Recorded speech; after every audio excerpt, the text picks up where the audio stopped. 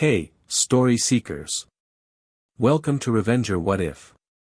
Today's gem is titled What If Naruto Was the True King of the North Who Conquered West Aeros and Married Sansa and Daenerys. If you find our content valuable, please like this video and subscribe to the channel. Your support inspires us. Now, let the magic of storytelling begin. Chapter 1, The Stranger from Beyond the Wall Cold. That was his first thought. Naruto Uzumaki had experienced many things in his 17 years of life: the hatred of an entire village, the loss of his mentor, the terror of the Fourth Great Ninja War, but never cold like this. It pierced through his tattered battle gear, biting at his skin with an intensity that made even breathing painful. The blizzard raged around him, a blinding wall of white that reduced the world to nothing more than swirling chaos. Snow collected on his eyelashes as he forced himself to stand, legs sinking knee-deep into drifts that seemed to have no bottom. "Where am I?" he muttered, his voice immediately swallowed by the howling wind. The last thing he remembered was facing Kaguya alongside Sasuke, their combined powers finally on the verge of sealing away the goddess. There had been a flash, a sensation of being torn apart and reassembled, and then, this frozen hell. Naruto closed his eyes, drawing inward to the familiar space where the Ninetales resided. "Kurama," he called out to the darkness. A low, rumbling growl answered him. "I'm here, but barely. Something's wrong with this place. My chakra, it's regenerating slower than it should. Any idea where we are?" "None. This isn't our world, that much I can tell. The energy here is different. Thinner. Less alive." Naruto opened his eyes, squinting against the relentless snow. In the distance, something moved, a dark shape against the white. Then another. And another. His instincts flared to life. Whatever they weren't friendly. The figures approached with unnatural stillness, seemingly untroubled by the blizzard. As they drew closer, Naruto could make out more details: gaunt, skeletal forms with flesh like ice, wielding crude weapons. Their eyes burned with an unnatural blue that reminded him of chakra, but twisted into something cold and wrong. Behind them shuffled more figures, human in form but moving with jerky, puppet-like motions.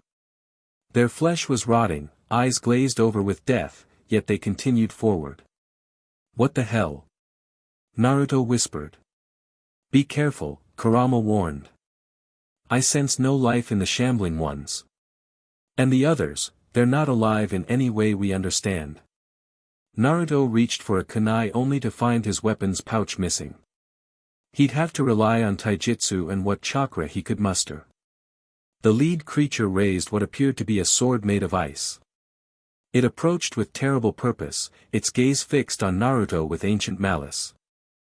Behind the approaching monsters, Naruto caught sight of something else, a small group of humans, real ones, fleeing across the snow. They were being pursued by more of the walking corpses. Men, women, and even children, dressed in furs and leather, clearly exhausted and terrified. Without hesitation, Naruto made his choice. He formed the familiar cross sign with his fingers. Shadow Clone Jutsu. 5 copies of himself appeared in puffs of smoke. The effort cost more chakra than it should have, confirming Kurama's assessment about this world. The ice creature paused, its blue eyes narrowing in what might have been surprise. "I don't know what you are," Naruto called out, "but I'm not letting you hurt those people." The clones charged forward. One was immediately impaled by the ice sword, disappearing in a puff of smoke. The creature seemed momentarily confused by this, giving the remaining clones an opening. 2 engaged the leader while the others scattered toward its companions. Naruto focused his chakra, forming a swirling ball of energy in his palm. The Rasengan took shape, though smaller than usual. "Not enough chakra for a big one," he muttered. "This'll have to do." He charged forward as his clones were systematically destroyed. The ice creature turned to him, sword raised. Naruto ducked under its swing and drove the Rasengan directly into its chest. Rasengan. The spiraling sphere of energy tore through the creature's icy form. For a moment, it stood there, a perfect hole carved through its torso. Then, with a sound like breaking glass, it shattered into 1,000 ice crystals that scattered across the snow. The effect was immediate. The corpses following it suddenly collapsed, as if whatever force animating them had been cut like puppet strings. Naruto had no time to celebrate. More ice creatures were approaching, and the fleeing people were still in danger. He created another batch of shadow clones, sending them to intercept the remaining pursuers while he himself ran toward the human refugees. They stared at him with wide eyes as he approached, a strange young man with bright blonde hair and whisker marks on his cheeks, wearing tattered orange and black clothing entirely unsuitable for the cold. "Run," he shouted at them, gesturing away from the battle. "My clones will hold them off." A massive, red-bearded man at the front of the group stepped forward, gripping a crude axe. "What kind of sorcery was that?" he demanded, his accent thick and unfamiliar. "Are you one of the children?" "I don't know what that means," Naruto replied honestly. "But those things are after you, and I'm trying to help." A woman clutching a small child spoke up. "He destroyed a White Walker, Tormund. I saw it." The red-bearded man, Tormund, narrowed his eyes. "Nobody kills White Walkers that easy." A scream interrupted them as one of the ice creatures, White Walkers, apparently, broke through the line of clones and charged toward the group. Naruto cursed and formed another Rasengan, feeling his chakra reserves dipping dangerously. "Get down," he shouted, pushing past Tormund. The White Walker swung its ice blade in a deadly arc. Naruto ducked under it and slammed the Rasengan into the creature's midsection, once again reducing it to shards. Breathing heavily, he turned back to the stunned group. "Now will you trust me? We need to move." Tormund stared at him for a long moment before nodding gruffly. "Aye. But you've got explaining to do when we're safe, boy." "Fair enough," Naruto agreed, creating 2 more shadow clones. "My clones will watch our backs." "Which way?" "South," Tormund said, pointing. "Toward the wall. If we can reach Castle Black, we might survive this night." "Lead the way," Naruto said, falling into step beside him as the group began moving through the storm. They trudged through the snow for what felt like hours. Naruto learned they called themselves free folk or wildlings, depending on who you asked, and they had been fleeing south from something they called the Army of the Dead. The wall, apparently, was a massive structure separating the frozen wilderness from more hospitable lands. As they walked, Naruto noticed something strange. The blizzard seemed to follow them, or perhaps it was following the White Walkers that pursued them. Either way, the unnatural storm showed no signs of abating. "The dead don't tire," Tormund growled as they paused briefly to allow an elderly woman to catch her breath. "They'll keep coming." "How many are there?" Naruto asked. "Thousands. Tens of thousands," the wildling replied grimly. "All the free folk who didn't make it south, all the men of the Night's Watch who fell beyond the wall. The Night King raises them all." "Night King? The master of the White Walkers? Cold-made flesh. If you thought those things were bad, pray you never meet him." Naruto absorbed this information silently. A powerful enemy commanding an army that grew with every kill, it reminded him unpleasantly of the reanimated shinobi during the war. Suddenly, one of his shadow clones dispersed, and its memories flooded back to him. More White Walkers were approaching, at least a dozen, with hundreds of the animated corpses, whites, the wildlings called them, shambling behind them. "They're coming," Naruto warned. "A lot of them." Tormund eyed him suspiciously. "How do you know?" "My clone saw them before it was destroyed." "We need to move faster." The wildling leader barked orders, and the group picked up their pace. In the distance, a massive dark shape began to emerge through the storm, a wall of ice so high it seemed to touch the clouds. "The wall," Tormund said, a hint of relief in his voice. "We might make it after all." As they approached, Naruto could make out what appeared to be a fortress built against the wall's base. Torches flickered along its battlements, offering the first warm light Naruto had seen since arriving in this world. "Castle Black," a wildling woman explained, seeing his gaze. "The Night's Watch won't welcome us, but they won't let the dead through either." Naruto nodded, then froze as he sensed movement behind them. He turned to see the White Walkers emerging from the blizzard, moving with terrible purpose. "Keep going," he shouted to Tormund. "Get them to the castle." "What about you?" the wildling demanded. "I'll hold them off," Naruto replied, turning to face the approaching threat. Tormund hesitated, then clasped Naruto's shoulder. "You die, boy, you make sure to burn your body." With that grim advice, he began herding the wildlings toward the fortress. Alone in the snow, Naruto faced the advancing army of the dead. He was dangerously low on chakra, but he wasn't out of tricks yet. "Kurama, I need to borrow some power." "Take it, but be careful. Something about this place, it feels wrong." Orange energy flickered across Naruto's skin as he drew on the Ninetales chakra. It wasn't much, nothing like the cloak he could usually manifest, but it would have to be enough. The White Walkers paused, seemingly sensing the change in their prey. Then, as one, they surged forward, their dead army at their heels. Naruto formed a familiar hand sign. Multi-shadow clone jutsu. 20 clones appeared around him, each glowing with the same orange energy. They charged forward to meet the oncoming horde while Naruto himself focused, gathering natural energy. Entering Sage mode was harder here than in his world. The natural energy felt different, wild and untamed, with currents he didn't recognize. Still, he managed to gather enough to feel the familiar change come over him, his eyes shifting to those of a toad.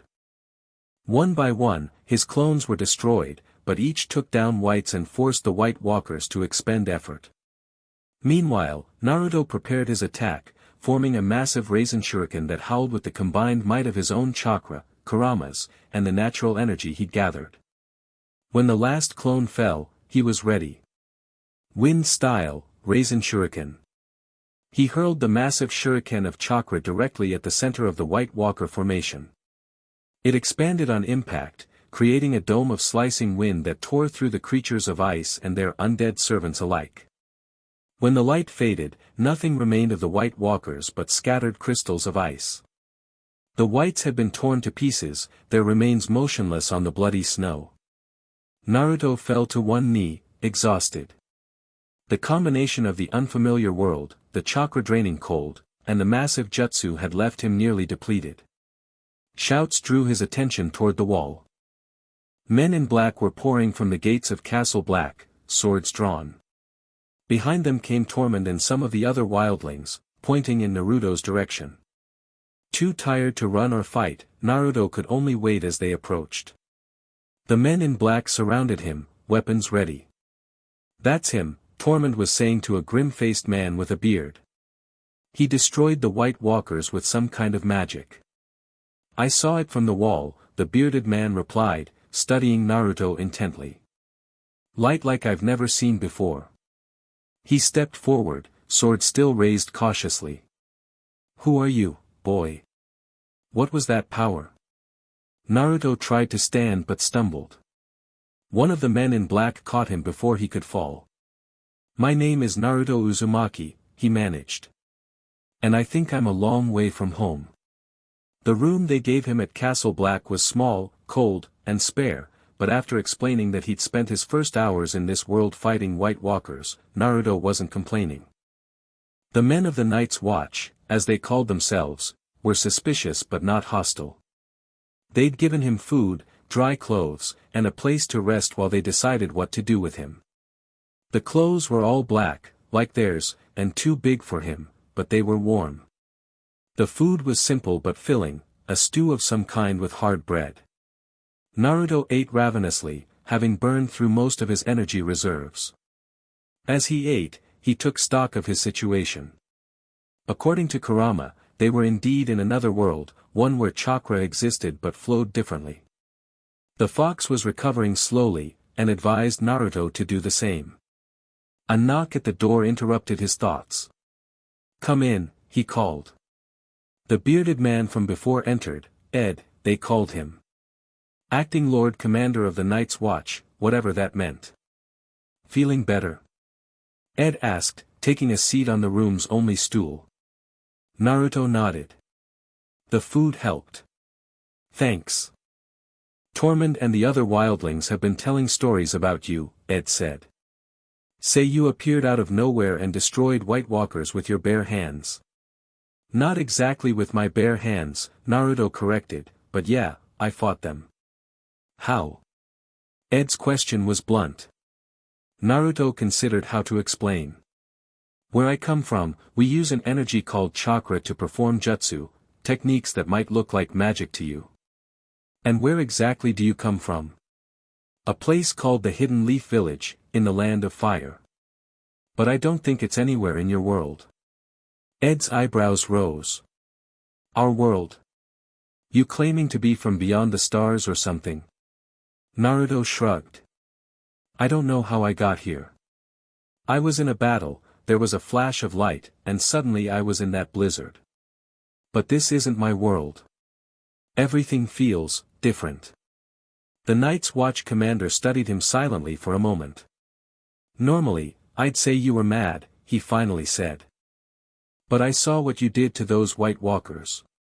We've been fighting them for years, lost good men trying to kill just one of them. You destroyed a dozen in a single strike." He leaned forward. "Whatever you are, wherever you're from, we need you. The dead are coming, and we don't have the men to stop them." Naruto set down his empty bowl. "I want to help, but I need to find a way home eventually. Help us survive what's coming, and I swear by the old gods and the new, we'll do whatever we can to help you after," Ed promised. "Deal?" Naruto grinned, extending his hand. "Deal." Ed clasped it firmly, then rose. "Get some rest. Tomorrow, I want you to tell us everything you know about fighting the dead." After the commander left, Naruto lay back on the narrow bed, staring at the ceiling. "You realize you may never get home," Kurama's voice rumbled in his mind. "I know," Naruto admitted quietly. "But that doesn't mean we stop trying. And while we're here, we might as well help these people." "Always the hero," the fox grumbled, but there was a hint of affection in his voice. "You would do the same," Naruto replied, closing his eyes. As he drifted toward sleep, his dreams were filled with ice and fire, wolves and dragons, and a throne made of swords. Naruto woke with a start, cold sweat beading his brow. The dream lingered, a vision of a man with long silver hair and purple eyes, channeling energy not unlike chakra. The man had looked directly at Naruto, as if seeing him across worlds, and spoken words that echoed in his mind, "The blood of the sage flows through many worlds. When winter comes, the three heads of the dragon must unite." "What the hell does that mean?" Naruto muttered, rubbing his temples. "Something is connecting to us," Kurama observed. "Something old and powerful. I felt it too." A sharp knock interrupted their conversation. The door opened before Naruto could respond, revealing Tormund's massive frame. "Up, sunshine," the wildling called. "The crows want to see what you can do." Naruto dressed quickly in the black garments they provided and followed Tormund into the courtyard of Castle Black. The storm had passed during the night, revealing a clear, cold morning. Men of the Night's Watch were training around them, the clang of steel on steel filling the air. Ed waited in the center of the yard with several other men. One, massive and bearded, eyed Naruto skeptically. "This is the boy who killed the White Walkers?" he asked as they approached. "He's barely old enough to grow whiskers." Tormund laughed. "Don't let his age fool you, one would piss himself if he saw what this one can do." "I'm older than I look," Naruto said, crossing his arms. "And I've been fighting since I was 12. Ed stepped forward. "This is Naruto Uzumaki. He helped Tormund's group escape the White Walkers last night." He turned to Naruto. These are my officers and advisors. They'd like to see these abilities of yours. Naruto nodded. His chakra had partially recovered overnight, enough for a demonstration at least. What would you like to see? Those copies you made of yourself, Tormund suggested. Show them that. Naruto formed the hand sign. Shadow Clone Jutsu. 5 perfect copies of himself appeared in puffs of smoke, standing in a line before the startled men of the Night's Watch. Several drew their swords instinctively. They're solid, Naruto explained as one clone stepped forward to shake Ed's hand. They can fight, gather information, whatever I need.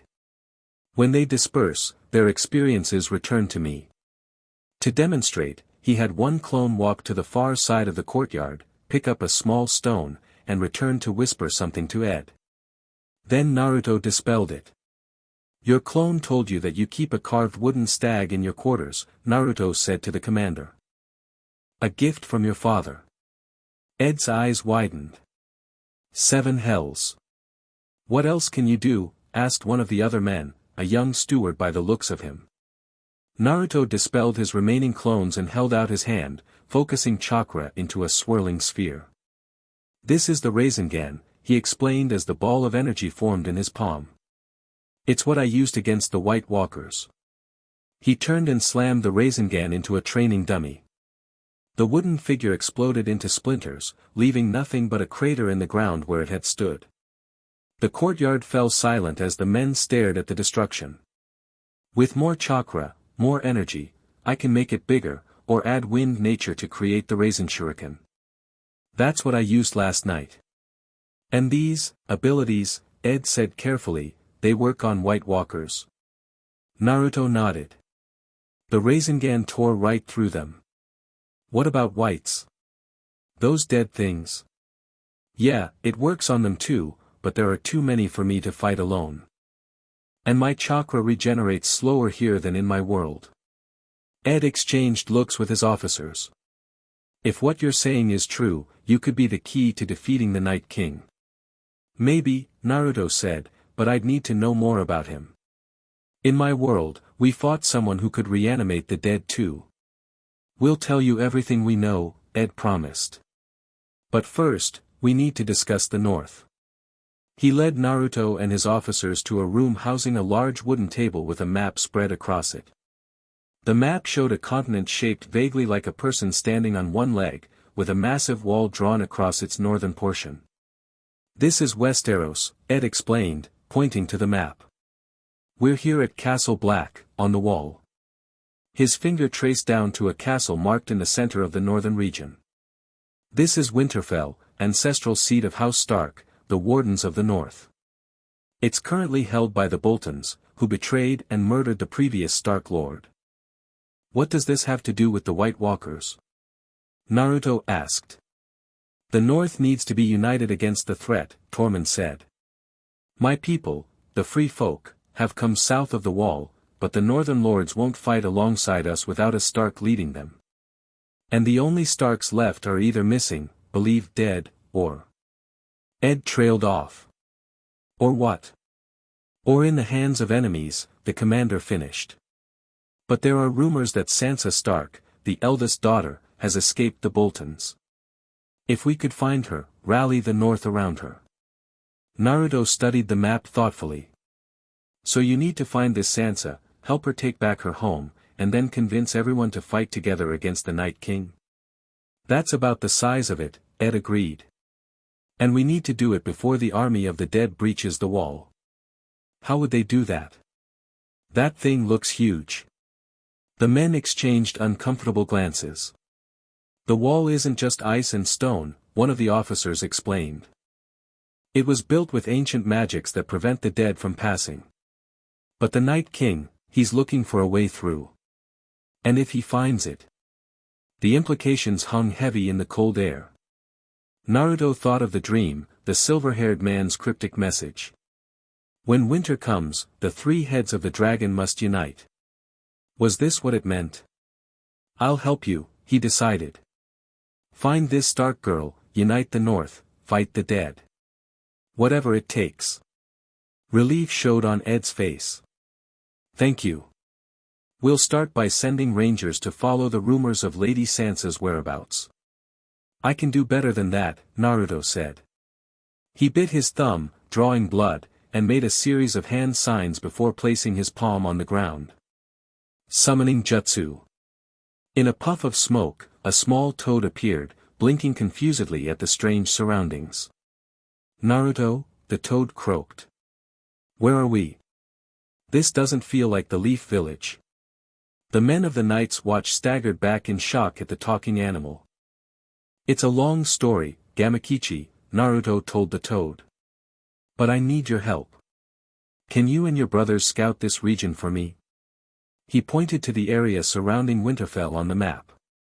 I'm looking for a young woman with red hair named Sansa Stark. Gamakichi studied the map, then nodded. We can do that. But you owe me treats when we get home. Deal, Naruto grinned. The toad disappeared in another puff of smoke, leaving the men staring at Naruto in amazement. Was that a talking frog? One of them finally asked. Toad, Naruto corrected.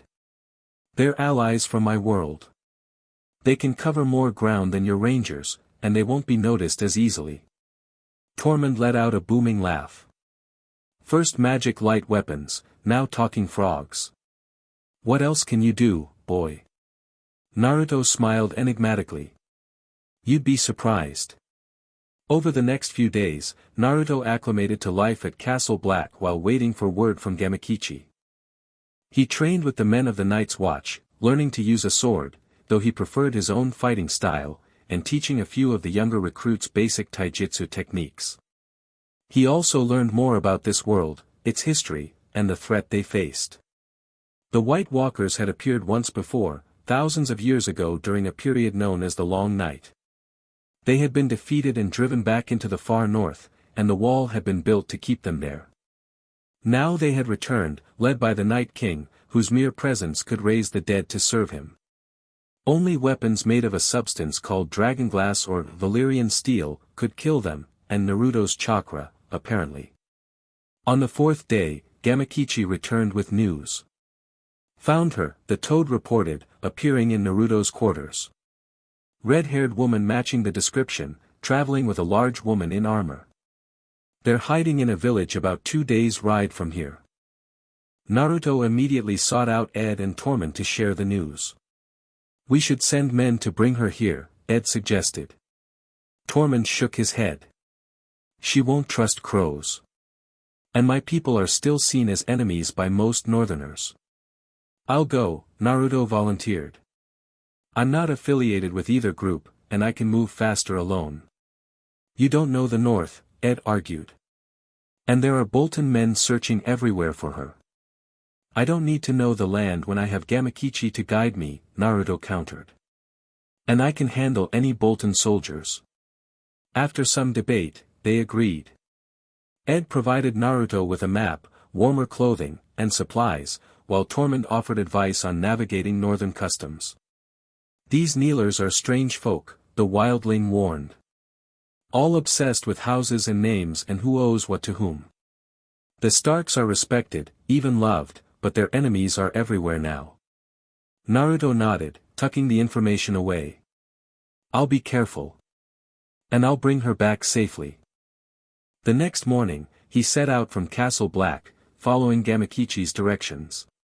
Rather than taking a horse, which would leave tracks, Naruto traveled on foot, using chakra to enhance his speed and endurance. Even with his power somewhat diminished in this world, he could cover ground faster than any horse. By nightfall, he had reached the edge of a sparse forest. Gamakichi led him to a hollow tree where they could shelter for the night. The village is half a day's journey from here, the toad explained. Small place called Winterton. They're staying at the inn under false names. Naruto nodded, chewing on the hard bread and dried meat Ed had provided. Did you get a good look at her? What condition is she in? Tired. Afraid, Gamakichi said. The big woman barely lets her out of sight. They're waiting for something or someone, but I couldn't figure out what. We'll find out tomorrow, Naruto said, settling back against the tree. Get some rest. As he drifted towards sleep, the dream came again, the silver-haired man, but this time accompanied by a red-haired woman with sad eyes and a young girl with hair like moonlight and eyes like lilac. They stood around a circular table, looking down at what appeared to be a map of West Aeros. The wolf must return to her den, the man said, looking directly at Naruto again. The dragon must come home. And the fox must guide them both. Naruto woke with the first light of dawn, the dream still vivid in his mind. He shared it with Kurama as they continued their journey. This world has its own kind of chakra, the Nine-Tails mused. Perhaps what they call magic is connecting to you because of your six paths power. Maybe, Naruto agreed. But these dreams feel like more than just dreams. They feel like messages. Be careful, Kurama warned. Not all who reach across worlds have good intentions. By midday, they reached the outskirts of Winterton, a small collection of buildings surrounded by fields where farmers worked despite the chill in the air. The inn was easy to spot, the largest structure aside from a small September. Naruto dismissed Gamakichi, not wanting to cause a panic with a talking toad, and approached the village cautiously. He kept his black cloak pulled around him, hiding his distinctive blonde hair and the whisker marks on his cheeks. The inn was quiet when he entered, only a few patrons scattered around the common room. A large fire burned in the hearth, offering welcome warmth. Naruto ordered ale and a meal from the innkeeper, then took a seat in the corner where he could observe the room. He didn't have to wait long.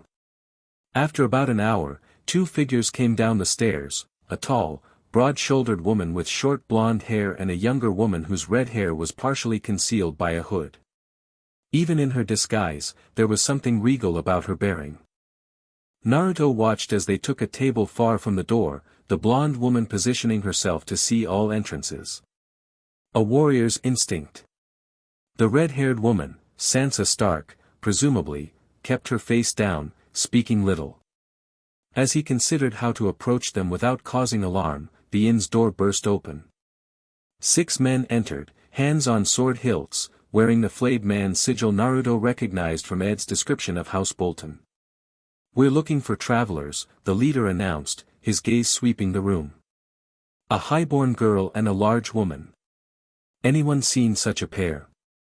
The innkeeper shook his head nervously. "No, lord. Just locals and a few merchants." The Bolton man grunted, clearly disbelieving. "Search the rooms," he ordered his men. "And everyone stays where they are until we're done." Naruto saw the blonde woman's hand move to her sword. If it came to a fight in these close quarters, innocent people would be hurt. Time to act. He stood, drawing all eyes to him. "There's no need for that," he said calmly, addressing the Bolton leader. "I can tell you where to find who you're looking for." The leader turned to him, hand on his sword hilt. "Speak, then." From the corner of his eye, Naruto saw the blonde woman rising, her expression thunderous. The red-haired girl looked stricken. "They left this morning," Naruto lied smoothly. "Heading west toward Deepwood Motte.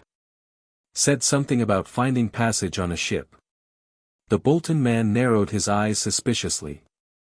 "And why should I believe you?" Naruto shrugged. "No reason to lie. They paid for my silence, but they didn't pay enough to risk crossing House Bolton." He reached into his pocket and produced a silver coin, one Ed had given him. "See? Silver stags don't buy much loyalty these days." The leader studied him for a moment, then nodded slowly. "West, you say? Toward Deepwood Motte?" "That's right. Left at first light. If you ride hard, you might catch them before they reach the Wolfswood." After a tense moment, the leader seemed to make a decision. "Come on," he ordered his men. "We'll cut them off at the western road." As they turned to leave, one of the soldiers gave Naruto a last, suspicious look before following his commander out. The common room remained silent for several heartbeats after they departed. Then, slowly, Conversation resumed as the patrons returned to their meals and drinks, though with nervous glances toward the door.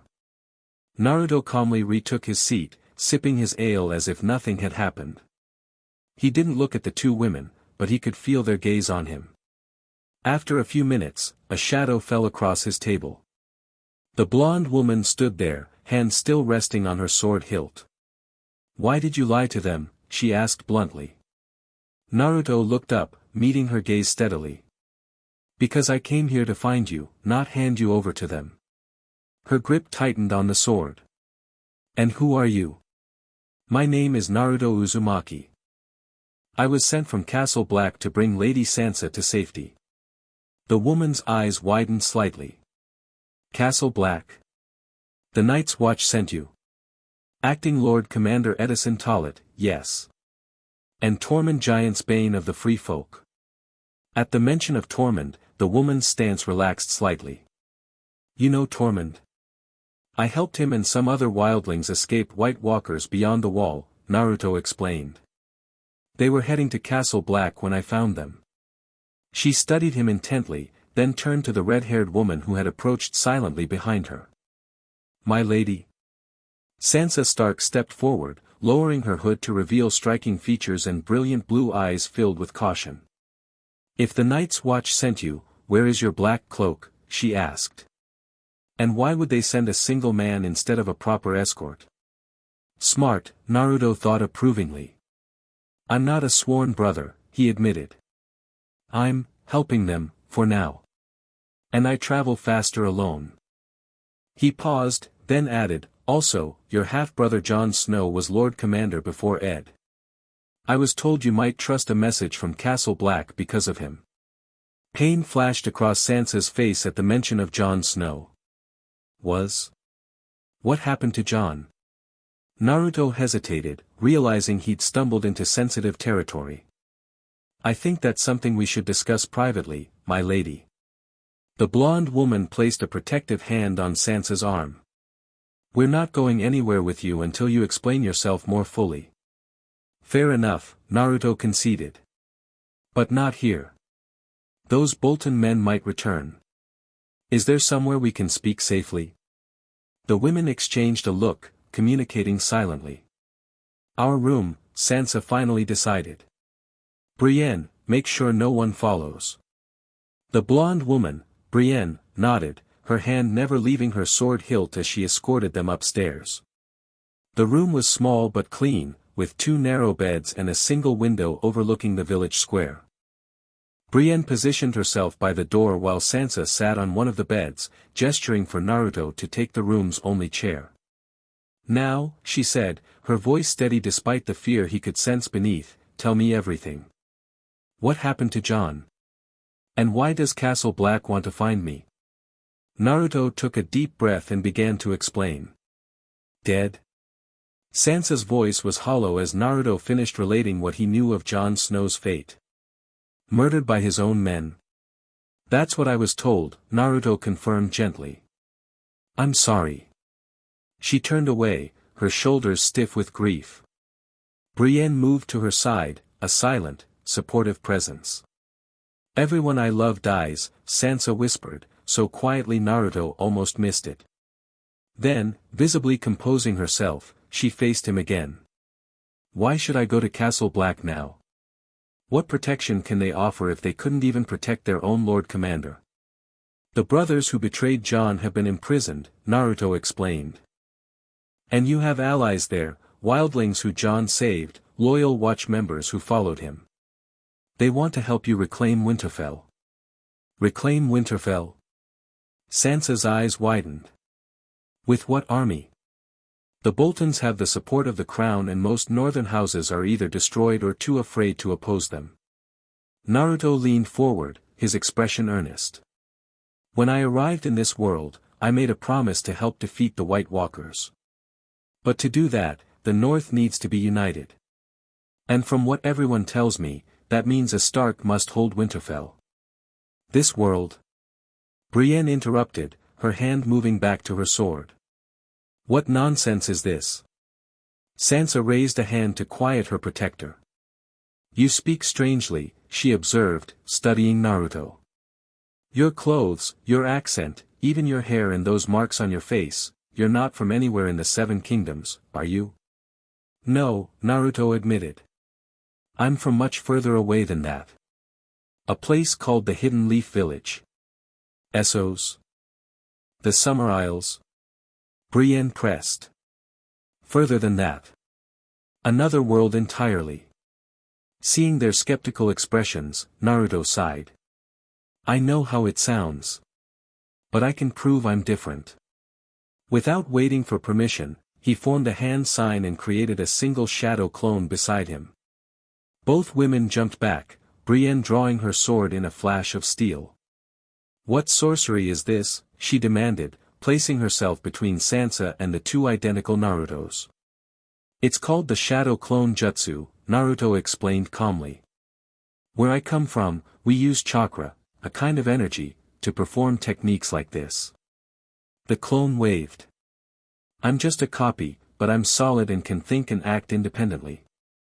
Sansa, recovering from her initial shock, regarded them with curious rather than fearful eyes. I've heard tales of shadow binders from as high who can create illusions, but never anything like this. It's not an illusion, Naruto said, allowing the clone to approach Brienne. Touch him if you want. Cautiously, the warrior woman prodded the clone with her sword. Finding it solid, she stepped back in amazement. The White Walkers, Sansa said suddenly. You said you helped defeat them beyond the wall. Is this how? Naruto nodded, dispelling the clone. This and other abilities. In my world, I was considered powerful. Here, my powers work differently, but they're still effective against the dead. And you want to help me retake Winterfell, Sansa stated, so that the North can unite against these White Walkers. Yes. Why? Why would you involve yourself in our wars? It was a fair question. Naruto considered it carefully before answering. In my world, I fought to protect my village, my friends, everything I cared about, he finally said. I ended up here by accident, but that doesn't mean I can just ignore people who need help. If I can make a difference, I have to try. He met her gaze directly. Also, I think I was brought here for a reason. I've been having dreams. About a silver-haired man who talks about uniting the wolf, the dragon, and the fox. Sansa's expression changed at that, a flicker of recognition crossing her features. A silver-haired man? With purple eyes? Naruto stared at her in surprise. Yes. How did you know? She exchanged a meaningful look with Brienne before answering.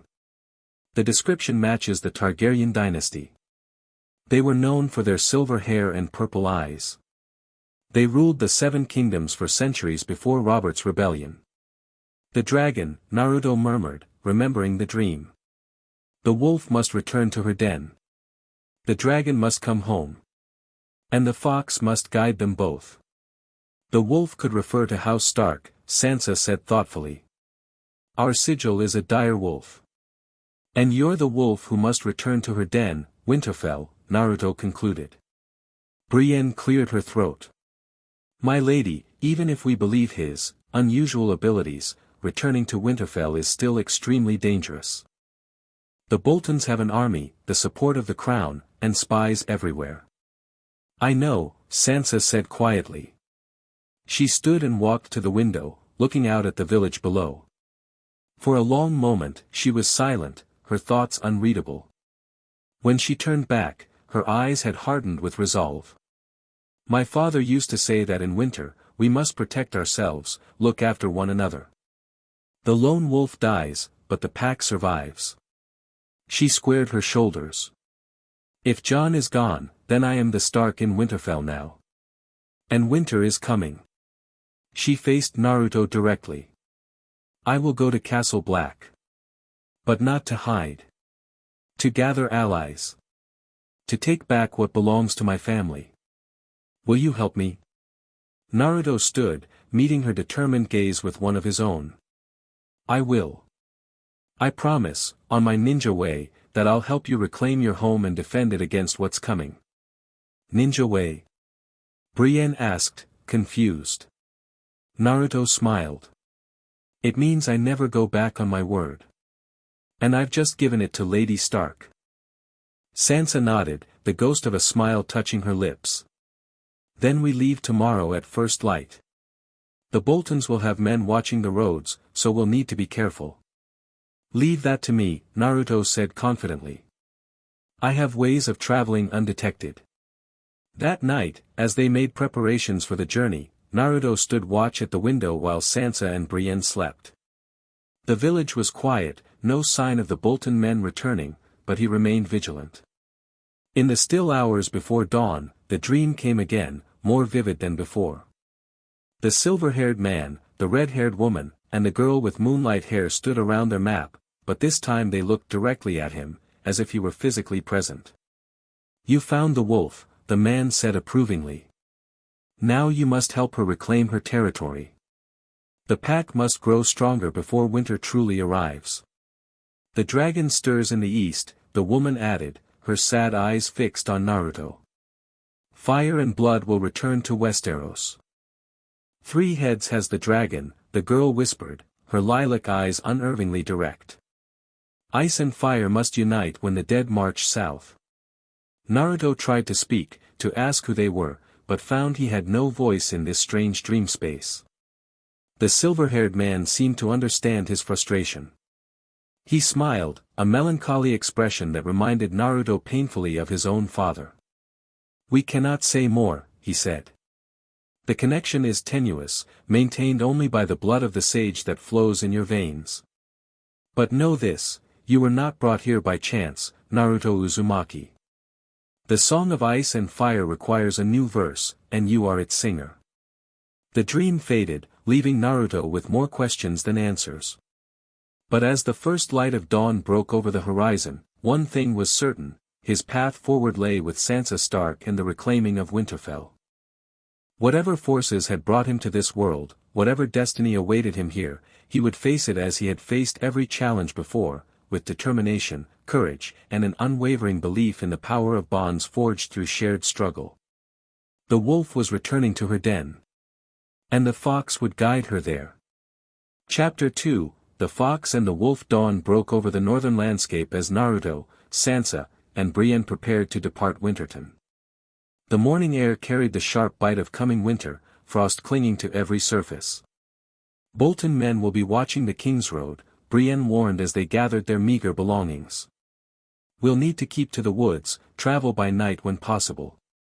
Naruto shook his head. That would take too long. I have a faster way. He grinned at their curious expressions. But you'll have to trust me. Outside the village, sheltered by a copse of sentinel trees, Naruto bit his thumb and performed the summoning jutsu. In a puff of smoke, 3 man-sized toads appeared, blinking in the early morning light. Naruto, the center toad, Gamatsu, croaked cheerfully. Got any snacks? Brienne's hand flew to her sword hilt.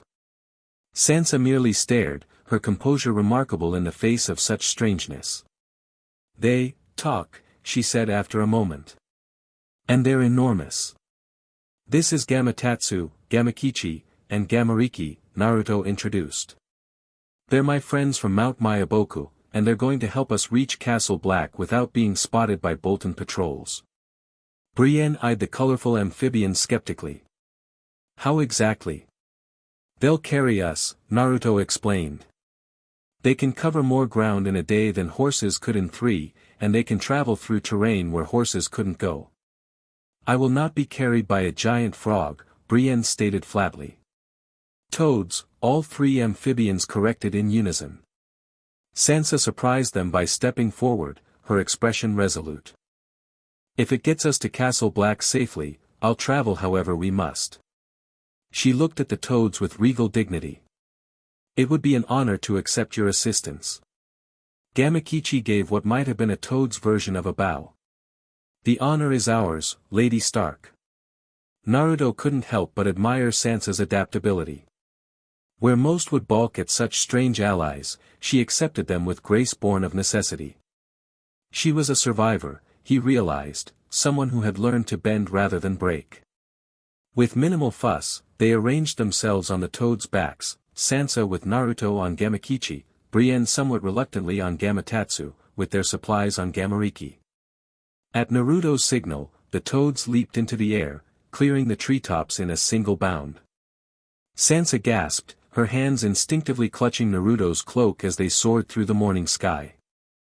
When they landed, nearly a quarter-mile away, only to immediately spring forward again, she let out a startled laugh that seemed to surprise even her. "This is extraordinary," she said, the wind whipping her red hair as they bounded northward. "Like flying without wings." "We're actually moving pretty slowly," Naruto told her.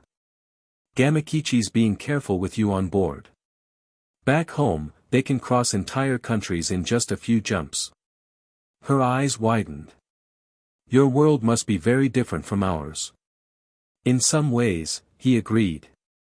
"But people are people everywhere. They love, they fight, they try to protect what matters to them." She studied him curiously. "And what matters to you, Naruto Uzumaki?" The question caught him off guard. He thought of the Leaf Village, his friends, Sasuke, Sakura, Kakashi-sensei, all so far away now. "My precious people," he answered honestly. "And my promises to them. I swore I'd never give up, never go back on my word. That's my ninja way." Something in his voice must have resonated with her, for she nodded slightly. "In my family, we say that the man who passes the sentence should swing the sword. It means we don't hide from difficult duties." Her eyes took on a distant quality. "My father lived by that code until the day they took his head." "I'm sorry about your father," Naruto said softly. "I never knew mine, not until near the end. He died the day I was born, protecting our village." "Then we have that in common," Sansa observed. "Fathers who died for their principles." After a pause, she added, "Though mine's cost him everything." "Sometimes principles are all we have," Naruto replied. "Even when they're inconvenient." She gave him a searching look, as if reassessing him. Whatever she saw seemed to satisfy her, for she relaxed slightly as they continued their journey northward, the landscape passing beneath them in a blur of white and green. By nightfall, they had covered an astonishing distance. The toads found a sheltered vale where a small stream provided fresh water, and they made camp beneath the spreading branches of ancient weirwood trees. Their white bark and red leaves gave Naruto an eerie feeling, especially in the gathering dusk. "These trees," he said as he helped gather firewood. "They feel, I don't know, alive somehow. More than normal trees."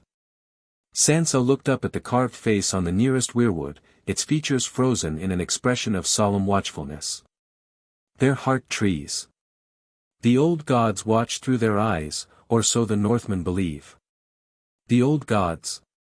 Before the faith of the Seven came to West Aeros, Northerners worshipped the old gods, nameless deities of the forest, stream, and stone. She traced the red sap that trickled like tears from the carved eyes. "My father kept the old gods. He said they had no names or temples, but they were here before the first men came to West Aeros, and they'll be here long after we're gone." Naruto felt a shiver that had nothing to do with the evening chill. "In my world, there are places where nature's energy gathers. We call it senjutsu, the sage arts. I can feel something similar here." "Perhaps your old gods and ours aren't so different," Sansa suggested. As night fell fully, Brienne built a small, carefully screened fire. The three humans gathered around it while the toads found comfortable spots nearby, half submerged in the stream despite the cold. "We should reach Castle Black by midday tomorrow," Naruto said, accepting a portion of their travel rations from Brienne. "What's your plan once we arrive?" Sansa gazed into the flames. "First, I need to know who remains loyal to House Stark. The North remembers, they say, but remembrance means little without action." She looked up, her blue eyes reflecting the firelight. "Once I know who I can trust, I can begin gathering forces to retake Winterfell." The northern houses are scattered and depleted after the Red Wedding, Brienne pointed out. And many fear the Boltons. Fear and loyalty are different things, Sansa replied. My father always said the North knows no king but the king in the North whose name is Stark. We need to remind them of that. Naruto nodded thoughtfully. Where I come from, there's a saying, the will of fire burns brightest in the darkest times. Sounds like your Northmen have something similar. The North remembers, Sansa repeated softly. And winter is coming. They finished their meal in companionable silence, each lost in their own thoughts. When Brienne took first watch, Sansa and Naruto remained by the fire, reluctant to face the cold of their bedrolls. Tell me about your home, Sansa requested suddenly. Your Hidden Leaf Village. Naruto smiled, the memories bittersweet. It's beautiful. Built in a forest with a mountain where the faces of our leaders, the Hokage, are carved into the stone. Nothing like your castles, though. Our buildings are simpler, made of wood mostly. And your family? Friends? I was an orphan, he admitted. But I found a family in my friends, my teachers. Irika-sensei was the first person to believe in me. Then there was my team, Sakura, Sasuke, and our sensei Kakashi. His expression grew distant. Sasuke left the village for a long time. Bringing him back became my goal for years. Did you succeed? Sansa asked softly. Eventually. It cost us both an arm, but we finally understood each other. He flexed his right hand absently. The arm grew back, thanks to some special cells, but the scars remain. She studied him with new interest. You speak of losing limbs so casually. Naruto shrugged. In my world, shinobi face death daily. We heal faster than normal people, but we also get hurt more often. He grinned suddenly. I was always the type to charge headfirst into trouble. Drove my teachers crazy. That earned him a small smile. You remind me a little of my sister, Arya. She never did what was expected either. What happened to her? Sansa's smile faded. I don't know. We were separated when our father was arrested. I haven't seen her since. She wrapped her arms around herself. Sometimes I dream she's alive somewhere, wild and free. Other times. She's alive, Naruto said with quiet certainty. Sansa looked at him skeptically. How could you possibly know that? I don't, he admitted. But I believe it. People like your sister, the ones who never do what's expected, they have a way of surviving against the odds. She didn't respond, but something in her posture eased slightly. They sat in silence until the fire burned low and Brienne returned to suggest they get some rest. As Naruto settled into his bedroll, he found himself wondering about the strange path that had brought him here. Of all the worlds he might have landed in, why this one? Why now, when the North stood at this critical juncture? The silver-haired man's words echoed in his mind, you were not brought here by chance. Whatever forces had summoned him across dimensions, Naruto was beginning to believe they had chosen their moment carefully. Castle Black rose before them the following day, a grim, weathered fortress nestled against a massive wall that stretched beyond sight in either direction. Even from a distance, Naruto could see the tiny figures of men moving along its top. Gods be good, Brienne murmured as they approached. I've heard stories of the wall since childhood, but to see it. Sansa's reaction was more subdued. John wrote about it in his letters. He said on clear days, you can see for 50 leagues from the top. They dismissed the toads at a safe distance from the castle, preferring to approach on foot rather than cause a panic with giant talking amphibians. As they neared the gates, sentries called out challenges from the battlements. Lady Sansa Stark seeks refuge with the Night's Watch, Brienne called back. And she brings allies. A flurry of activity followed this announcement. By the time they reached the gates, they had swung open to reveal a party of black-clad men led by Ed, with Tormund's unmistakable red head towering behind him. Lady Stark, Ed greeted, dropping to one knee. Castle Black is yours. Sansa acknowledged him with a regal nod. Rise, Lord Commander. I thank you for your welcome. Acting Lord Commander, Ed corrected as he stood. And the thanks are ours. The North has need of Starks. Tormund pushed forward, giving Naruto a hearty thump on the shoulder that would have staggered a lesser man. You found her. Ha! I knew you would. Wasn't difficult, Naruto replied with a grin. Just had to follow the trail of people looking for her. As they entered the courtyard, Naruto noticed the tension between the Black brothers and the wildlings gathered in separate groups. Despite Jon Snow's efforts, old hatreds clearly lingered. Sansa seemed to notice too. These are the free folk my brother granted passage, she asked quietly. Some of them, Ed confirmed. The rest are at other castles along the wall or have moved south to settle the gift. And the Night's Watch allows this. Your brother commanded it, Ed replied simply. And after what we've seen beyond the wall, only a fool would turn away fighting men, or women, he added with a nod toward a group of spear-wielding wildling women. They were escorted to the Lord Commander's tower, where a meal had been hastily prepared. Once they were settled with food and drink, Ed dismissed the servants to speak frankly. My lady, I must tell you something about your brother Jon, he began carefully. Sansa's fingers tightened around her cup. Naruto told me he was murdered by his own men. He was, Ed confirmed grimly. Stabbed by mutineers led by Alliser Thorne. They called him traitor for bringing the wildlings south of the wall. He paused, exchanging a look with Tormund. But there's more to tell. More. Sansa's voice was taut as a bowstring. 3 days after his death, the Red Woman performed some sort of ritual, Ed continued. And Jon. He came back. The cup slipped from Sansa's fingers, shattering on the floor. What are you saying? He lives, little crow, Tormund said bluntly. Your brother died and then he didn't. The Red Witch brought him back with her fire magic. Sansa's face had gone as pale as milk. Where is he now? That's the trouble, Ed admitted. After executing the mutineers, he declared his watch had ended, died releasing him from his vows, you see, and he left. Said he was heading south, but wouldn't say where. South? Naruto echoed. Alone.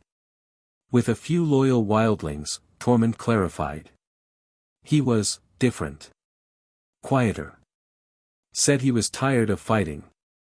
Sansa rose abruptly, turning to face the window. Her shoulders trembled once before she mastered herself. When she turned back, her composure had returned, though her eyes remained bright with unshed tears. My brother is alive, she said, as if testing the words. But gone. So we proceed without him. Proceed with what, my lady? Ed inquired. Taking back Winterfell, she replied firmly. Reclaiming the north from the Boltons.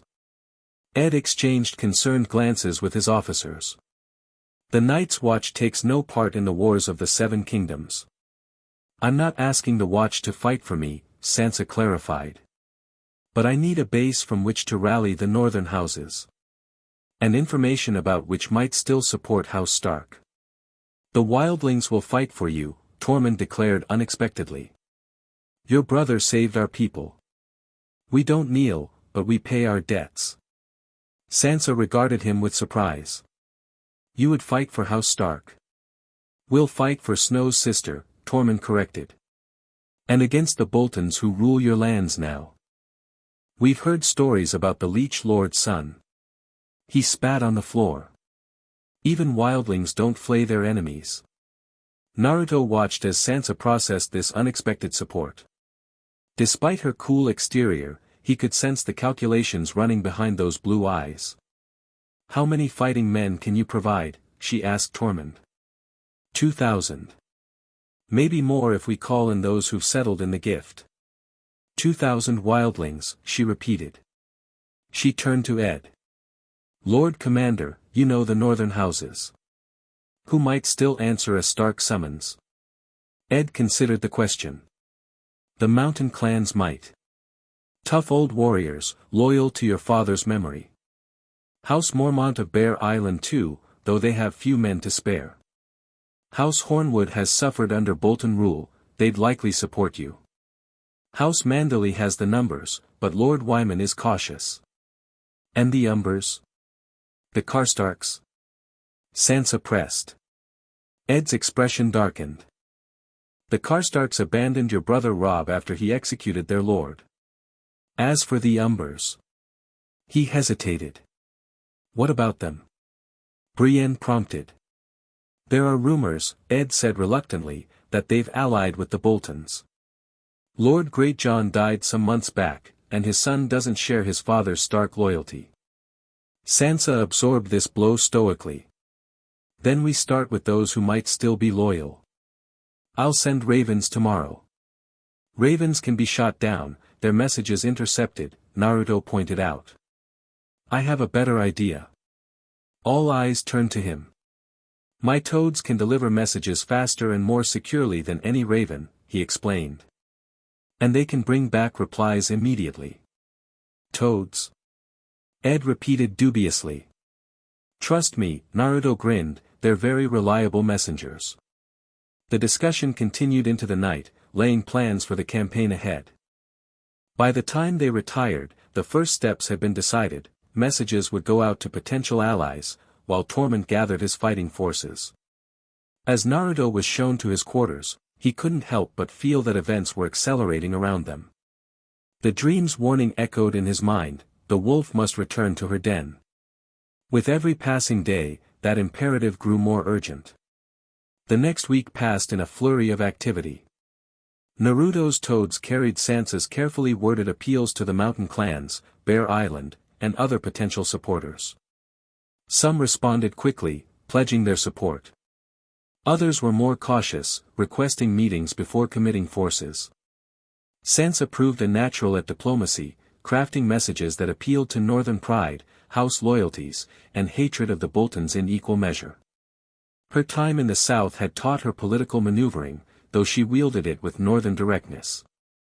For his part, Naruto began training with the wildlings, teaching them to counter cavalry charges and fight in more coordinated formations. Though they bristled initially at what they saw as kneeler tactics, they couldn't deny his effectiveness when he single-handedly defeated 30 of their best warriors in a mock battle. What kind of magic was that? Demanded a wildling woman named Karsi after Naruto's shadow clones had thoroughly routed her fighters. Not magic, ninjutsu, Naruto corrected, dismissing his remaining clones. And it's not just about techniques. It's about working together, using the terrain, anticipating your enemy's moves. The Boltons have armies that train together from boyhood, Tormund added, seeing the resistance in his people's eyes. They have horses, armor, castle walls. We need every advantage. Gradually, the wildlings accepted Naruto's lessons, incorporating them into their own fierce fighting style. A hybrid approach emerged, wildling ferocity tempered with tactical awareness.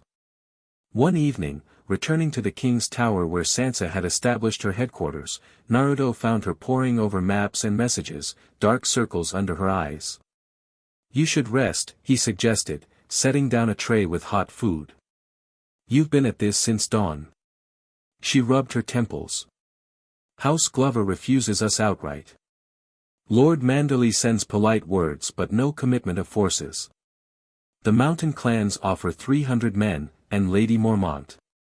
She pushed a scroll toward him. See for yourself. Naruto picked up the message. Written in a child's careful hand, it read, Bear Island knows no king but the king in the north, whose name is Stark. We will provide 62 fighting men. It's not many, but they fight with the strength of 10 mainlanders. 62 men, Sansa said flatly. Against the thousands Ramsay commands.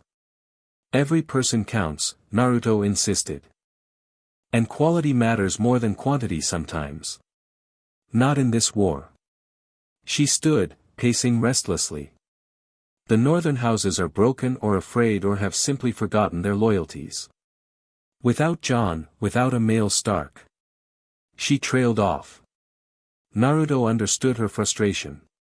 In this world's rigid hierarchies, a woman's claim, even a Stark woman's, carried less weight. It was a stupid system, but one they had to work within, at least for now. Then we need to remind them, he said firmly. Not with ravens or toads or words on paper. We need to show them what real strength looks like. He tapped the map where Winterfell stood. The Boltons rule through fear. We need to give the North something better to believe in. She regarded him curiously. And what would that be? Hope, Naruto said simply. We start with the houses that have already pledged support, no matter how small. We visit them in person, you as the daughter of Ned Stark, the blood of Winterfell, and me as. He paused, realizing he hadn't defined his own role. As what? Sansa prompted.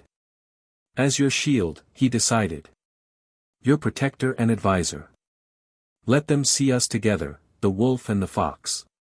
Let them witness what I can do, what you represent.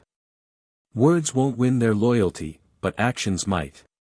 A thoughtful expression crossed Sansa's face. A progress through the North. Yes, that could work. She returned to the map. We could start with the mountain clans, then to Bear Island, then east to House Hornwood.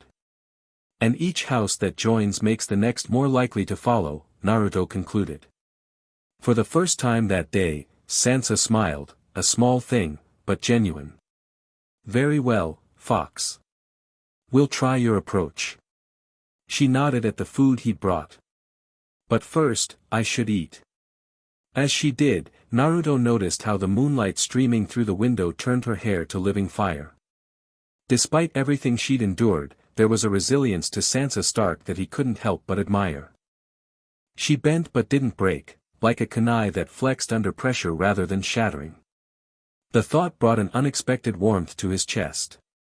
This mission to retake Winterfell had started as a means to an end, uniting the North against the White Walkers, but he was beginning to care about the outcome for its own sake. For her sake. What are you thinking about? Sansa asked, catching his contemplative expression. That we're going to win, Naruto replied honestly. Not because we have the most men or the strongest position, but because we have something worth fighting for. And that makes all the difference. Their progress through the North began 3 days later with a journey to the northern mountain clans. Naruto's toads transported them swiftly through difficult terrain, allowing them to reach clan holdings that would otherwise have taken weeks to visit. The mountain clansmen, gruff, bearded men with weathered faces and iron loyalty, welcomed the daughter of Ned Stark with solemn ceremony. When she presented Naruto as her advisor and protector, they regarded the strange young man with obvious skepticism. This yellow-haired boy is to help you retake Winterfell? Old Torgon Flint scoffed. He looks like he'd blow away in the first winter storm. Before Sansa could defend him, Naruto stepped forward with an easy smile. Perhaps a demonstration would help, Lord Flint. I hear your men are among the finest warriors in the North. Would any of them care to test me? The challenge drew interested murmurs. At a nod from Flint, 3 burly clansmen stepped forward, axes and swords in hand. No killing, Sansa interjected quickly. Wouldn't dream of it, Naruto assured her. To the clansmen he called, come at me all at once. Don't hold back. The men exchanged amused glances before charging. What followed left the gathered clan in stunned silence. Naruto moved with inhuman speed, dodging blades by hairbreadths, flipping over his attackers, and neutralizing each with precise strikes. Within moments, all 3 clansmen lay disarmed and winded on the ground. He didn't even draw a weapon, someone whispered. I'd expect nothing less from my chosen protector, Sansa stated, seizing the moment. House Stark has new allies in these dangerous times. The demonstration accomplished exactly what Naruto had intended. By the time they departed the mountain clans 2 days later, they had secured not 300 men but 500, with promises of more to follow. Bear Island proved an even more interesting challenge. Lady Lyanna Mormont, all of 10 years old, received them in her hall with the gravity of a ruler 3 times her age. "Lady Stark," she acknowledged. "We received your message and have pledged our support. Why come in person when ravens sufficed?" "Because House Stark does not take its loyal bannermen for granted," Sansa replied smoothly. "The North remembers those who keep faith, even in the darkest times." "Pretty words," the young lady observed. "But they won't help you take Winterfell from the Boltons. 62 men is all Bear Island can spare, as I wrote." Naruto stepped forward. "Lady Mormont, if I may." The girl's sharp eyes turned to him. "And who are you to address me, sire? You wear no house sigil I recognize." "I'm no sire," Naruto replied with a grin. "My name is Naruto Uzumaki, and I come from beyond the wall." "Beyond any wall you've known?" "A wildling?" she asked skeptically. "Not exactly." With a quick movement, Naruto created 3 shadow clones beside him. Gasps erupted from the Mormont household guard. Lady Lyanna herself maintained her composure, though her eyes widened noticeably. "What sorcery is this?" she demanded. "Not sorcery," all 4 Narutos replied in unison. "Ninjutsu, the art of my homeland." The clones approached the young lady, each bowing respectfully before dispersing in puffs of smoke. "I serve Lady Stark," Naruto continued, "but I also serve the North against a threat greater than the Boltons. The dead march beyond the wall, Lady Mormont. I've fought them myself." "The dead?" Lyanna's maester scoffed. "Children's tales." "I've seen them," Naruto countered firmly. "Your ancestor Jeor Mormont, Lord Commander of the Night's Watch, gave his life fighting them. Ask any black brother. They'll tell you the same." The girl studied him intensely before turning back to Sansa. "You trust this, magic user?" "With my life," Sansa replied without hesitation. "He's saved it twice already." Lady Lyanna drummed her fingers on the arm of her chair, clearly weighing her options. "Bear Island has always stood with House Stark," she finally said. "My mother died for your brother Robb at the Red Wedding. Our men will fight for you, all 62 of them." Her stern expression softened slightly. "But perhaps, with your unusual protector, that will be enough." The pattern repeated at each house they visited. Initial skepticism gave way to cautious support after witnessing Naruto's abilities. By the time they returned to Castle Black 3 weeks later, they had secured pledges of nearly 2,000 Northmen to fight alongside Tormund's wildlings. Still not enough, by conventional wisdom, to challenge House Bolton's hold on the north. But Naruto had never much cared for conventional wisdom. On their return, they found a surprise waiting. Jon Snow had returned to Castle Black. The reunion between the half-siblings was intensely private. Naruto and the others waited in the common hall while Sansa and Jon secluded themselves in the Lord Commander's chambers. When they finally emerged hours later, both had reddened eyes but determined expressions.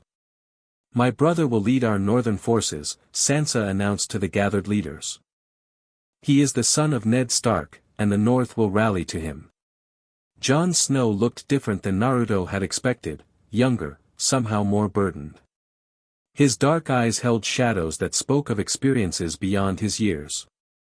When they were introduced, Jon studied Naruto with quiet intensity. "Sansa tells me you have unusual abilities," he said. "And that you've pledged yourself to our cause." "That's right," Naruto confirmed. "Though the cause has grown since I arrived. It's not just about the White Walkers anymore." "No," Jon agreed, "it's about home." He extended his hand. "Thank you for protecting my sister when I couldn't." The simple sincerity in his voice touched Naruto. He clasped the offered hand firmly.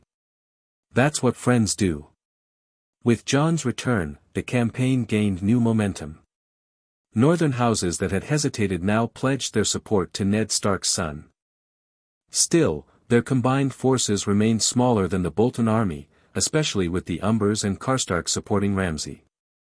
The War Council gathered nightly in Castle Black's main hall, planning their approach. Maps and battle plans covered the great wooden table as they debated strategies. We should challenge Ramsay to single combat, Jon suggested one evening. He's known for his cruelty, not his honor. If he refuses, it shows the North what kind of man holds Winterfell. And if he accepts? Tormund asked. No offense, Little Crow, but this bastard is said to be a demon with knives. I'll fight him, Naruto offered. He won't expect what I can do. Sansa shook her head firmly. Ramsay won't fight fair. He never does. He'll agree to terms and then break them the moment it serves him. A haunted look crossed her face. I know him better than anyone here. The room fell silent at the implication in her words. Naruto felt a surge of anger at the man who had clearly hurt Sansa deeply. Then we fight on our terms, he said, breaking the uncomfortable silence. Not his. We're outnumbered, Jon pointed out. We need to choose the battlefield carefully, force him to come to us. Actually, Naruto interjected, I've been thinking about that. We don't need to match him man for man. He created a shadow clone beside him. Not when I can create hundreds of these. Jon's eyes widened. Each one fights independently. Like a real person, Naruto confirmed.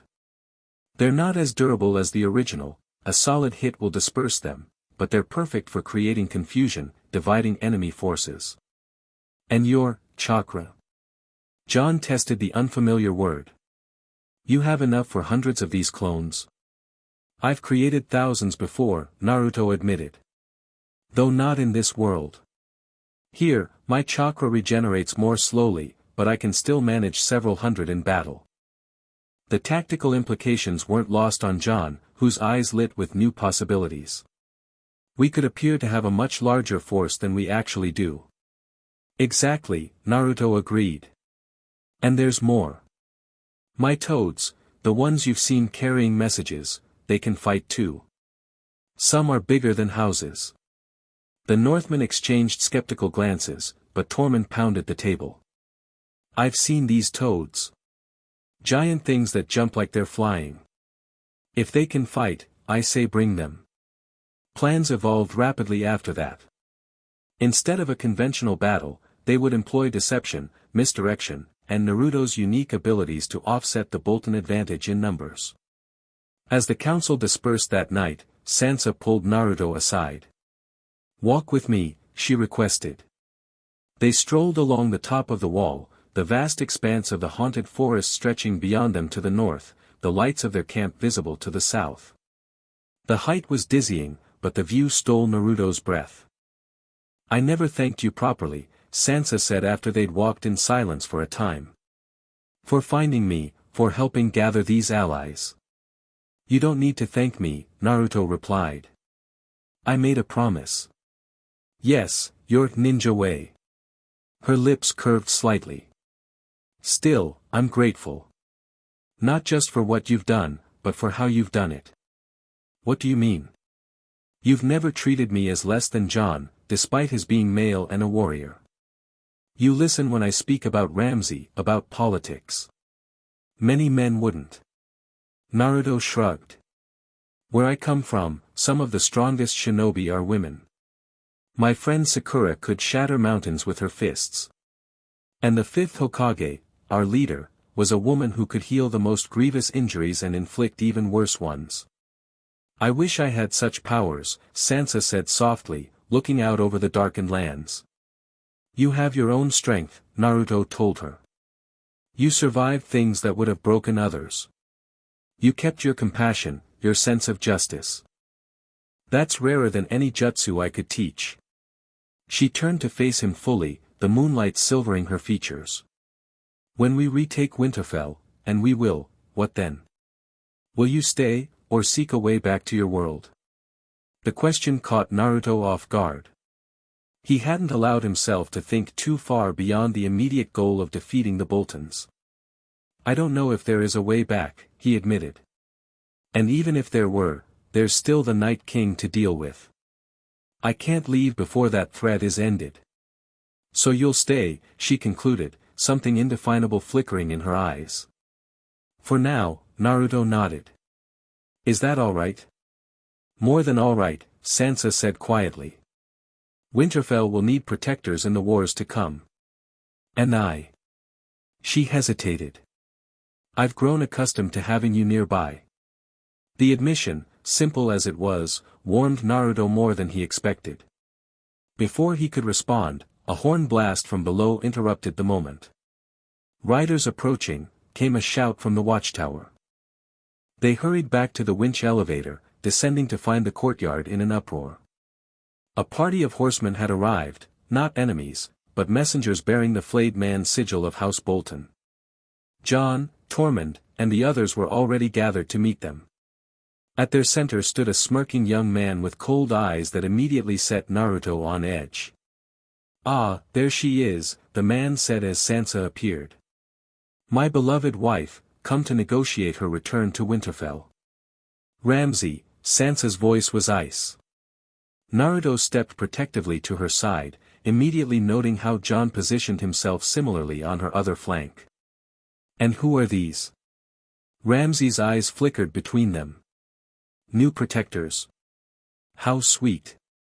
State your business and be gone, Jon said coldly. Ramsay's smile didn't waver. I've come to reclaim what's mine. Sansa is my wife, my lady, mine to do with as I please. His gaze shifted to Naruto. And you are? Someone you don't want to meet on a battlefield, Naruto replied evenly. A flicker of genuine curiosity crossed Ramsay's face.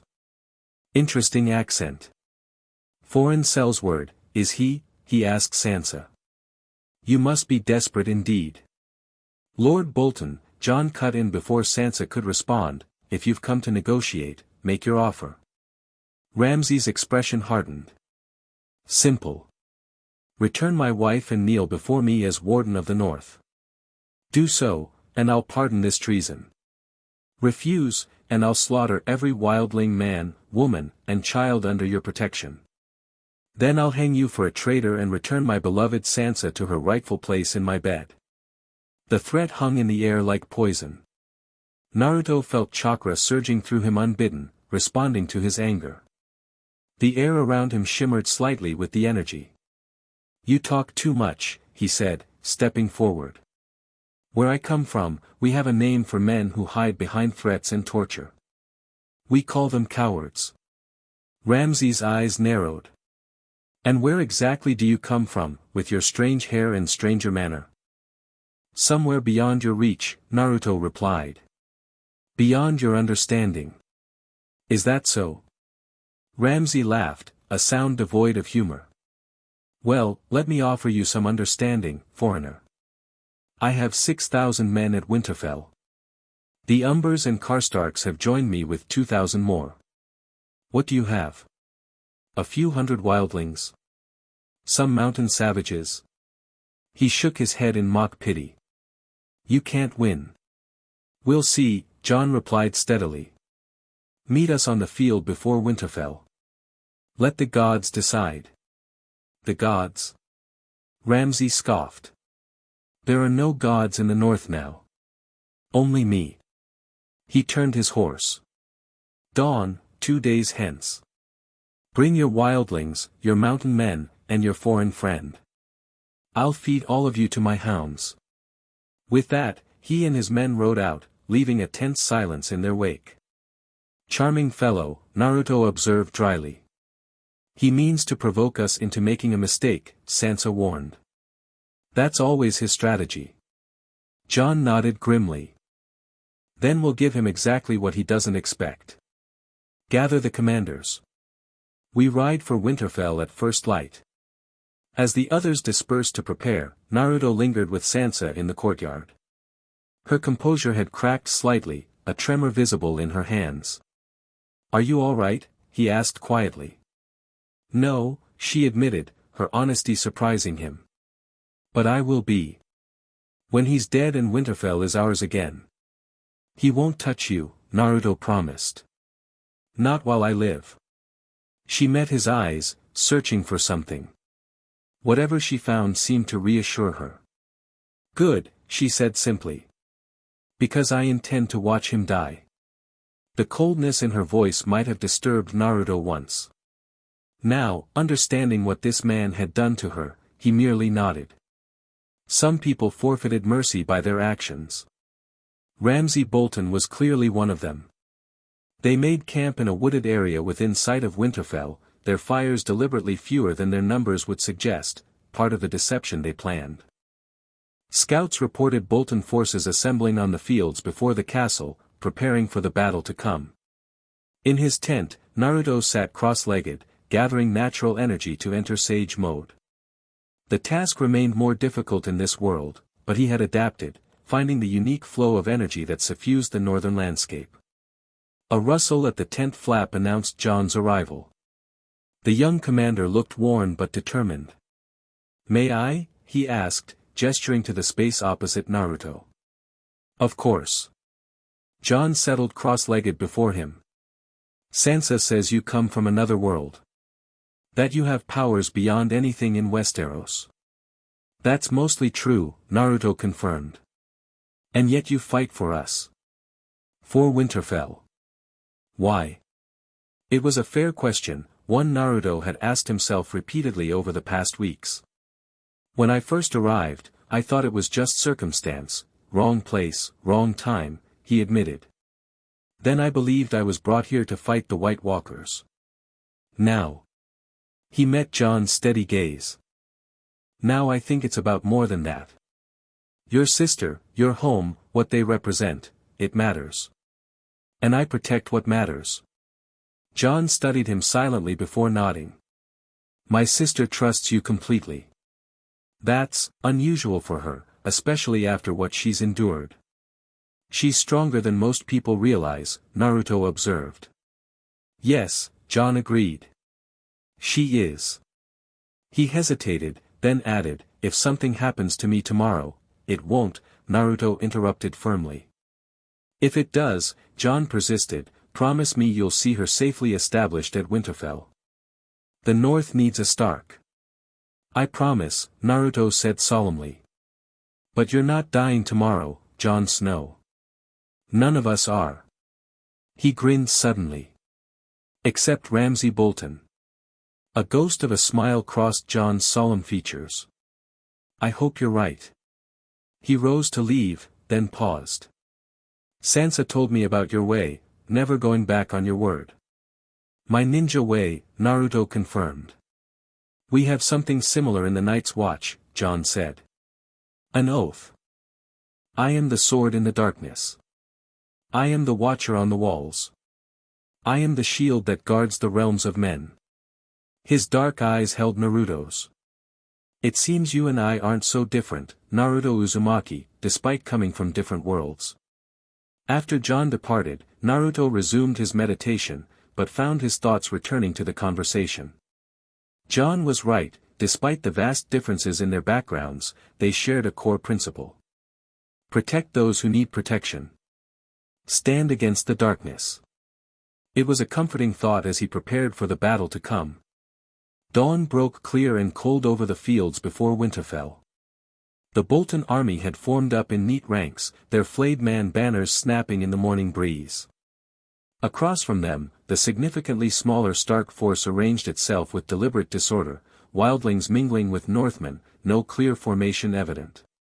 It was exactly what they wanted Ramsay to see. Hidden in the nearby woods, Naruto completed his preparations. Having entered Sage mode, he summoned 3 of his largest battle toads, Gamabunta, Gamaken, and Gamahiro, each the size of a small castle and armed with massive weapons. "Remember," he told them, "wait for my signal. We need Ramsay to commit fully before you reveal yourselves." "We know the plan, kid," Gamabunta rumbled around his pipe. "Not our first battle." On the field, Jon rode forward alone as planned, apparently to offer Ramsay one last chance to surrender. The Bolton Lord, as expected, responded with scorn, bringing forward a horrifying surprise: Rickon Stark, Sansa's youngest brother, bound and clearly terrified. What followed unfolded with nightmarish predictability. Ramsay released Rickon, encouraging him to run to Jon while nocking an arrow. Jon spurred his horse forward desperately as Ramsay began firing. Naruto saw it happening, knew it was a trap, but was too far away to intervene directly. As Ramsay's final arrow flew toward the fleeing boy, Naruto could only watch in horror as it found its mark. Rickon fell, and Jon, abandoning all strategy, charged directly at the Bolton lines alone. "He's going to get himself killed," Naruto muttered. "Time to change the plan." Creating two shadow clones, he sent one racing to Jon's position while the other hurried to alert Davos Seaworth, commanding the reserve forces.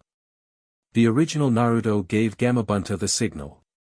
"Now," he shouted, leaping onto the great toad's head. With earth-shaking bounds, the three massive toads burst from the tree-line, landing directly behind the Stark forces. Shouts of alarm rose from both armies at the appearance of the giant amphibians. "Forward!" Naruto bellowed, his voice amplified by chakra. The Stark forces, recovering quickly from their surprise, surged forward to support their commander. Meanwhile, Jon found himself surrounded by Bolton cavalry, fighting desperately against overwhelming odds. Just as the situation seemed dire, Naruto's shadow clone reached him, creating dozens more clones in an explosive burst of smoke. The Bolton riders faltered in confusion as suddenly there seemed to be 50 Jon Snows fighting back to back. The real Jon, recognizing the opportunity, fought his way toward the main Bolton infantry, which was now facing a new and unexpected threat, giant toads leaping over the Stark lines to land among them, wreaking havoc with massive weapons and powerful tongues. Multi-shadow clone jutsu. Naruto roared from atop Gamabunta. Hundreds of Narutos appeared across the battlefield, transforming the seemingly outnumbered Stark forces into a teeming horde. The Bolton lines began to waver as confusion spread through their ranks. Ramsay, watching from horseback behind his army, clearly hadn't anticipated this development. His composure cracked as he shouted contradictory orders to his officers. The battle descended into chaos, exactly as Naruto had planned. His shadow clones targeted Bolton commanders, disrupting the chain of command. The giant toads created breaches in the infantry formations, allowing the wildlings and Northmen to exploit the gaps. Despite their superior numbers, the Bolton forces found themselves fighting an enemy that seemed to multiply before their eyes, led by giant toads and a yellow-haired demon who appeared to be everywhere at once. Jon, fighting with grim determination, cut his way through to the Bolton center, clearly seeking Ramsay himself. But the Bolton lord, seeing the tide turning, retreated toward Winterfell with his personal guard. "He's running!" Tormund shouted, cutting down a Bolton soldier. "The coward flees! To the castle!" Jon called. "Don't let him seal the gates!" Naruto, dispersing his remaining clones, leapt from Gamabunta's head to land beside Jon. "I'll get there first," he promised, gathering chakra to his feet. With a burst of speed that left even the wildlings gaping, Naruto raced across the battlefield toward Winterfell.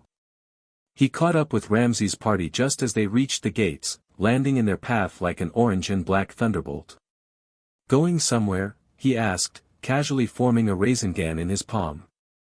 Ramsay's eyes widened at the swirling ball of energy. "What manner of sorcery is this?" he demanded, though Naruto could smell the fear coming off him.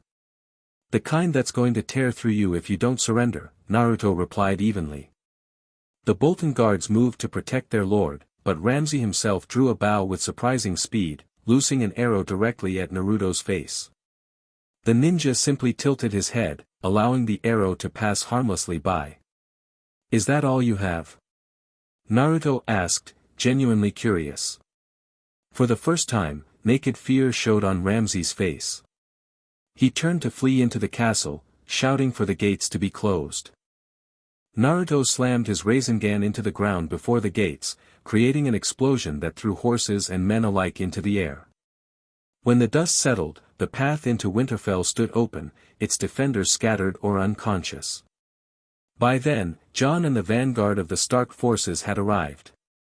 They charged through the broken gates into the castle courtyard, where the remaining Bolton men were quickly surrounded.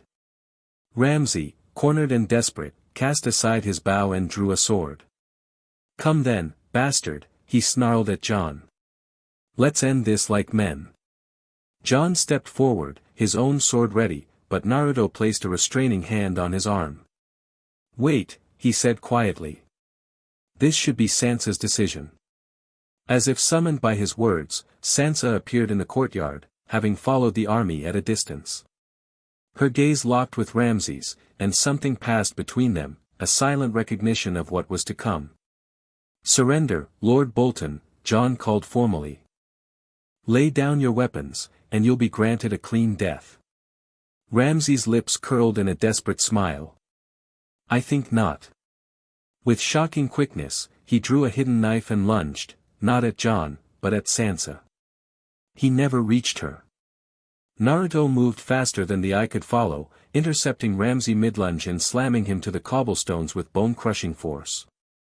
The knife skittered away across the stones. "It's over," Naruto told him, pinning the struggling man effortlessly.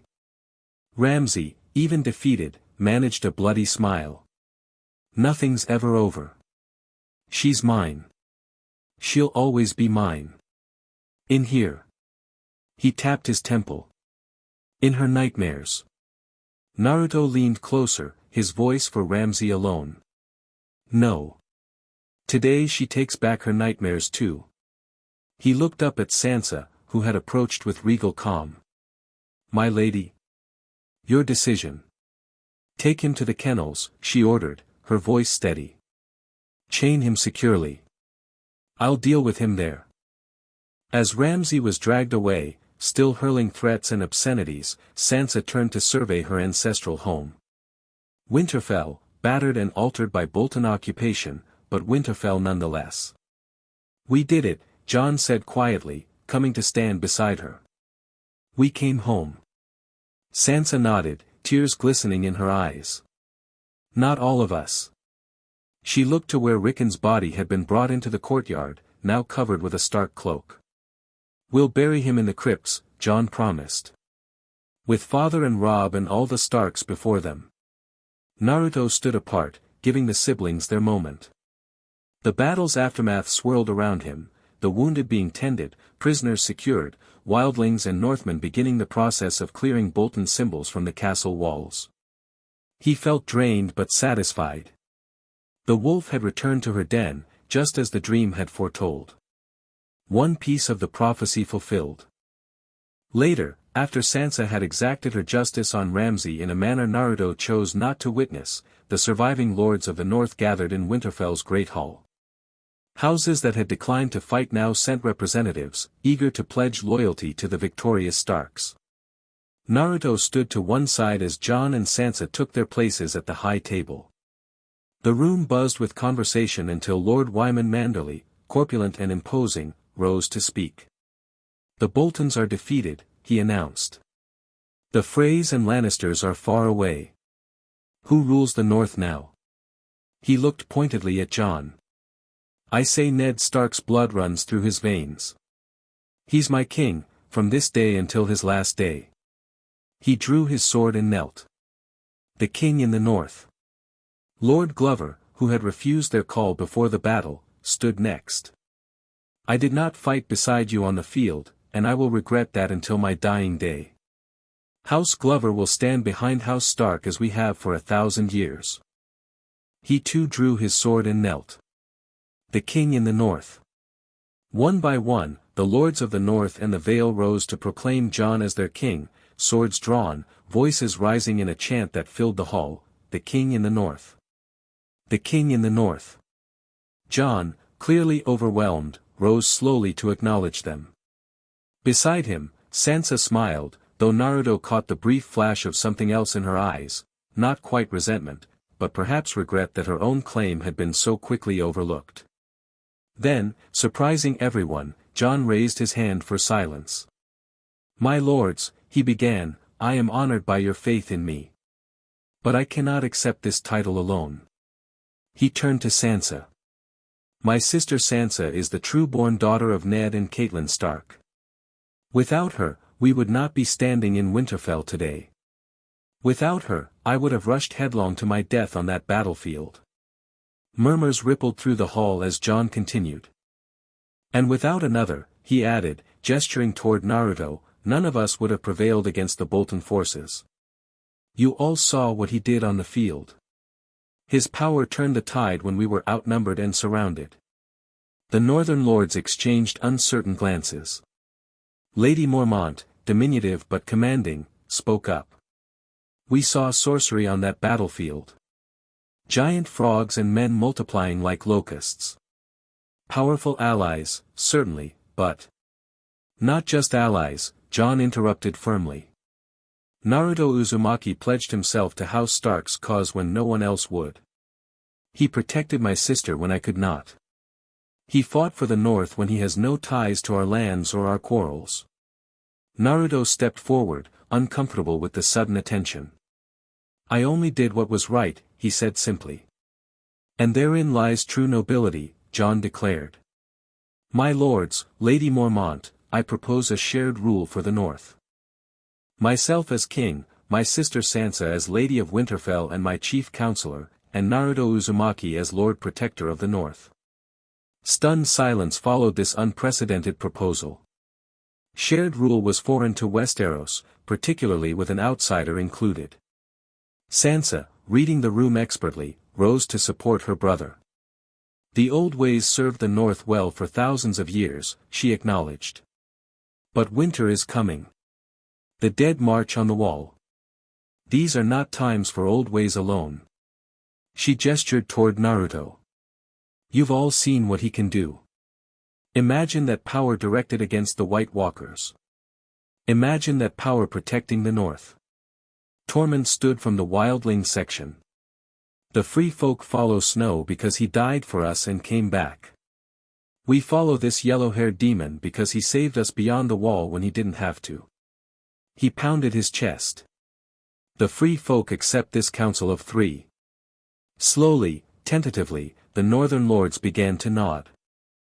Lady Mormont, ever the catalyst, stood again. House Mormont recognizes Jon Snow as king in the north, Sansa Stark as Lady of Winterfell, and Naruto Uzumaki as Lord Protector. She knelt formally. So long as they stand united against our enemies, so shall we. One by one, the other houses followed suit, their initial confusion giving way to pragmatic acceptance. In the face of winter and the threat beyond the wall, traditional forms seemed less important than survival. When the hall had quieted again, Jon beckoned Naruto to join him and Sansa at the high table. The North is yours to protect, Lord Uzumaki, he said formally. Do you accept this charge? Naruto looked out at the sea of faces, Northmen, wildlings, Vale Knights, all watching expectantly. Then he looked at Sansa, whose expression held a warmth he hadn't seen before. I accept, he said clearly. I swear by my ninja way to defend the North, to stand against the coming darkness, and to keep faith with House Stark until my last breath. It wasn't a traditional northern oath, but the sincerity in his voice carried to every corner of the hall. The lords pounded their tables in approval, and a new chant began, the White Wolf. The Red Wolf. The Yellow Fox. As the celebration continued around them, Sansa leaned close to whisper in Naruto's ear. Lord Protector, she said, a hint of amusement in her voice. How does it feel? Strange, he admitted. Where I come from, I always wanted to be Hokage, the leader of my village. This isn't quite the same, but... But, she prompted. Naruto smiled. But it feels right, somehow. Like this is where I'm meant to be. Her hand found his beneath the table, a brief, warm pressure. Good, she said simply. Because the North needs you. We need you. The unspoken I need you hung between them, neither willing to acknowledge it directly. But as the celebration continued late into the night, Naruto found his gaze repeatedly drawn to Sansa, to her quiet strength, her newfound confidence in her ancestral home, the way firelight caught in her auburn hair. The wolf had returned to her den. And somehow, against all odds, the fox had found a place at her side. The weeks following the Battle of Winterfell passed in a blur of activity. The castle required repairs, Bolton prisoners needed sorting, the dead demanded proper burials. Beyond these immediate concerns lay greater challenges, preparing the North for winter, establishing new governance, and most urgently, planning for the White Walker threat. Naruto found himself thrust into unfamiliar roles. As Lord Protector, northern houses looked to him for military leadership, while small folk whispered about the Yellow Sorcerer, who had turned the tide against the Boltons. Children in Wintertown created games based on his shadow clones, and wildling warriors sought his training. Through it all, he worked closely with Jon and Sansa, forming an effective triumvirate. Jon brought military experience and the loyalty of the Night's Watch and wildlings. Sansa contributed political acumen and deep knowledge of the great houses. Naruto offered tactical insights, his unique abilities, and the perspective of an outsider unbound by West Aeros traditions. One morning, Naruto stood atop Winterfell's walls, surveying the bustling activity below. Training yards filled with men practicing with dragonglass weapons, smiths hammered at forges, supply wagons arrived daily from southern houses newly pledged to House Stark's cause. Sansa found him there, joining him at the battlements. She wore a dress of deep blue, her hair simply braided in northern style, with a direwolf pendant at her throat, every inch the Lady of Winterfell. "The Mandalay ships have arrived at White Harbor," she reported. "Lord Wyman secured the dragonglass from Dragonstone as you suggested." "Good," Naruto nodded. "Jon's right that we need every advantage against the White Walkers." They stood in companionable silence, watching the activity below. Since reclaiming Winterfell, something had shifted between them, an ease, a trust that went beyond their formal roles. "The Northern Lords are still talking about your battle-toads," Sansa remarked, a smile touching her lips. "Lord Glover insists they were taller than the castle walls." Naruto chuckled. Gamabunta would be pleased. He always did have a flair for dramatic entrances. "They're good allies to have," Sansa observed. "Though I notice you haven't summoned them since the battle." "They consume a lot of chakra," Naruto explained. "And they have their own lives back on Mount Mayaboku. I try not to call them unless necessary." Sansa nodded thoughtfully. "You've never told me much about your home. Your Leaf Village. Do you miss it?" The question stirred complicated feelings. "Every day," Naruto admitted. "My friends, my teachers, the village itself, they were my whole world. Do you think you'll ever find a way back?" Her voice was carefully neutral. "I don't know," Naruto said honestly. "Whatever brought me here seems to have had a purpose.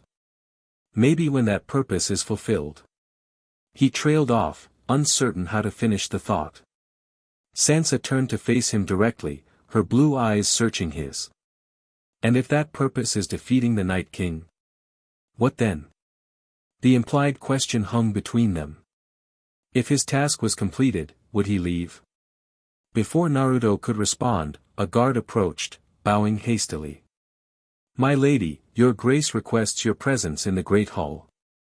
A messenger has arrived from the south with urgent news." They found Jon in the Great Hall with Davos Seaworth and Tormund, examining a scroll bearing a black seal. "What is it?" Sansa asked as they entered. Jon looked up, his expression grave. "News from the Citadel, and from King's Landing." He handed the scroll to Sansa. "Cersei Lannister has taken the Iron Throne following the death of her son. And ships have been spotted in Blackwater Bay, a massive fleet bearing the sigil of House Targaryen." "Targaryen?" Sansa repeated, scanning the message. "But they were all killed or exiled during Robert's rebellion." "Not all," Jon corrected. "Daenerys Targaryen survived in Essos. And according to this, she's returned to West Aeros with 3 grown dragons and an army of unsullied and Dothraki." Naruto felt a jolt of recognition. Dragons. The silver-haired man from his dreams. The dragon must come home. "Dragons," he said aloud. "Real dragons? Like in the stories?" "If the reports are accurate," Jon confirmed. "The message says she's taken Dragonstone, the ancestral Targaryen stronghold." This changes everything, Sansa observed, setting the scroll down carefully. Cersei will never recognize our independence. And this Targaryen queen will likely demand our fealty as well, Jon finished. The North has never fared well when dragons came calling. Naruto considered this new development. These dreams I've been having, the ones with the silver-haired man, they've mentioned dragons. 3 heads of the dragon, specifically. All eyes turned to him. The Targaryen sigil is a 3-headed dragon, Davos explained. It's said to represent Aegon the Conqueror and his sister wives, who subjugated the 7 kingdoms with their 3 dragons. The dreams said the wolf must return to her den, the dragon must come home, and the fox must guide them both, Naruto recalled. The wolf part has happened, you're back in Winterfell. Now the dragon has returned too. And the fox? Jon asked. Naruto shrugged. That's me, I guess. In my world, I have the 9-tailed fox sealed inside me. It's complicated. What does it mean, though? Sansa pressed. That you're meant to guide both us and this Targaryen queen? I don't know, Naruto admitted. But I think we need to find out. He looked at Jon. Someone should go to Dragonstone. See what she wants, what kind of person she is. Targaryens can't be trusted, Sansa objected. Her father burned our grandfather alive. True, Jon acknowledged. But if she has dragons and the army described here, we can't simply ignore her. And we need that dragonglass beneath Dragonstone more than ever. I'll go, Naruto volunteered. I'm not bound by your history with the Targaryens. I can judge her without past grievances clouding my perception. Jon and Sansa exchanged a look that contained an entire conversation. Finally, Jon nodded. Very well, he decided. Lord Protector Naruto Uzumaki will travel to Dragonstone as our envoy. But not alone. He turned to Davos. Ser Davos, you'll accompany him. Your experience with southern politics will be valuable. Of course, Your Grace, Davos agreed. What will you offer her? Sansa asked. She'll demand our fealty. Nothing, for now, Jon replied. This is a mission of observation and preliminary negotiation for Dragonglass. We need to know what kind of queen she intends to be before we decide our position. The meeting continued, discussing practical arrangements for the journey to Dragonstone. Throughout, Naruto found himself thinking of the dream's prophecy. The 3 heads of the dragon must unite when the dead march south. If Daenerys Targaryen controlled actual dragons, she would be a powerful ally against the Night King. But would she understand the threat? Would she care about a war in the far north when the Iron Throne beckoned? These questions occupied him as the council dispersed. As he turned to leave, Sansa touched his arm lightly. Be careful at Dragonstone, she said quietly. Targaryens are unpredictable, especially those raised in exile and filled with dreams of conquest. I will, Naruto promised. I'm just going to talk, not fight. A smile flickered across her face. Somehow I doubt it will be that simple. Her expression grew serious again. Return to Winterfell when you're done. The North needs its protector. The unspoken request in her eyes was clear, come back to me. I will, Naruto repeated, more softly this time. That's a promise.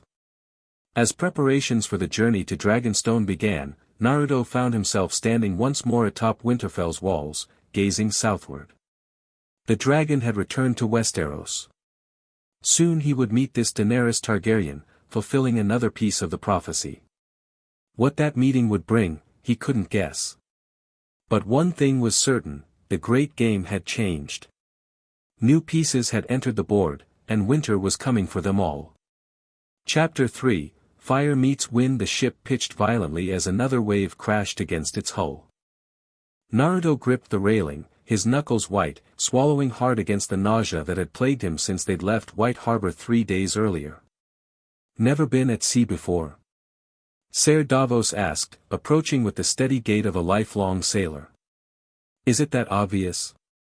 Naruto managed a weak smile. The older man chuckled. You've faced down Bolton forces, giant ice monsters, and gods know what else in your world, but a bit of rough water has you green as summer grass. I'd rather fight 10 Ramsay Boltons than spend another day on this thing, Naruto muttered, earning another laugh from his companion. In truth, their journey south had been relatively smooth by seafaring standards. Lord Mandalay had provided a swift galley for their diplomatic mission, manned by his most experienced sailors. But to Naruto, accustomed to traveling by foot or towed, the constant motion was a special kind of torture. We'll sight Dragonstone by midday, Davos informed him, gazing at the horizon with a practiced eye. An impressive fortress, built by the Targaryens at the height of their power. Black stone carved to resemble dragons. Some say it was shaped by magic, not tools. Have you been there before? I served Stannis Baratheon there for years before. Davos trailed off, pain flickering across his weathered features before he mastered it. Different times. Naruto studied the former smuggler thoughtfully. Davos Seaworth was an unusual companion, low-born, self-taught, with a blunt honesty rare among the nobility of West Aeros. Yet he possessed wisdom that Naruto had come to respect deeply during their journey. What should I expect from this dragon queen? Naruto asked, grateful for the distraction from his queasiness. Davos leaned against the railing. Hard to say. Reports from Essos paint her as everything from a bloodthirsty conqueror to a messianic liberator. Freed thousands of slaves, crucified masters, burned her enemies. He shrugged. The usual contradictions of powerful rulers, just with dragons added. And her advisors? Tyrion Lannister serves as her hand, clever man, if the stories are true. Varys the Spider, former spymaster of King's Landing. And she brings foreign forces, unsullied eunuch soldiers from Astapor, Dothraki horsemen from the grass seas. Davos gave Naruto a sidelong glance. You'll be quite the novelty to them, I expect. Naruto grinned despite his discomfort. I'm used to standing out. But remember, you represent the North now. These Southerners respect strength, but they'll look for any sign of weakness or uncertainty. Davos's expression grew serious. And dragons, lad. Don't forget the dragons. No weapon we possess can stop them if she decides to unleash their fire. I've faced tailed beasts that could level mountains, Naruto said confidently. Dragons don't scare me. Davos raised an eyebrow.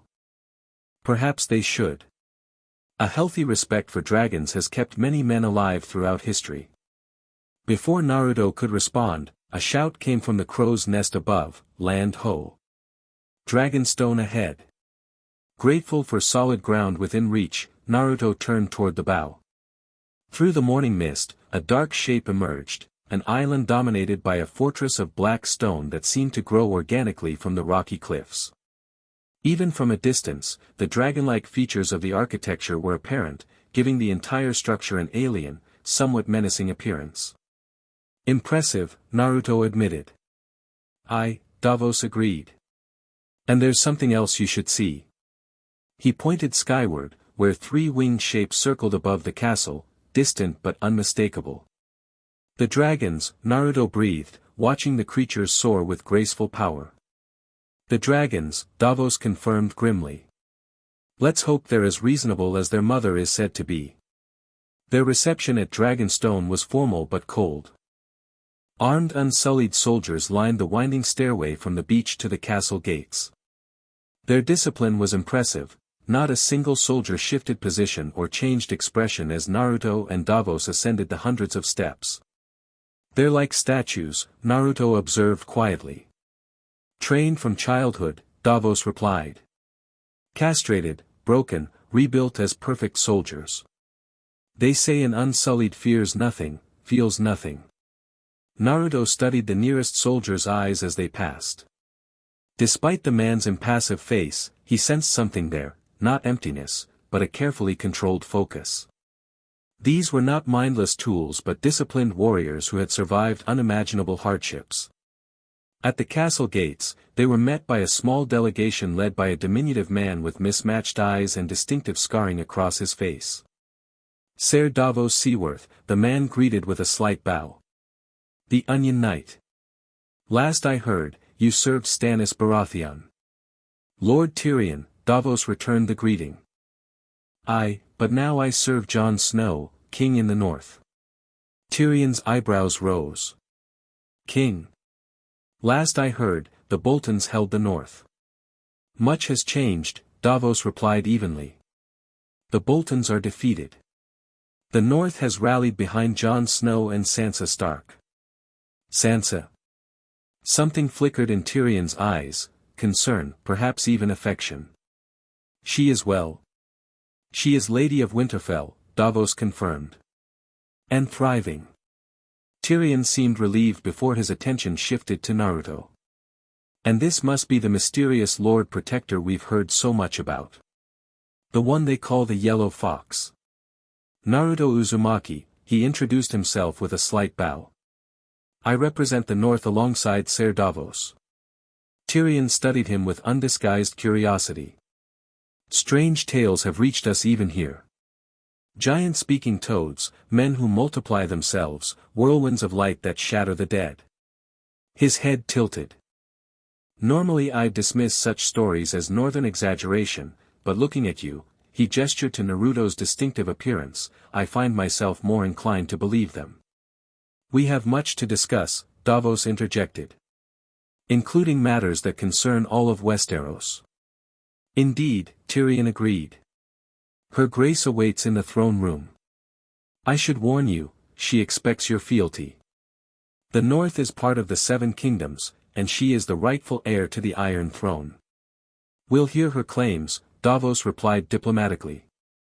As they were escorted through the fortress, Naruto took in the unusual architecture, walls carved with dragons and other creatures, corridors lit by torches that cast dancing shadows across obsidian surfaces. The entire castle felt ancient and potent, as if infused with the same kind of natural energy he tapped for Sage Mode. This place is old, Kurama rumbled within him.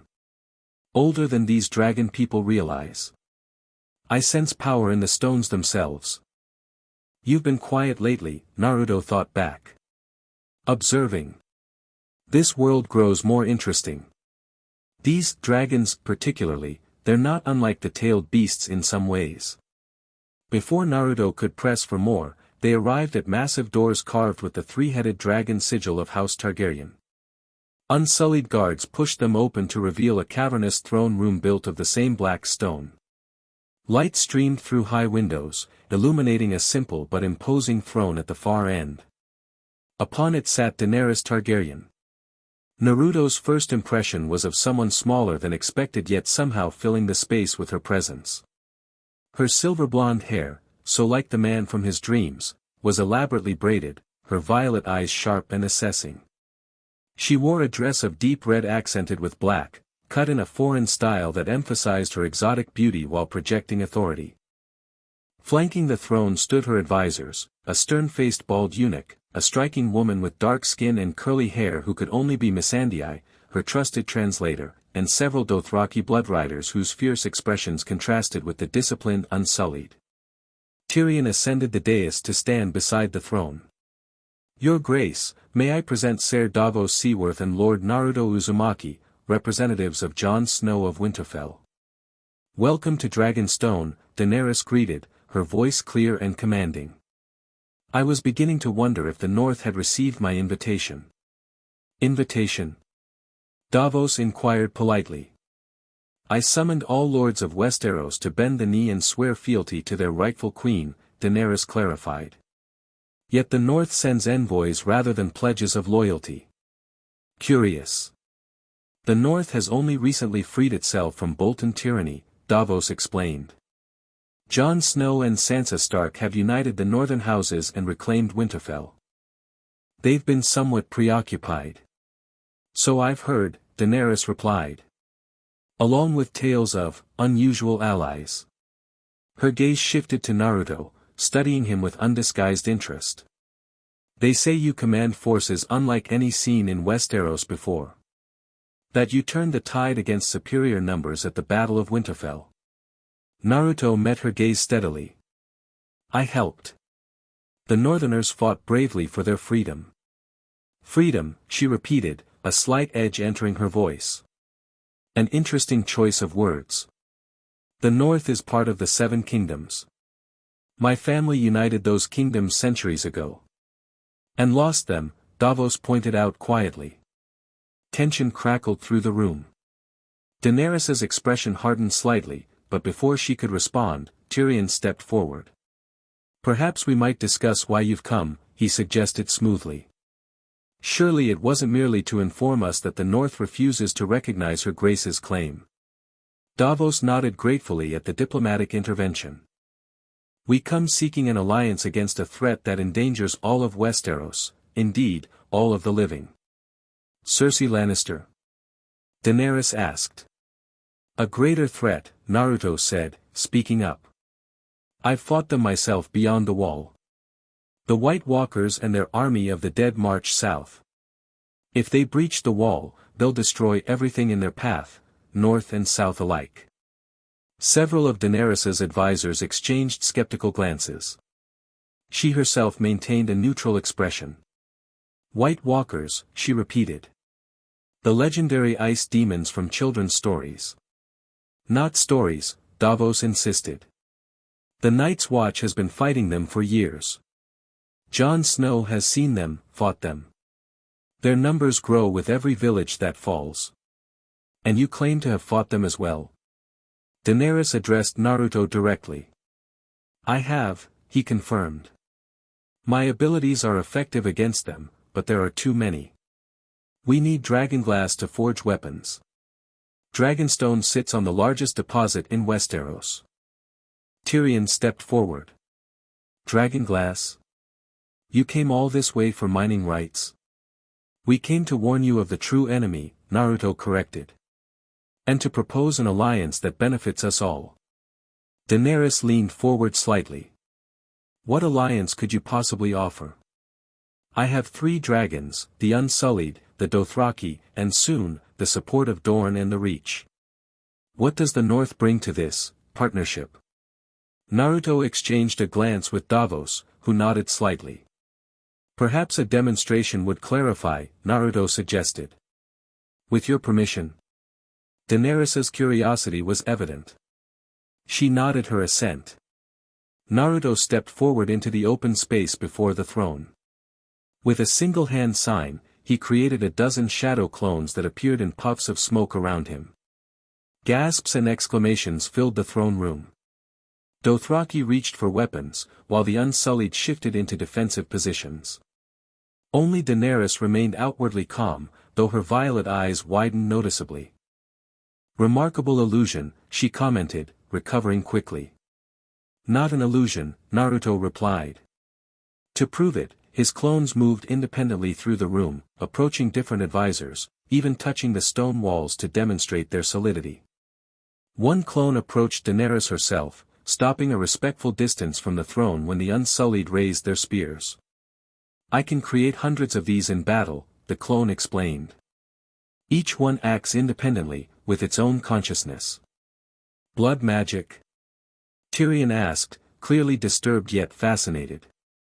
No blood involved, Naruto said as he dispersed the clones. Where I come from, we call it ninjutsu, techniques powered by chakra, an energy that exists in all living things. And where exactly do you come from? Daenerys inquired. You're clearly not Westerosi, yet your accent matches no region of Essos I'm familiar with. I come from a place called the Hidden Leaf Village, Naruto explained. But it's not in your world at all. I arrived here through circumstances I still don't fully understand. Another world? Tyrion scoffed. That's rather convenient. No less convenient than dragons returning after centuries, Naruto countered. Or the dead rising beyond the wall. This world has its own magic, why is it so hard to believe others might exist? He speaks truly, came a new voice from the side of the hall. A woman in red robes stepped forward from the shadows, older than Daenerys but striking, with a ruby choker glowing at her throat. The Lord of Light has shown me visions of this one.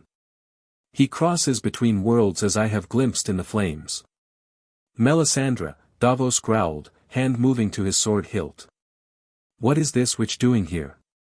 Lady Melisandre arrived some weeks ago, Daenerys explained, watching the tension between them with interest. She spoke of a prince who was promised and suggested I summon Jon Snow.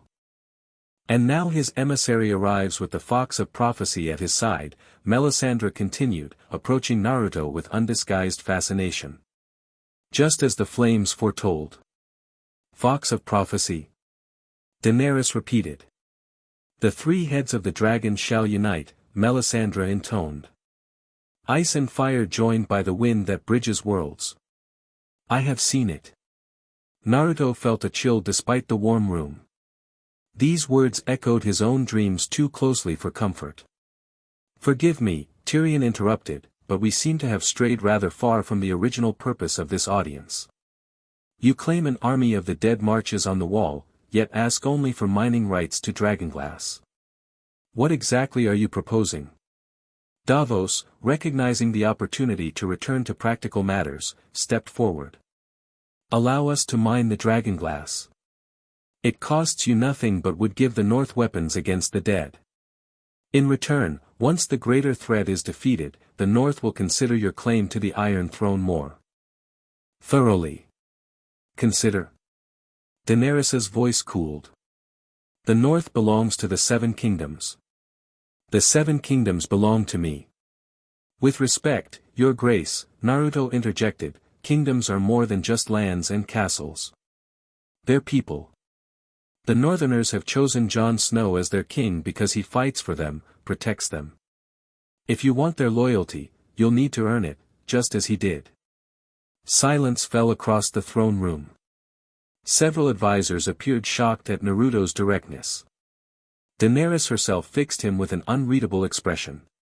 Bold words from a foreigner who admits he doesn't even belong in this world, she finally said. Sometimes it takes an outsider to see clearly, Naruto replied evenly. Where I come from, I was shunned and hated as a child. But I earned respect by protecting others, not demanding they bow to me. Something flickered in Daenerys's eyes, recognition, perhaps. You know nothing of my life, Lord Uzumaki. I spent years in exile, hunted, sold like a broodmare. I earned everything I have.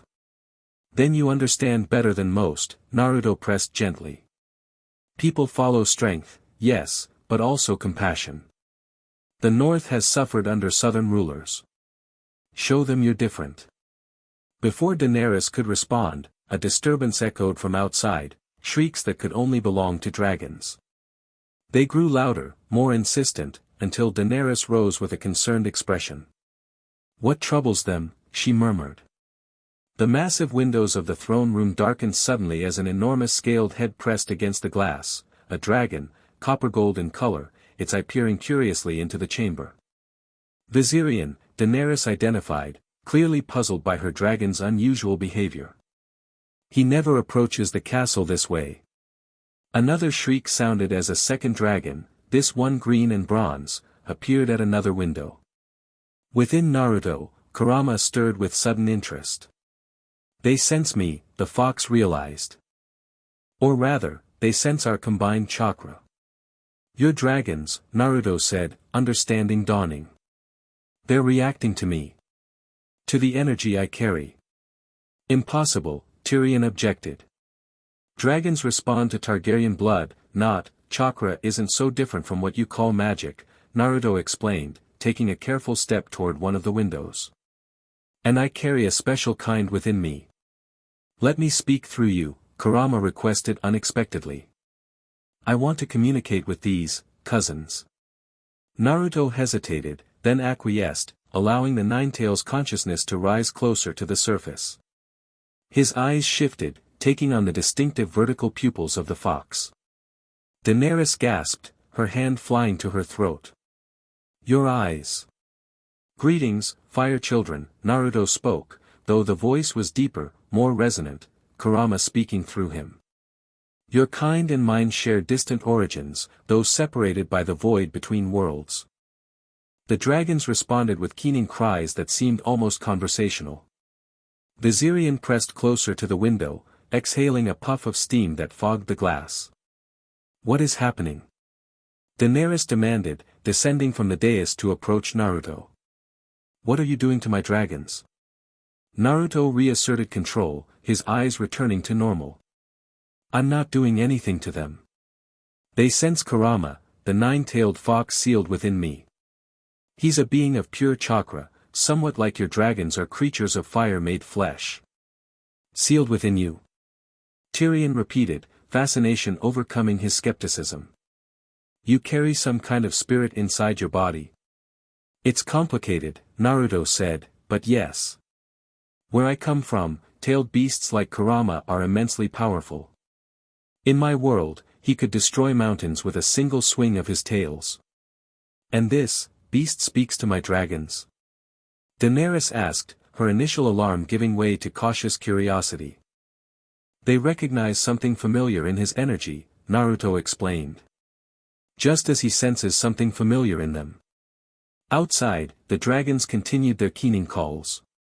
After a moment, they launched themselves away from the windows, circling the castle in tight, excited patterns before swooping low over the throne room's roof.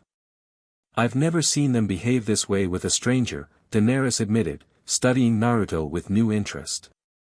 They're usually far more aggressive. Perhaps it's a sign, Melisandre suggested from the sidelines. The Lord of Light brings together powers from beyond the wall, beyond the narrow sea, beyond even our world. For a purpose. Tyrion cleared his throat. Fascinating as all this is, we still have practical matters to resolve. The request for Dragonglass, the North status, the alleged army of the dead. Yes, Daenerys agreed, composing herself. Despite this unusual demonstration, I require more than words and tricks to commit to your cause, Lord Uzumaki. I cannot divert attention from Cersei Lannister based on northern legends and the testimony of a visitor from another world. Then let us prove it to you, Naruto proposed. I'll go beyond the wall and bring back evidence, one of the whites. You can see the threat with your own eyes. A dangerous proposition, Davos cautioned. Even for someone with your abilities. I won't go alone, Naruto assured him. I'll take volunteers who know the terrain. Tyrion appeared troubled. Even if you succeed, capturing one of these creatures, how would you transport it safely? I have ways, Naruto said confidently, thinking of his sealing techniques. Daenerys considered for a long moment, her gaze moving between Naruto, her restless dragons outside, and her advisors. Finally, she nodded. Very well. You have my permission to mine the Dragonglass, as a gesture of goodwill. And if you return with proof of this threat, I will consider an alliance against it. She fixed Naruto with an intense stare.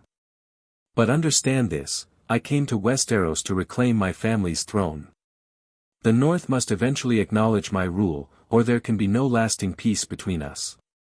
Thank you, Your Grace, Davos replied before Naruto could respond. The North appreciates your generosity. As the audience concluded and they were escorted to guest chambers, Naruto found himself watching Daenerys with newfound curiosity. Behind her imperious manner, he had glimpsed something familiar, the determination of someone who had fought against overwhelming odds, who had transformed suffering into strength. Not unlike himself. Not unlike Sansa, for that matter.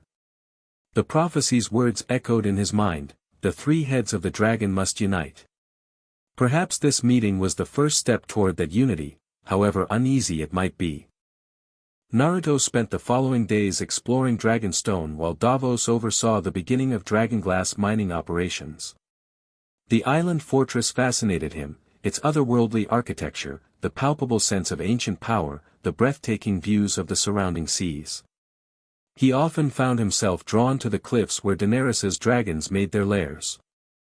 From a respectful distance, he would watch them soar and dive, marveling at their grace and power. Sometimes they would notice him, circling closer with curious eyes before returning to their aerial play. On the third day, as he sat meditating in a secluded cove, gathering natural energy to maintain his connection to sage mode, he sensed someone approaching. "Your eyes change color when you do that," Daenerys observed, standing several paces away. She had come without guards, dressed more simply than during formal audiences, though no less regal. Naruto opened his eyes, now ringed with orange, and smiled. "It's called sage mode.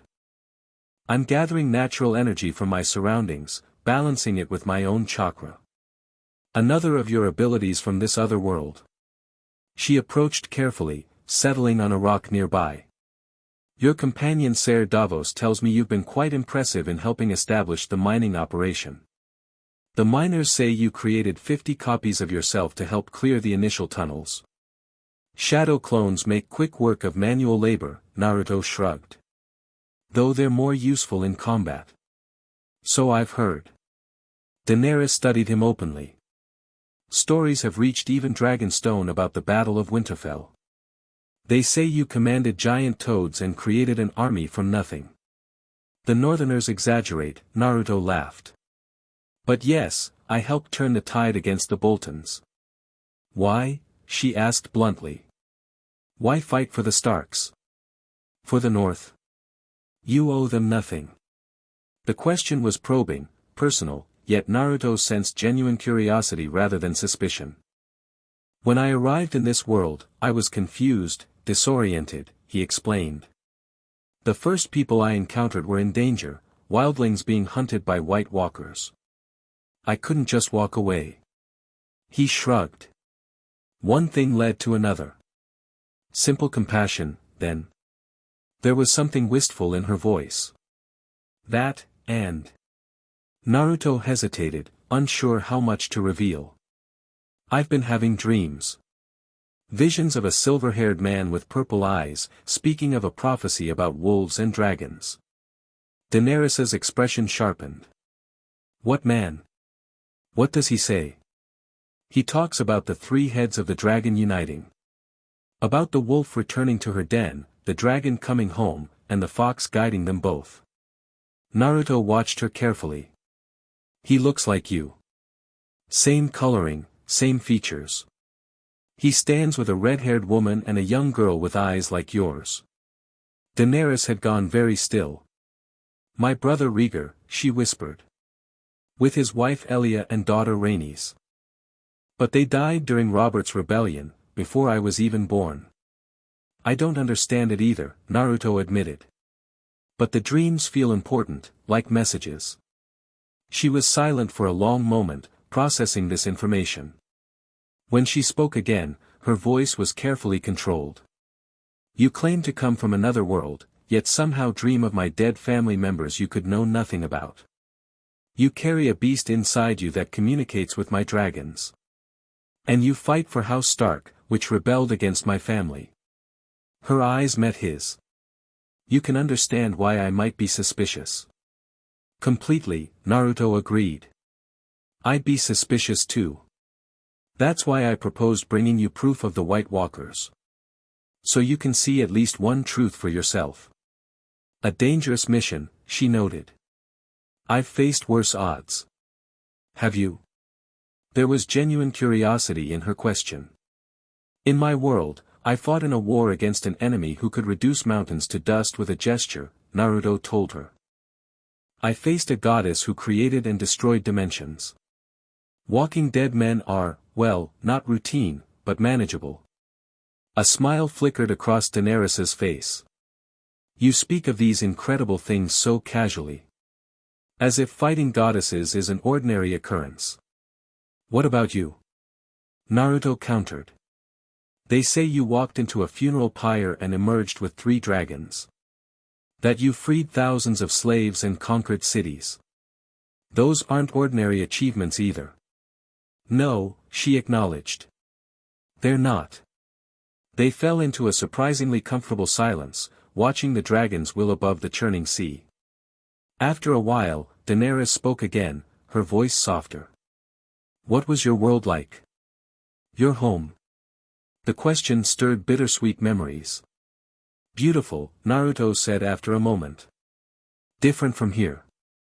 We had technology you don't, electricity, advanced medicine, instant communication. But also abilities like mine, shinobi trained from childhood to use chakra. Were you happy there? She asked, surprising him with her perceptiveness. Not always, Naruto admitted. I grew up alone, ostracized because of Kurama sealed inside me. People feared what they didn't understand. He smiled slightly.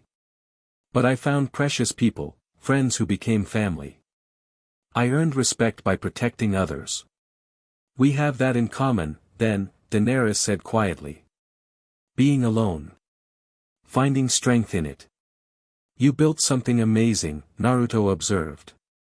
Freeing slaves, hatching dragons, crossing the sea with an army. Whatever happens with the Iron Throne, that's impressive. She studied him curiously. You speak as if the throne doesn't matter. Compared to the Night King. Naruto shook his head. Thrones can be rebuilt. If the dead win, there won't be anyone left to rule. Perhaps, she conceded. But I didn't cross an ocean merely to abandon my purpose at the first new threat. I'm not asking you to abandon anything, Naruto clarified. Only to recognize that some enemies require unity to defeat. Before she could respond, Wingbeats announced the approach of her largest dragon, black and red, more fearsome than his brothers. He landed heavily on a nearby outcropping, regarding Naruto with smoldering red eyes. Drogon, Daenerys identified, rising. My fiercest child. The great dragon lowered his massive head, and to Naruto's surprise, Daenerys approached without fear, stroking his snout with familiar affection. The creature rumbled a sound almost like purring. They're beautiful, Naruto said honestly. In a terrifying way. Would you like to approach him? Daenerys offered unexpectedly. Is that safe? A smile played at her lips. Probably not. But you said your fox speaks their language. I'd like to meet this one properly, Kurama rumbled within him. Taking a deep breath, Naruto stepped forward slowly. Drogon watched him with intelligent eyes, smoke curling from his nostrils. Easy, Naruto murmured, extending his hand palm up as he would to a nervous animal. I'm a friend. He allowed a small amount of Kurama's chakra to surface, not enough to trigger a transformation, but sufficient to give his eyes their distinctive fox-like appearance and surround his hand with a faint orange glow. Drogon's reaction was immediate. He extended his neck, bringing his enormous head closer to investigate. His nostrils flared, taking in Naruto's scent and the unique signature of Kurama's chakra. Let me speak to him, Kurama requested. Naruto nodded imperceptibly, allowing the fox greater access to his vocal cords. Fire child, he spoke in Kurama's deeper voice. You carry ancient power in your blood, as I do in my chakra. Drogon responded with a rumbling sound deep in his chest, not threatening but communicative. Daenerys watched with evident wonder. What is he saying? She asked softly. Dragons don't speak as humans do, Kurama explained through Naruto. They communicate in impressions, emotions, intentions. He recognizes something in me that resonates with his own nature, power bound to will, fire tempered by purpose. Daringly, Naruto extended his hand the final distance, placing his palm against Drogon's scaled snout. The heat radiating from the dragon was intense but not uncomfortable. A connection flared between them, not unlike what Naruto experienced when linking chakra with allies, but wilder, more primal. Images flashed through his mind, soaring through clouds, the exhilaration of flight, the fierce protectiveness toward Daenerys, the memory of hatching from an egg in fire. Extraordinary, Daenerys breathed, watching as her most dangerous child allowed Naruto's touch without aggression. He doesn't even let my advisors this close. Naruto withdrew his hand, allowing Kurama to recede.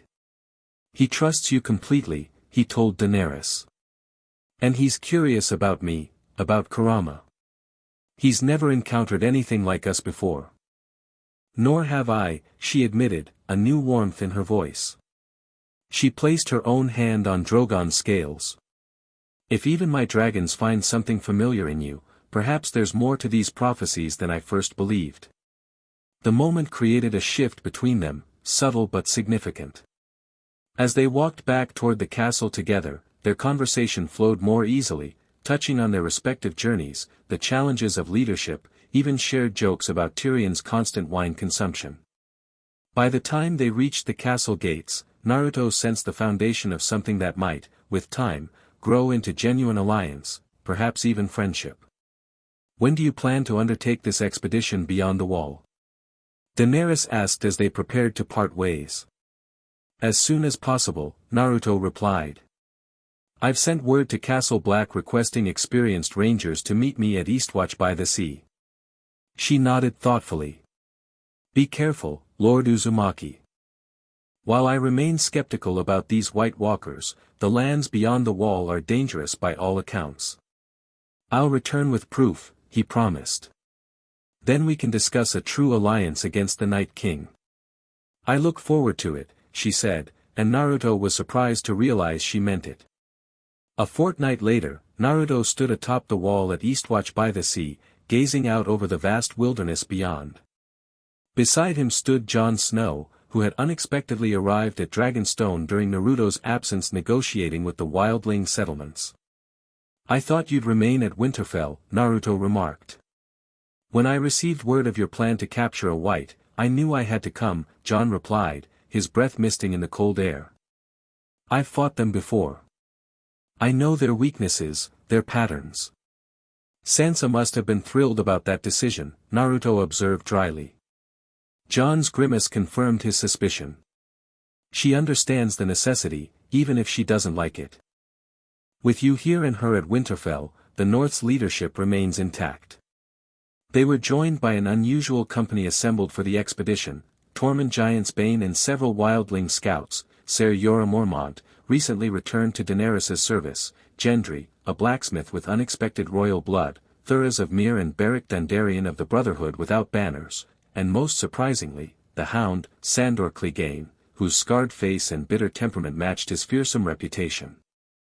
Strange times, strange allies, Tormund observed, clapping Naruto on the shoulder with bone-crushing force. Never thought I'd fight alongside Southern Knights and yellow-haired demons. We're all just men beyond the wall, Beric commented. Men standing against the dark.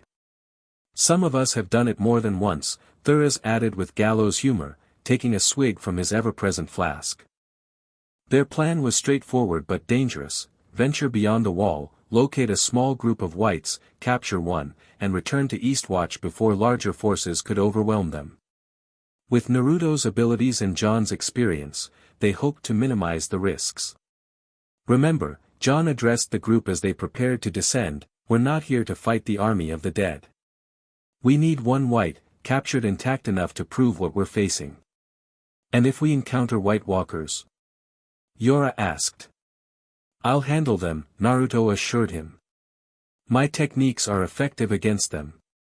The Hound snorted skeptically. Magic tricks won't save you when you're surrounded by 100 corpses trying to tear your throat out. You'd be surprised, Naruto replied with a grin. But stick close if you're worried.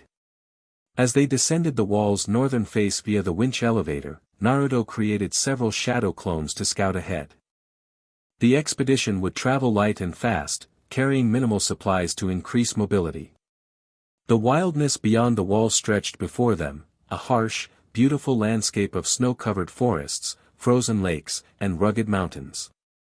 Despite the danger awaiting them, Naruto couldn't help but admire its raw splendor. Reminds me of the land of iron back home, he commented as they set out. Though with fewer samurai and more, what did you call them? White Walkers. Less talking, more walking, the Hound growled. The sooner we find one of these dead fuckers, the sooner we get back to the wall. They trekked northward for 2 days, following game trails through increasingly sparse woodlands. The temperature dropped steadily, until even the hardiest among them felt the bite of the cold. Only Naruto seemed relatively unaffected, his chakra circulation providing internal warmth. On the 3rd day, as they crested a ridge overlooking a frozen valley, one of Naruto's shadow clones dispersed, sending information flooding back to him. Movement ahead, he announced. Small group, 5, maybe 6 whites with a single walker leading them. Perfect, Jon said grimly. We can handle those numbers. How far? Tormund asked. About 2 miles northeast, moving slowly. Naruto pointed toward a distant tree line. They appear to be following tracks, hunting, maybe. Or patrolling, Jon suggested. The Night King uses small groups as scouts. Then we'd better move quickly, Yora advised. Before they report back whatever they're meant to find. They descended the ridge cautiously, using the sparse cover of rocks and stunted trees to mask their approach. As they drew closer, Naruto entered sage mode, enhancing his already formidable senses. Wait, he whispered suddenly, halting the group. There's something else nearby. Something, larger. Larger than a white? Gendry asked nervously. Naruto concentrated, trying to pinpoint the source of the disturbance. It's moving fast, circling around to the east. His eyes widened. It's a bear, but its chakra signature is wrong. Cold, like the whites. Dead bear, Tormund muttered. Wonderful. Spread out, Jon commanded quietly. Dragonglass ready. If it charges, aim for the eyes or the throat. They formed a loose circle, weapons drawn, scanning the surrounding trees. Snow fell lightly around them, reducing visibility and muffling sounds, perfect conditions for an ambush. The attack came with shocking speed. A massive shape burst from the tree line, a bear larger than any natural specimen, its fur patchy and rotted, its eyes glowing with the same eerie blue as the whites.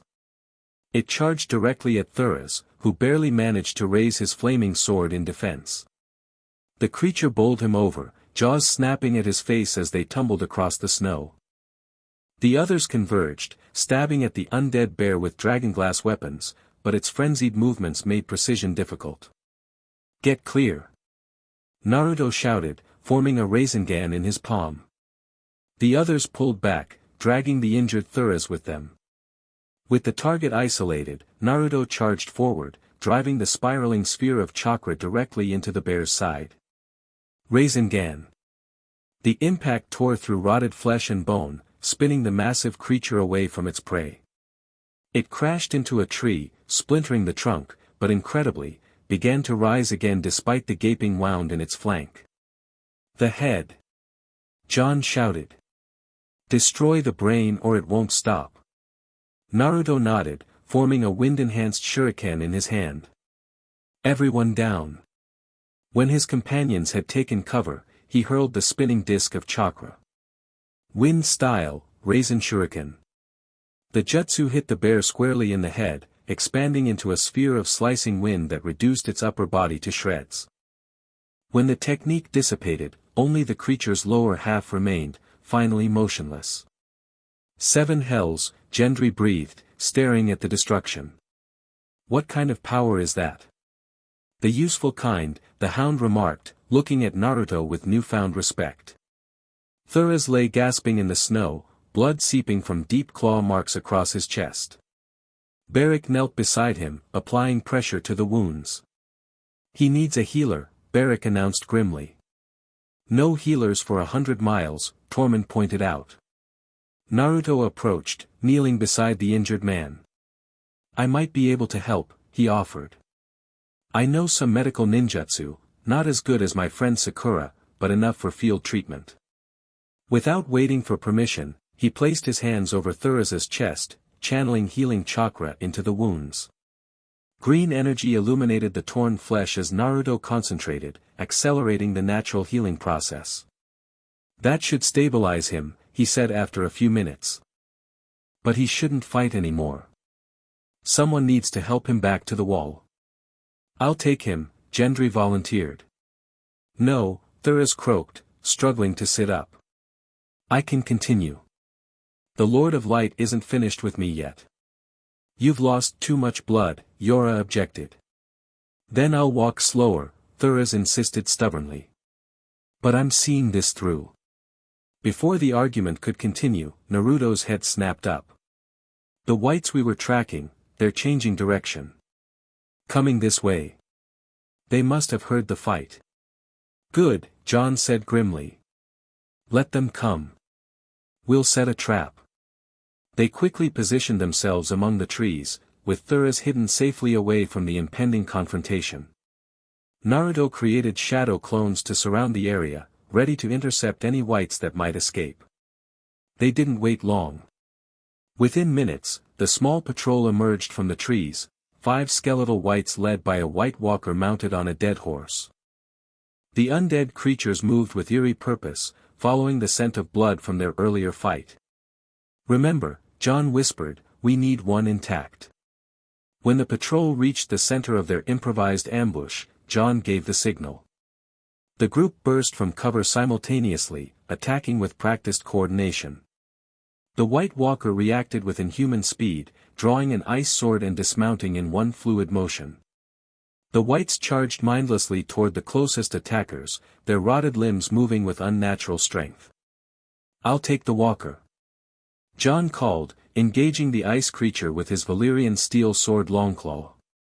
Naruto and the others focused on isolating a single white while containing the rest. The Hound and Tormund tackled one to the ground, struggling to restrain its thrashing limbs. A little help here. Tormund shouted as the creature nearly broke free. Naruto quickly formed hand signs. Sealing technique, cloth bind. Strips of chakra-infused cloth materialized, wrapping tightly around the captured white. It continued to struggle, but the bindings held firm, glowing faintly with the power of the seal. Meanwhile, John dueled the White Walker with grim determination. Though outmatched in speed and strength, his Valyrian steel blade gave him a crucial advantage. With a powerful upward slash, he caught the creature across the chest. The walker exploded into crystalline fragments, and 3 of the remaining whites immediately collapsed, their animating force destroyed. They're linked, Naruto realized. Kill the walker, and the whites it raised fall too. Good to know, the Hound grunted, securing a bag over their captive's head. Can we get the fuck out of here now? A sudden howl echoed across the valley, distant but unmistakable. Then another joined it, and another, until the air vibrated with the sound. We need to move, John ordered urgently. That's the main army.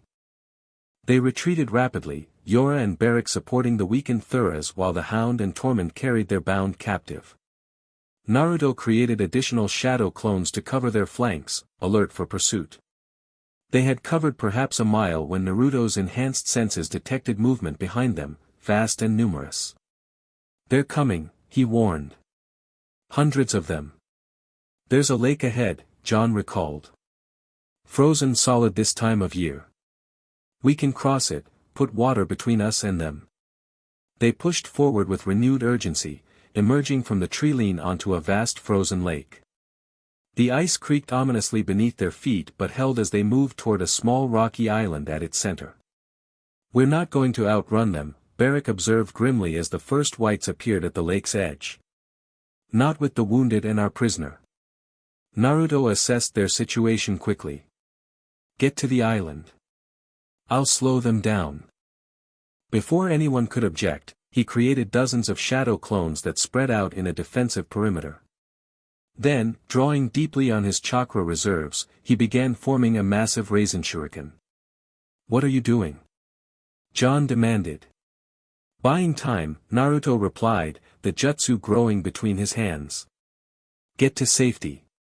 The others continued toward the island while Naruto faced the approaching horde. Hundreds of whites poured from the tree-line now, a tide of rotting flesh and ancient bones driven by implacable purpose. When the jutsu reached its maximum size, Naruto hurled it directly at the frozen surface before the oncoming army. Wind style, massive raisin shuriken. The impact was catastrophic. The spinning vortex of wind chakra struck the ice with devastating force, shattering it into countless fragments. A massive fissure opened across the lake's surface, creating a moat of frigid water between the expedition and their pursuers. Several whites, caught in the attack or the subsequent collapse, plunged into the freezing water. Those behind halted at the edge, their blue eyes fixed on the humans now safely established on the rocky island. "That was impressive," Yora acknowledged as Naruto rejoined them. "Bought us some time," Naruto agreed, though he felt the drain on his chakra reserves. "But they don't need to rest. They'll find another way around eventually. Or the water will freeze again," John added grimly. "We need to get word to Daenerys." "My toads could reach her," Naruto suggested, preparing a summoning jutsu. Before he could complete it, however, Thuras gave a sudden, strangled gasp. The red priest's eyes had gone glassy, his skin ashen beneath the blood. "Thuras?" Beric knelt beside his friend, shaking him gently. "Thuras."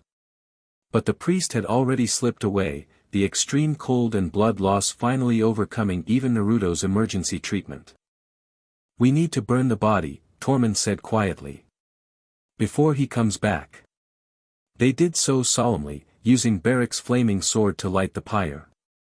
As Thurza's remains burned, Naruto completed his summoning, bringing forth a messenger toad. "Find Daenerys Targaryen at Dragonstone," he instructed the amphibian. "Tell her we're trapped beyond the wall with proof of the army of the dead. We need immediate extraction." "Got it, boss," the toad confirmed before disappearing in a puff of smoke. "Will your creature reach her in time?" Yora asked. "If anyone can, it's one of the toads," Naruto assured him. "Now we just need to hold out until help arrives." They settled into wait, taking turns watching the whites that gathered around the lake's perimeter. The captive white struggled constantly against its bindings, emitting horrific shrieks that set everyone's nerves on edge. As night fell, the temperature plummeted further. They built a small fire, conserving their limited fuel while huddling close for warmth. Naruto shared what provisions remained, though food was secondary to their need for heat. "If she doesn't come," the hound said bluntly, "we're dead." "She'll come," Yora insisted with the certainty of devotion. "You don't know that," John countered. "We're asking her to risk her dragons, her children, on a rescue mission beyond the wall." "Why would she?" "Because she's seen enough to know we're telling the truth," Naruto answered. "And because despite her focus on the Iron Throne, she cares about people. She freed slaves when she could have simply conquered. She'll come." The night passed slowly, each hour stretching endlessly as they maintained their vigilance. By dawn, the water had begun to refreeze, thin sheets of ice extending from the edges toward the island. "Not good," Tormund muttered. "Once it's solid enough, they'll come for us." "We have dragonglass," John reminded them. "We make a stand here if we have to." Morning gave way to another day of tense waiting. The ice continued to thicken, and the whites remained in place, their patience infinite. By midday, it seemed clear they would soon have to fight. "If it comes to it," John told them quietly, "focus on the walkers. Kill them, and some of their whites fall too." "And if the Night King himself shows up?" Beric asked. "Then I'll handle him," Naruto stated flatly. "I still have enough chakra for one major confrontation." As the afternoon waned, the ice finally solidified enough to support weight. The whites, sensing the opportunity, began to advance across the frozen surface, slowly at first, then with increasing speed as the ice held. "Form a circle," John ordered, drawing Longclaw. "Back to back. Make every strike count." They readied themselves for what would likely be their final stand. The captive white was secured behind them, still thrashing against its bindings. The first wave reached the island's edge, climbing over the rocks with single-minded determination. John, Beric, and the others met them with dragonglass and steel, cutting down the foremost attackers, but more simply crawled over their fallen comrades. Naruto, conserving his remaining chakra, fought with kunai and taijutsu, his enhanced speed and strength allowing him to dispatch whites efficiently. But even he could see the futility of their situation. For every white they destroyed, 10 more took its place. "There are too many," Gendry shouted, swinging his dragonglass-tipped hammer in wide arcs. "Hold the line. Jon called back, his sword flashing as it claimed another undead attacker. Just as the perimeter began to collapse under the weight of numbers, a familiar sound cut through the chaos, the screech of dragons. Looking up, Naruto saw 3 winged shapes descending from the clouds, with Daenerys mounted on Drogon's back. "Down!" he shouted to his companions. They dropped flat as Drogon unleashed a torrent of flame across the island's perimeter, incinerating dozens of wights instantly.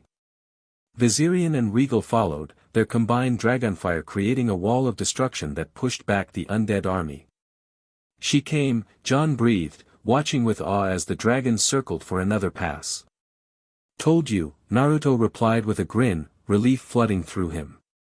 Drogon landed heavily on the island, his massive form barely fitting on the rocky surface. Daenerys, dressed in a white fur coat that contrasted starkly with her silver hair, extended her hand. "Quickly," she called. "All of you." They scrambled toward the dragon, bringing their captive wight with them. Yora, Jon, and Beric helped the others mount behind Daenerys while Naruto ensured the bound wight was securely attached. As they worked, a movement at the far end of the lake caught Naruto's attention. A figure on horseback had appeared, tall, with a crown of ice upon his skeletal head. The Night King, watching impassively as his army was decimated by dragonfire. "We need to leave now," Naruto urged, a sense of foreboding washing over him. Almost in slow motion, he saw the Night King dismount, accepting a massive ice spear from one of his White Walker lieutenants. With inhuman strength, he hurled it skyward toward Viserion, who was banking into another attack run. "No!" Naruto shouted, instinctively forming a shadow clone and using it to launch himself into the air with every ounce of remaining chakra. Time seemed to compress as he intercepted the spear's path, directly between it and the unsuspecting dragon. With no time to dodge, he took the full impact through his chest, the ice weapon piercing him completely before its momentum carried them both downward. The last thing Naruto saw before darkness claimed him was Daenerys' horrified expression as Drogon lifted off with the others safely aboard, and the satisfaction in the Night King's glowing blue eyes as he prepared a second spear. Then there was only cold and silence as he plunged into the frozen lake, the weight of the ice spear dragging him down into the darkness below. Warmth. That was his first sensation as consciousness returned, unexpected, enveloping warmth after the bone-deep cold of the ice lake. Naruto opened his eyes slowly, finding himself in an unfamiliar chamber lit by the gentle glow of a hearth fire. "Welcome back," said a soft voice beside him. Turning his head, which required more effort than it should have, he found Daenerys seated at his bedside. Her expression was a complex mixture of relief, curiosity, and something harder to define. "The others?" Naruto managed, his voice raspy. "Safe," she assured him. "As is your captive. Though my advisors are quite disturbed by it." Memory flooded back, the expedition, the ambush, the Night King's spear. Naruto's hand moved instinctively to his chest, finding bandages where the weapon had pierced him. "I should be dead," he realized aloud. "Yes," Daenerys agreed simply. "The spear went completely through you. My men pulled you from the lake when we returned for your body. No one expected to find a heartbeat. You can thank me for that," Kurama's voice rumbled within him. "I've been healing you for 3 days straight. Even my chakra struggled against whatever ice magic was in that weapon." 3 days. Naruto repeated, attempting to sit up. Daenerys placed a gentle but firm hand on his shoulder. "Don't. You need rest. Whatever power heals you, it still has work to do." Naruto subsided, too weak to argue. "The dragons? Are they all safe?" Something flickered in her eyes. "Thanks to you, yes. The Night King's spear would have struck Viserion if you hadn't intercepted it." She shook her head slightly. "You sacrificed yourself for one of my dragons. Why? Wouldn't you have done the same for someone you cared about?" Naruto countered. "Besides, I didn't exactly plan it. I just reacted. With no thought for your own survival. It wasn't a question, but an observation tinged with wonder. Even Yora, loyal as he is, was stunned by your actions. Naruto shrugged, then winced as the movement pulled at his healing wound. Where I come from, we're taught to protect our comrades, no matter the cost. It's part of being a shinobi. Daenerys studied him silently, as if seeing him truly for the first time. You're a strange man, Naruto Uzumaki. You fight for the Starks yet save Targaryen dragons. You claim to come from another world yet involve yourself deeply in ours. You face death without hesitation yet heal from wounds that should be fatal. I'm stubborn that way, Naruto replied with a faint smile. To his surprise, she returned the smile. So I've noticed. Her expression sobered. You've given me much to think about. The white you captured, it's real. The threat is real. You believe us now. I've seen it with my own eyes, she confirmed. Whatever differences exist between myself and the North, they pale compared to what lies beyond the wall. Relief washed through him. Then you'll help us fight the Night King? Yes, Daenerys nodded firmly. But first, you need to recover your strength. Jon Snow has already departed for King's Landing with your captive. There's to be a parley with Cersei Lannister, an attempt to forge a temporary truce while we face the greater threat. You're not going? Naruto asked, surprised. I'll join them shortly. But I wanted to ensure you were stable first. A hint of vulnerability showed through her regal demeanor. You saved my child at nearly the cost of your own life. I owed you that much. Before Naruto could respond, the chamber door opened to admit Tyrion, who looked relieved to find Naruto conscious. Our miracle patient awakes, the dwarf observed. I must say, Lord Uzumaki, you have a remarkable talent for survival. Just lucky, I guess, Naruto replied. Luck had little to do with it, Tyrion countered, approaching the bedside. Our maesters say the spear passed directly through your heart. By all rights, you should be as dead as our captive friend in the dungeons. Kurama's chakra healed me, Naruto explained. The nine tails sealed inside me. He's done it before when I've been badly injured. Convenient to have one's own personal healing demon, Tyrion remarked dryly.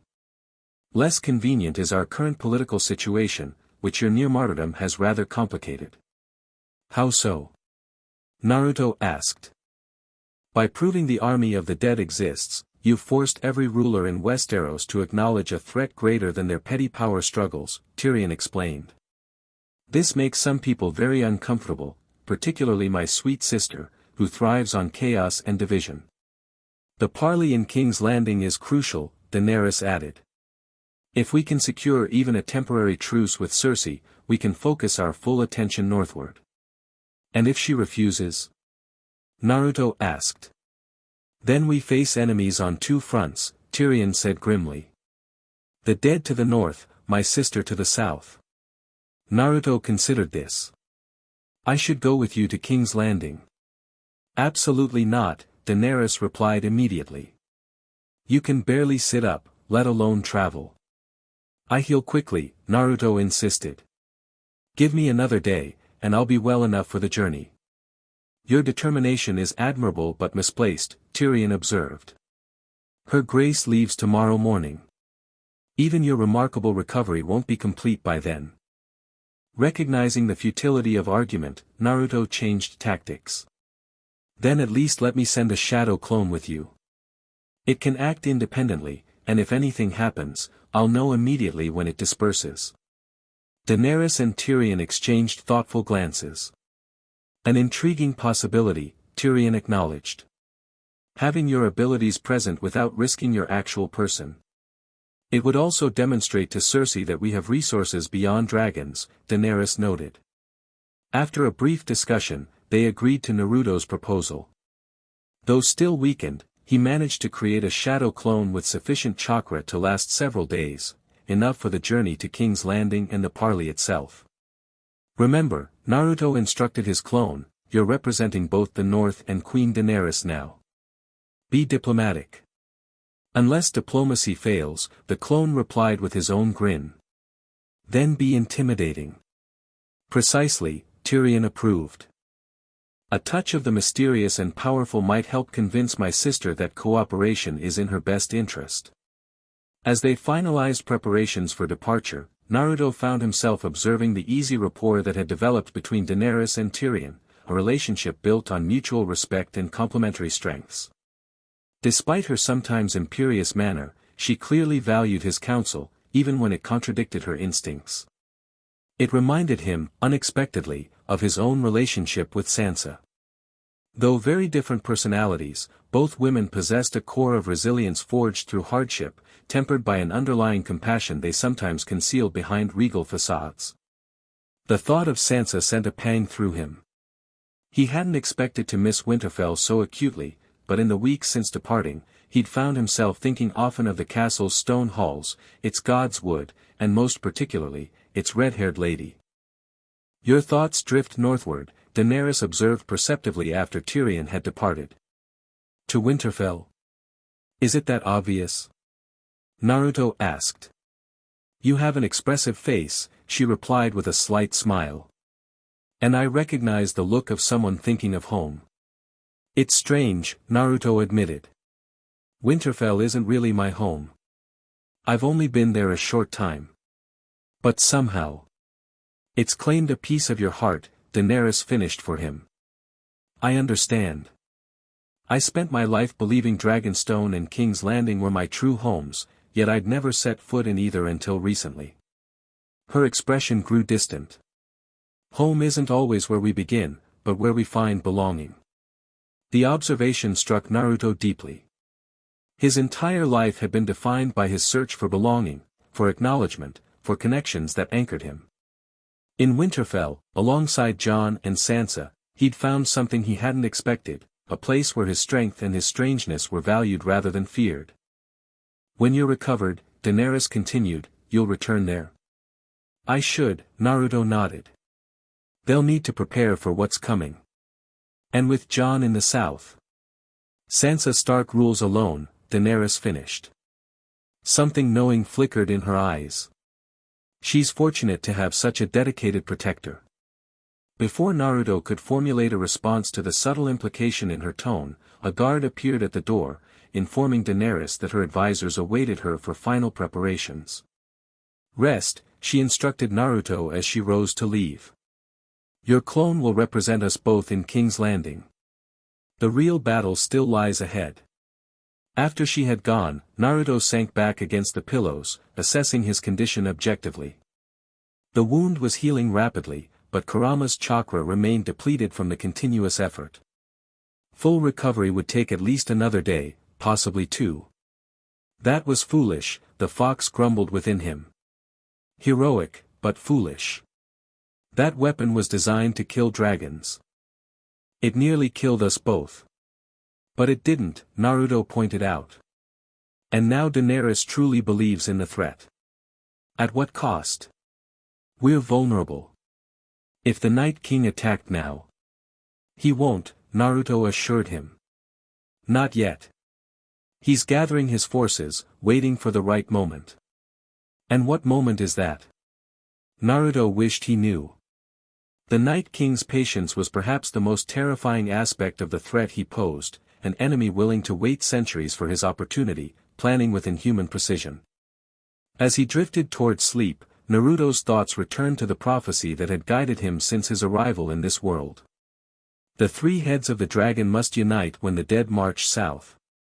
The wolf, the dragon, and the fox, Stark, Targaryen, and himself. They were coming together now, forming tentative alliances in the face of the common threat. But would it be enough? And what price would be paid before the end? These questions followed him into uneasy dreams, where ice spears flew and blue eyes watched with ancient malice from beyond a wall of darkness. Naruto's shadow clone stood on the deck of Daenerys's flagship as it approached King's Landing, taking in the sprawling city built across several hills. Massive walls surrounded it, while the imposing Red Keep dominated the highest point, overlooking Blackwater Bay. Impressive, the clone remarked to Jon, who stood nearby. 1 million people live here, Jon replied. More than the entire north combined. And most of them miserable, Tyrion added, joining them at the railing. The stench alone would convince any sensible person to live elsewhere. Even from a distance, Naruto could detect the odor, a combination of sewage, unwashed bodies, and industrial waste that hung over the city like a cloud.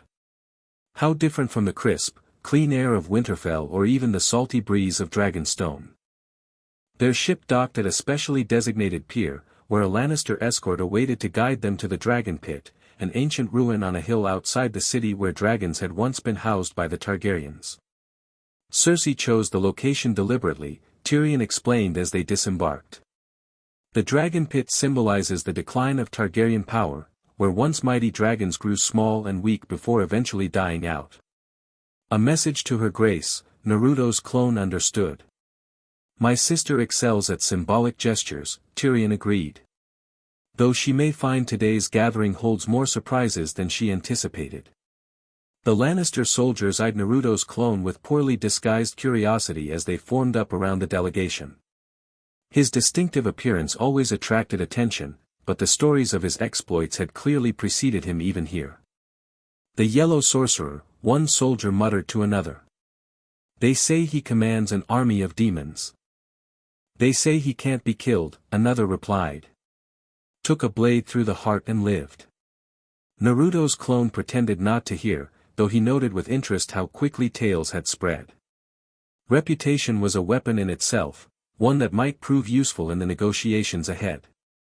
Their procession moved through the city streets, which had been cleared of civilians for the occasion. Still, faces peered from windows and alleyways, watching the strange collection of northerners, unsullied, and Dothraki with a mixture of fear and fascination.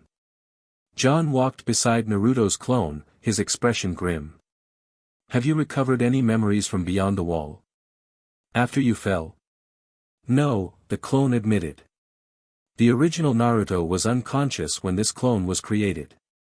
But he's healing well, according to Daenerys. Jon nodded thoughtfully. What you did, intercepting that spear, thank you. Just instinct, the clone shrugged. Besides, we need those dragons against what's coming. Still, Jon insisted, it was a brave act. Not many would sacrifice themselves for a dragon. Or for a Targaryen, the clone asked perceptively. Jon's expression remained carefully neutral. What do you mean? Just that you and Daenerys seem to have developed a rapport during my absence. A faint flush colored Jon's pale cheeks. She's agreed to help us against the Night King. That's what matters. The clone decided not to press further, though he noted the reaction with interest. Dynamics had clearly shifted during the expedition beyond the wall, something the original Naruto would need to consider upon his return to consciousness. Their party arrived at the Dragon Pit by midday, a massive, partially ruined coliseum atop Rhaenys' hill. Stone dragons adorned the crumbling walls, their once fierce visages weathered by centuries of neglect. Inside, a temporary shelter had been erected in the center of the vast space, with chairs arranged in a semicircle. The Lannister delegation was already present, headed by Queen Cersei herself, a striking woman with short blonde hair and imperious features, dressed in black with silver accents that emphasized her regal bearing. Beside her stood a towering man in white armor and an imposing golden-handed figure Naruto's clone recognized as Jaime Lannister from Tyrion's descriptions. Various other Lannister supporters filled out their side of the arrangement. Tensions mounted as the two parties took their places, years of bitter history charging the air between them. Introductions were made with cold formality until Daenerys herself arrived, deliberately late, making a dramatic entrance as her dragon Drogon circled overhead before landing on the ruined walls of the Dragon Pit. Apologies for my tardiness, she said coolly as she took her seat. Cersei's expression remained fixed, though her eyes tracked Drogon's movements with carefully controlled apprehension. We've been here for some time. My armies are larger, Daenerys replied simply. Tyrion, sensing the unproductive direction of the exchange, quickly intervened, steering the conversation toward the purpose of their meeting. Jon took over, explaining the threat beyond the wall with grim efficiency. Words are wind, Cersei dismissed. You expect us to take your word that these fairy tales are real? We brought proof, Jon replied, signaling for the captured white to be brought forward. The hound approached with a large wooden crate, setting it in the center of the gathering before kicking it over. For a moment, nothing happened. Then the crate erupted as the bound creature lunged toward the nearest person, Cersei herself.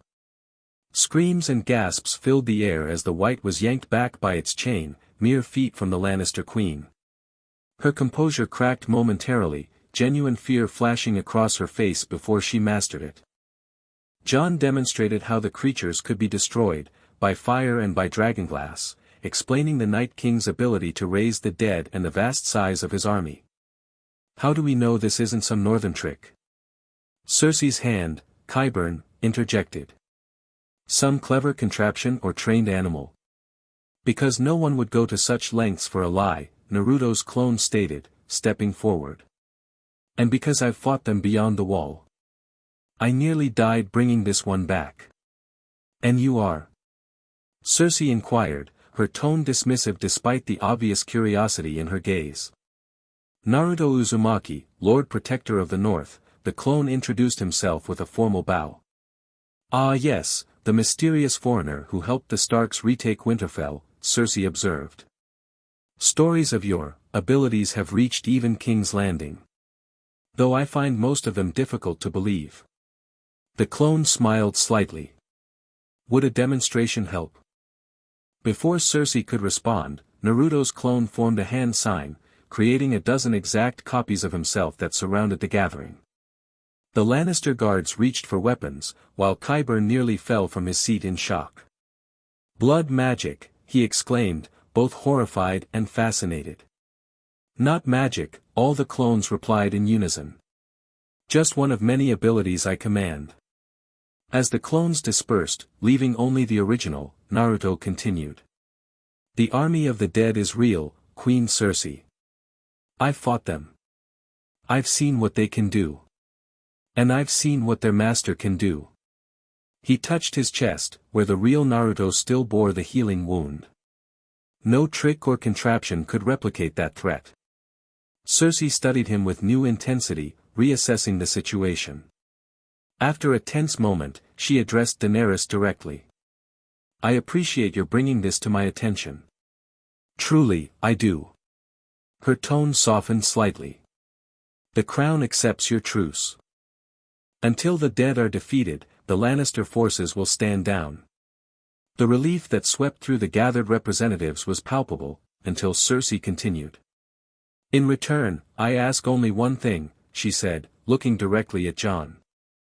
That the king in the north extends the same truce. That you remain in the north to fight our common enemy rather than taking up arms against my family. Jon hesitated, visibly torn. Then, to everyone's surprise, he shook his head. I cannot make that promise, he declared. I've already pledged myself to Queen Daenerys. The words fell like stones into still water, sending ripples of shock through both delegations. Daenerys herself appeared taken aback, while Cersei's expression hardened instantly. Then there is nothing left to discuss, she announced, rising from her seat. The dead will come north first. Enjoy dealing with them. Perhaps they'll do us all a favor and thin your ranks before we finish you ourselves. With that, she and her entire delegation departed, leaving the others in stunned silence. Well, that could have gone better, Tyrion remarked dryly. Daenerys turned to Jon, her expression a mixture of gratitude and exasperation. Did you have to tell her now? I'm not going to lie to her, Jon replied stubbornly. That's how this mess began, with lies and broken promises. Honorable, Tyrion acknowledged, but perhaps not the most practical approach under the circumstances. Naruto's clone assessed the situation quickly. Let me speak with her, he offered. You. Tyrion seemed skeptical. No offense, but you're aligned with both her enemies. Which makes me a neutral party, in a way, the clone argued. Besides, I can be very persuasive when necessary. After brief deliberation, Tyrion agreed to arrange an introduction. He and Naruto's clone followed the Lannister party back to the Red Keep, where they were made to wait in an antechamber while Tyrion sought an audience with his sister. When he finally returned, his expression was grim. "She'll see you, but only because she's curious about your abilities. Don't expect a warm welcome." Cersei received them in her private solar, a richly appointed chamber with windows overlooking the city.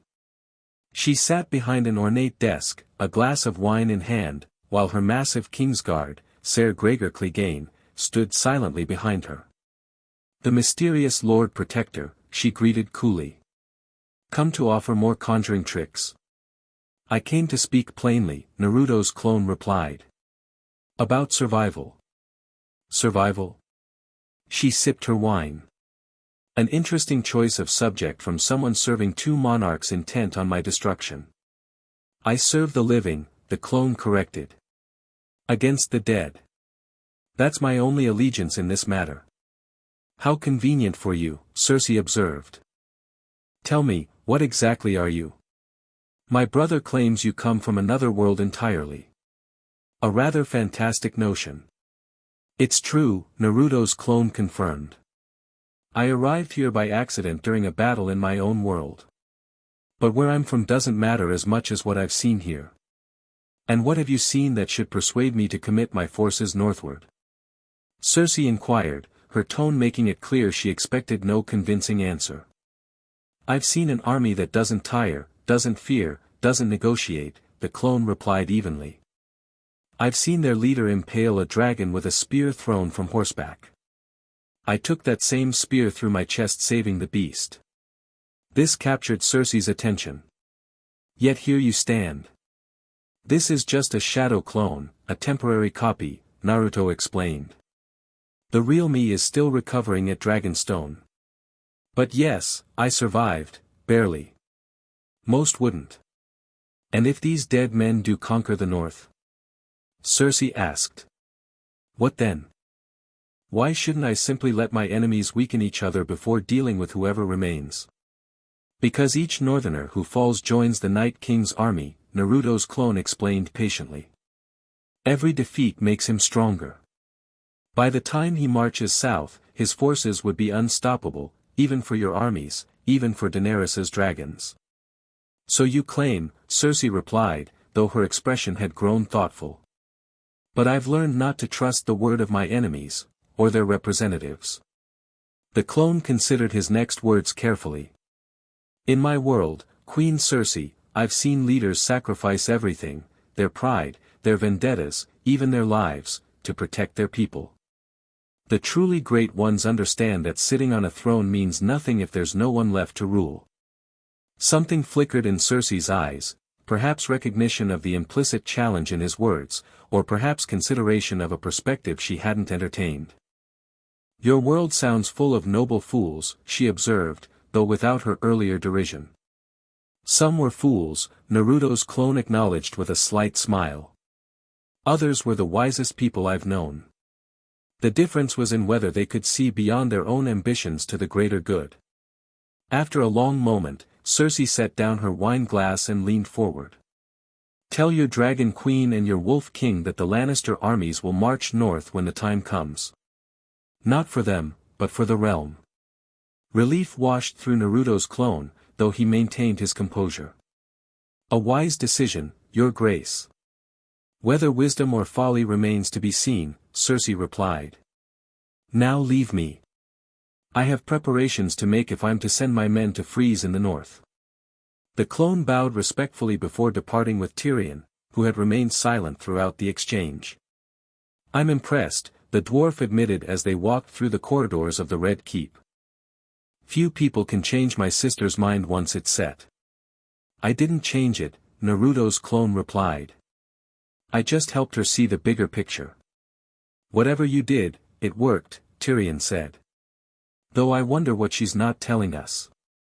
My sister rarely acts from pure altruism." The clone nodded thoughtfully.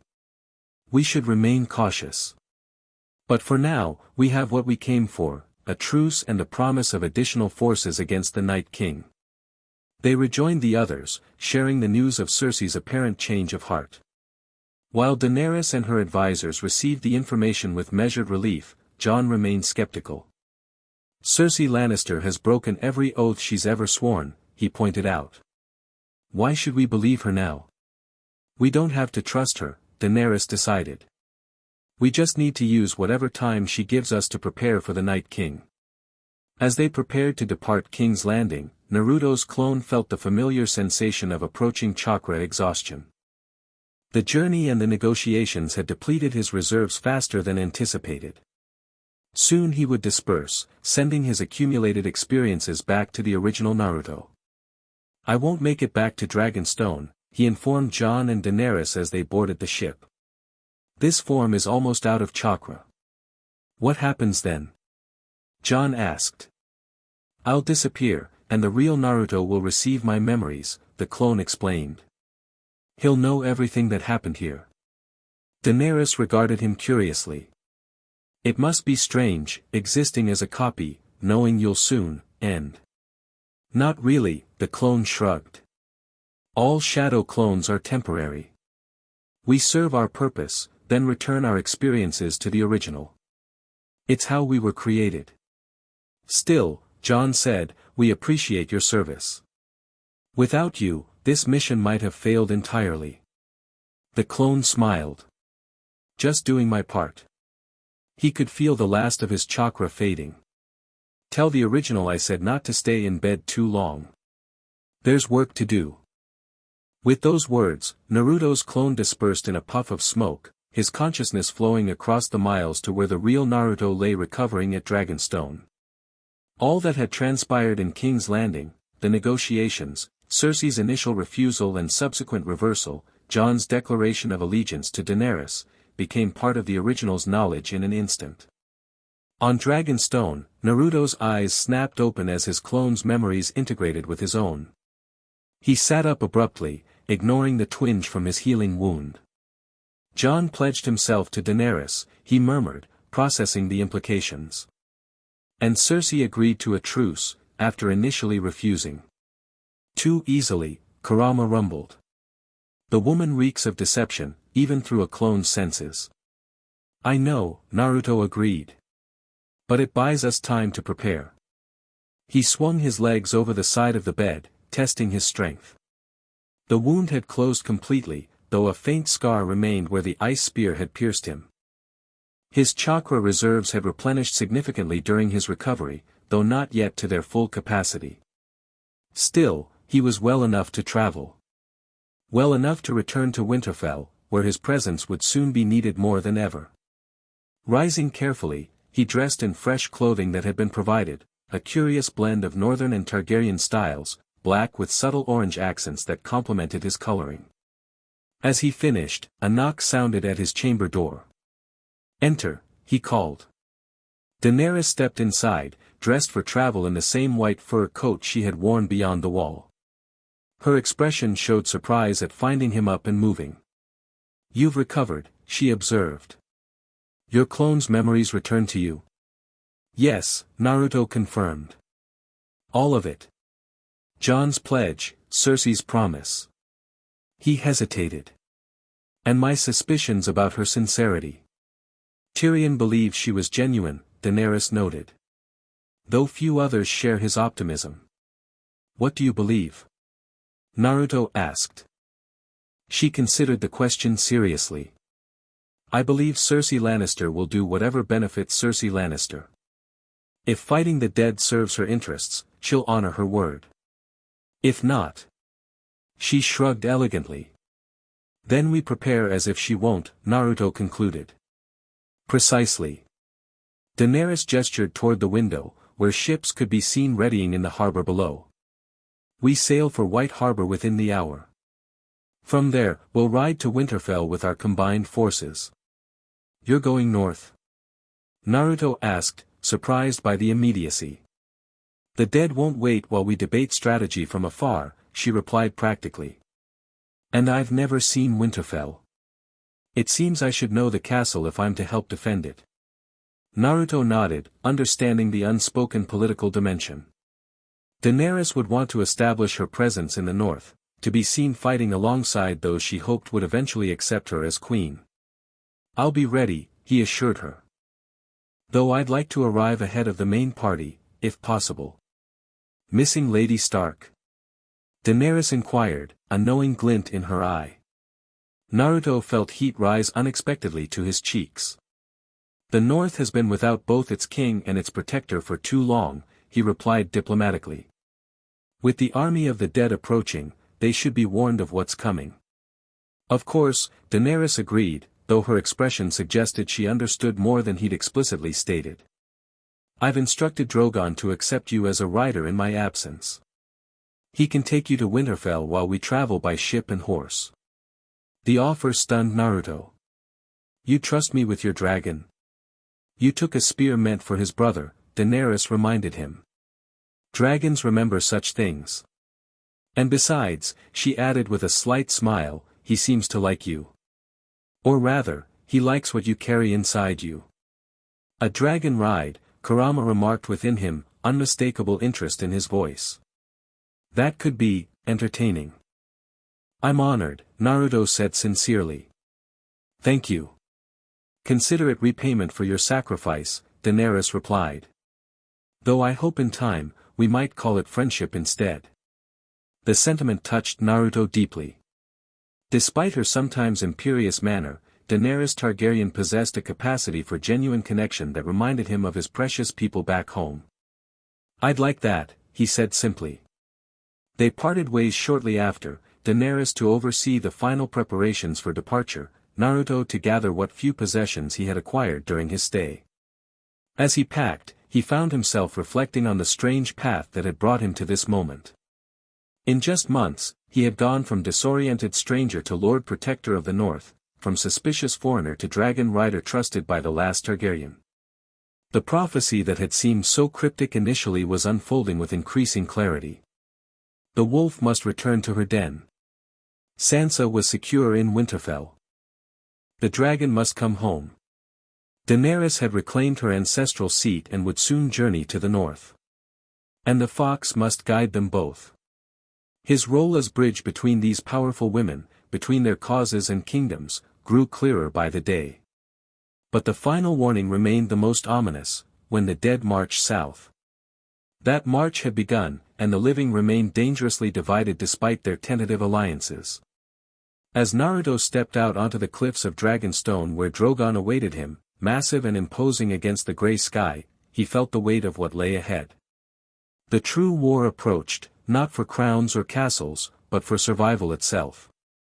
Ready for a new experience, he asked Kurama as he approached the dragon. "I've flown before," the fox replied. "Though never on the back of another creature. This should be interesting." Drogon lowered his head as Naruto approached, steam issuing from his nostrils.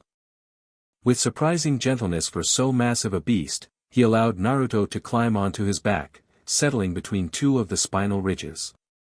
"To Winterfell," Naruto directed, uncertain if verbal commands were necessary. They proved unnecessary. Drogon understood his intent, launching into the air with a powerful downstroke of his wings that stole Naruto's breath. The ground fell away with dizzying speed as they climbed into the cloud layer. When they broke through into clear sky, the world spread beneath them like a map, the sea glittering in the sunlight, Dragonstone a dark speck rapidly diminishing behind. Ahead lay the mainland and, beyond it, the north. Naruto laughed aloud at the sheer exhilaration of dragon flight, faster and more powerful than even the giant toad's leaping travel. Within him, Kurama's consciousness expanded, sharing in the experience with uncharacteristic enjoyment. Together they soared northward, fox and dragon in improbable alliance, carrying a promise of fire and wind to the waiting wolves of Winterfell. Chapter 4. The long night. Winterfell emerged from the winter mist like something from a dream, ancient grey stones against pristine white snow, smoke curling from countless chimneys, the stark direwolf banner snapping proudly in the northern wind. From Drogon's back, Naruto observed the castle's transformation since his departure. New defenses ringed its perimeter, trenches, wooden spikes, and watchtowers built in anticipation of the coming battle. The dragon's shadow swept across the landscape, causing immediate commotion. Guards shouted and pointed skyward. People poured into the courtyard, faces turned upward in alarm. Drogon circled once, twice, searching for a suitable landing place before settling on the open field just beyond the eastern gate. The impact shook the ground as the massive beast touched down, wings creating a gust that sent snow swirling in all directions. Naruto slid from Drogon's back, patting the dragon's scales in gratitude. "Thanks for the ride," he said. "You should probably head back now before someone gets nervous and starts shooting arrows." Drogon snorted, releasing a puff of steam that momentarily enveloped Naruto. Then, with surprising gentleness for so large a creature, he nudged Naruto with his snout before launching back into the sky with thunderous wing beats. Naruto watched him go, still amazed by the experience of flying on dragonback. Then he turned toward Winterfell, where a small party had already emerged from the gates. Even at a distance, he recognized the distinctive copper hair of Sansa Stark, moving swiftly ahead of her guards. She wore a dark gray dress with silver embroidery and a fur-lined cloak, her hair partly braided in the northern style. Her face was composed in the neutral expression she maintained for public appearances, but as she drew closer, Naruto detected the subtle signs of relief in her eyes. "Lord Protector," she greeted formally, mindful of the watching guards. "You returned to us on dragonback. That was unexpected." "Lady Stark," Naruto returned with a slight bow. "Queen Daenerys offered Drogon as transportation. It seemed faster than sailing." "Indeed." Her gaze flicked momentarily to the sword wound visible at his collar. "You're wounded." "I was," Naruto corrected. "It's mostly healed now." Sansa studied him for a moment longer, her public persona maintained for the benefit of the gathering crowd. Then she turned toward the castle. "You must be weary from your journey. Come inside. We have much to discuss." As they walked through the castle gates, Naruto noticed the changes more clearly. Winterfell had transformed into a fortress preparing for siege. Blacksmiths hammered dragonglass into weapons, armorers fitted guards with reinforced leathers, and servants hurried to stockpile provisions. Everywhere, the grim determination of the North was evident. "You've been busy," Naruto observed. "We received John's ravens about what you encountered beyond the wall," Sansa replied. "We've been preparing ever since." Once inside the relative privacy of the Great Hall, Sansa dismissed the guards with a gesture. As the heavy doors closed behind them, her formal demeanor softened. "You almost died," she stated, not a question but an accusation. "News travels fast. John's raven was quite specific about you taking a spear meant for a dragon." Her voice remained level, but something flickered in her eyes. "He thought you dead when they left you." "I'm harder to kill than most," Naruto said with a slight smile. "Kurama's chakra healed me." Without warning, Sansa stepped forward and wrapped her arms around him in a fierce embrace. Startled by the uncharacteristic display, Naruto hesitated before returning it, feeling her tremble slightly against him. "I thought I'd lost you too," she whispered.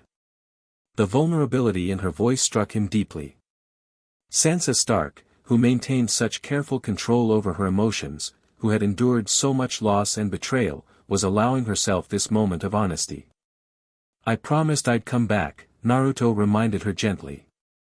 "That's my ninja way, remember?" She stepped back, composing herself with visible effort. "Yes, well. The North needs its protector, especially now." The moment passed, but something had shifted between them, an acknowledgement of feelings that had been building since their first meeting. Neither seemed ready to address it directly, so Naruto followed her lead back to practical matters.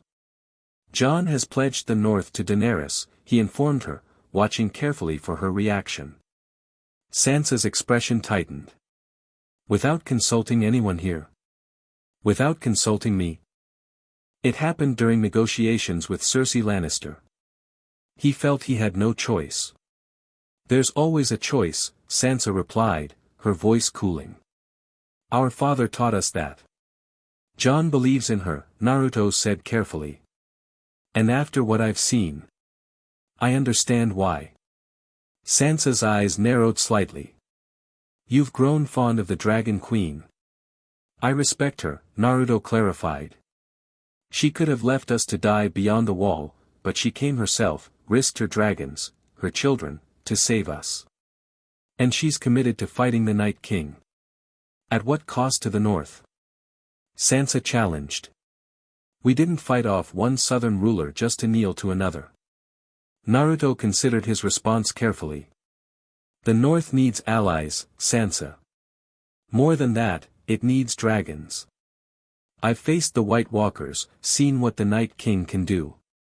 Without Daenerys's forces, I'm not sure we can win this war. Sansa walked toward the window, looking out at the castle preparations. For a long moment, she said nothing. When she finally spoke, her voice was quieter but no less resolute. I understand necessity, Naruto. Better than most. If Jon believes this alliance is our best chance for survival, I won't openly oppose it. She turned back to face him. But I won't relinquish the North's independence without ensuring protections for our people. Too many have died for our freedom. Naruto nodded, respecting her position. That's fair. And for what it's worth, I think Daenerys might be open to negotiations once the greater threat is defeated. She's not Cersei.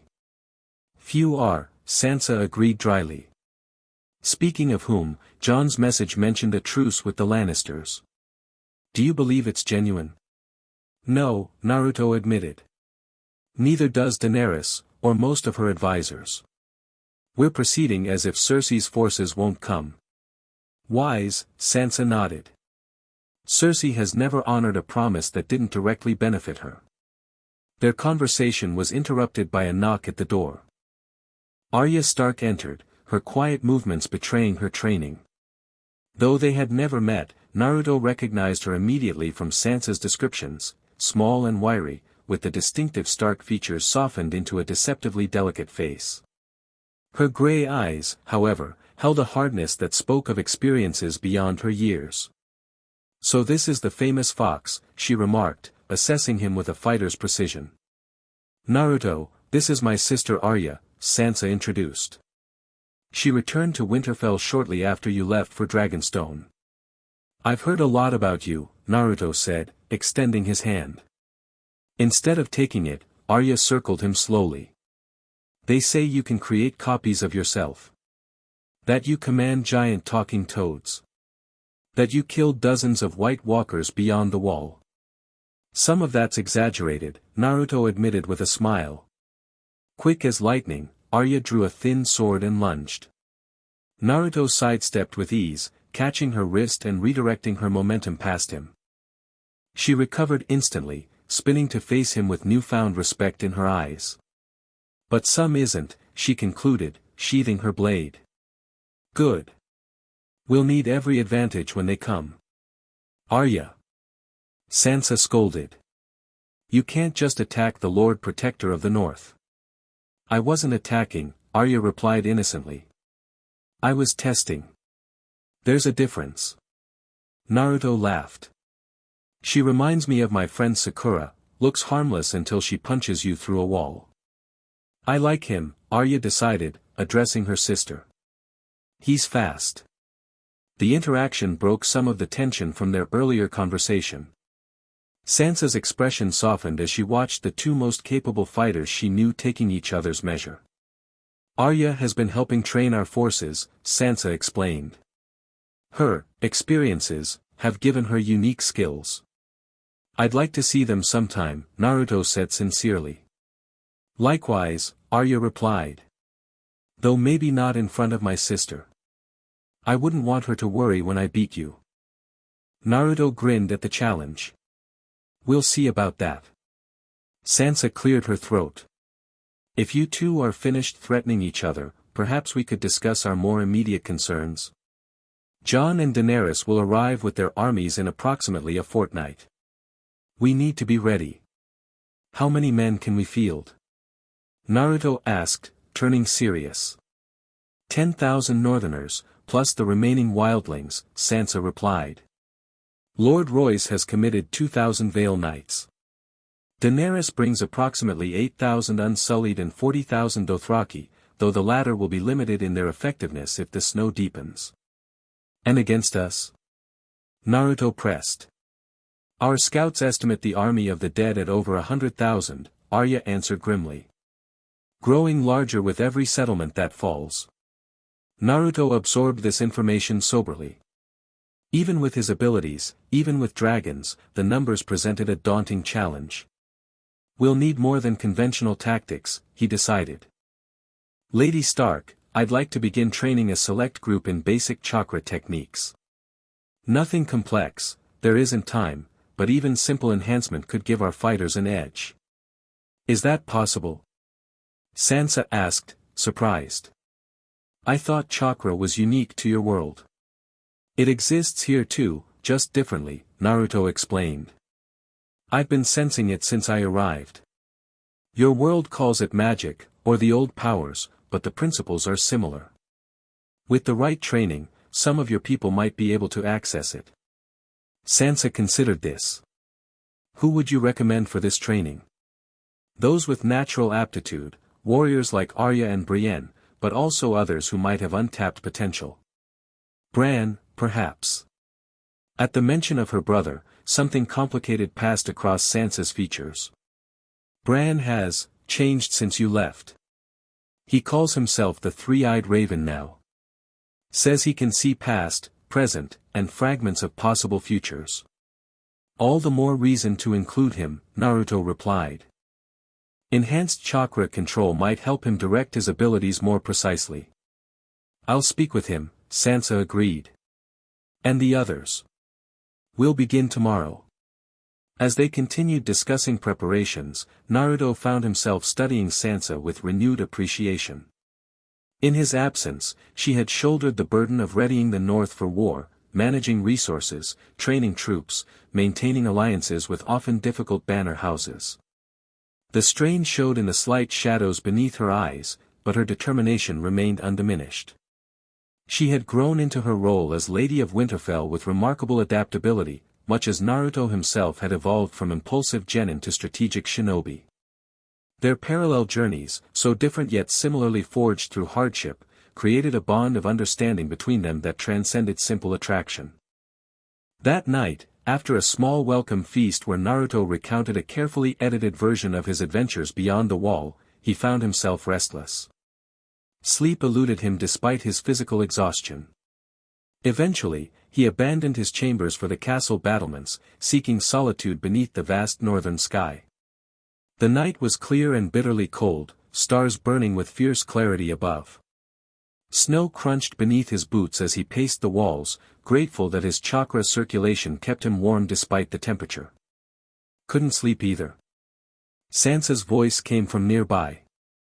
She stood in the shadows of a watchtower, wrapped in a heavy fur cloak, her hair unbound and glowing faintly in the moonlight. Too much to think about, Naruto admitted, moving to join her. The upcoming battle. That, and everything else. He gestured vaguely toward the horizon. Jon, Daenerys, the politics waiting after we defeat the Night King, assuming we do. We will, Sansa said with quiet certainty. We have to. They stood in companionable silence for a time, watching the occasional shooting star streak across the darkness. When I was a girl, Sansa said softly, I dreamed of knights and princesses, tournaments and songs. I thought life was like the stories. A bitter smile touched her lips. I was such a fool. Not a fool, Naruto countered. Just young. We all have dreams before reality teaches us otherwise.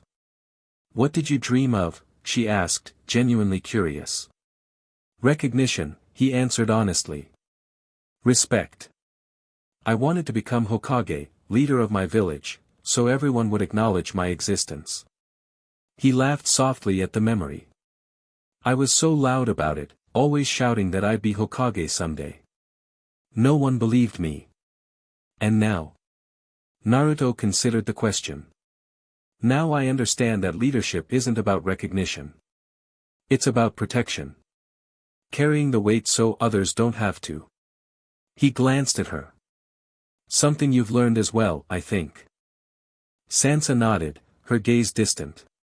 When I took back Winterfell, I thought that would be enough: home, safety, justice for what was done to my family. But there's always another threat, another battle. And you keep fighting anyway, Naruto observed. That's real strength. Is it? She turned to face him fully. Sometimes I wonder if it's just survival. Doing what needs to be done because the alternative is unthinkable. That's what strength is, Naruto insisted. Continuing despite fear, despite doubt. Back in my world, my friend Shikamaru, brilliant strategist, incredibly lazy, used to say that real courage isn't fearlessness. It's being terrified but moving forward anyway, because people are counting on you. A genuine smile warmed Sansa's features. Your friend sounds wise. Wisest person I know, Naruto confirmed.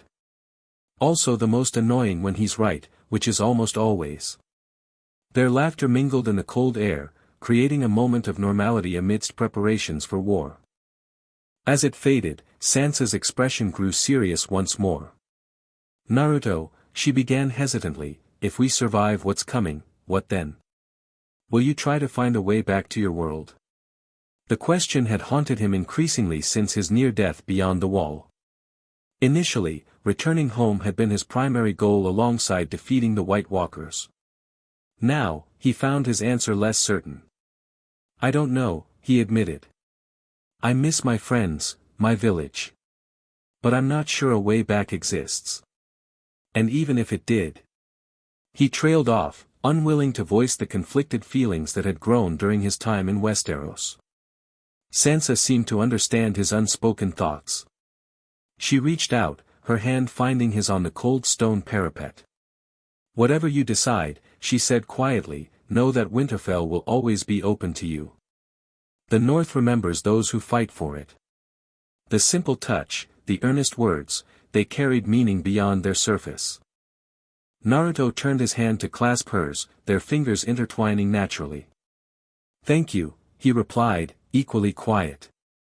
That means more than you know.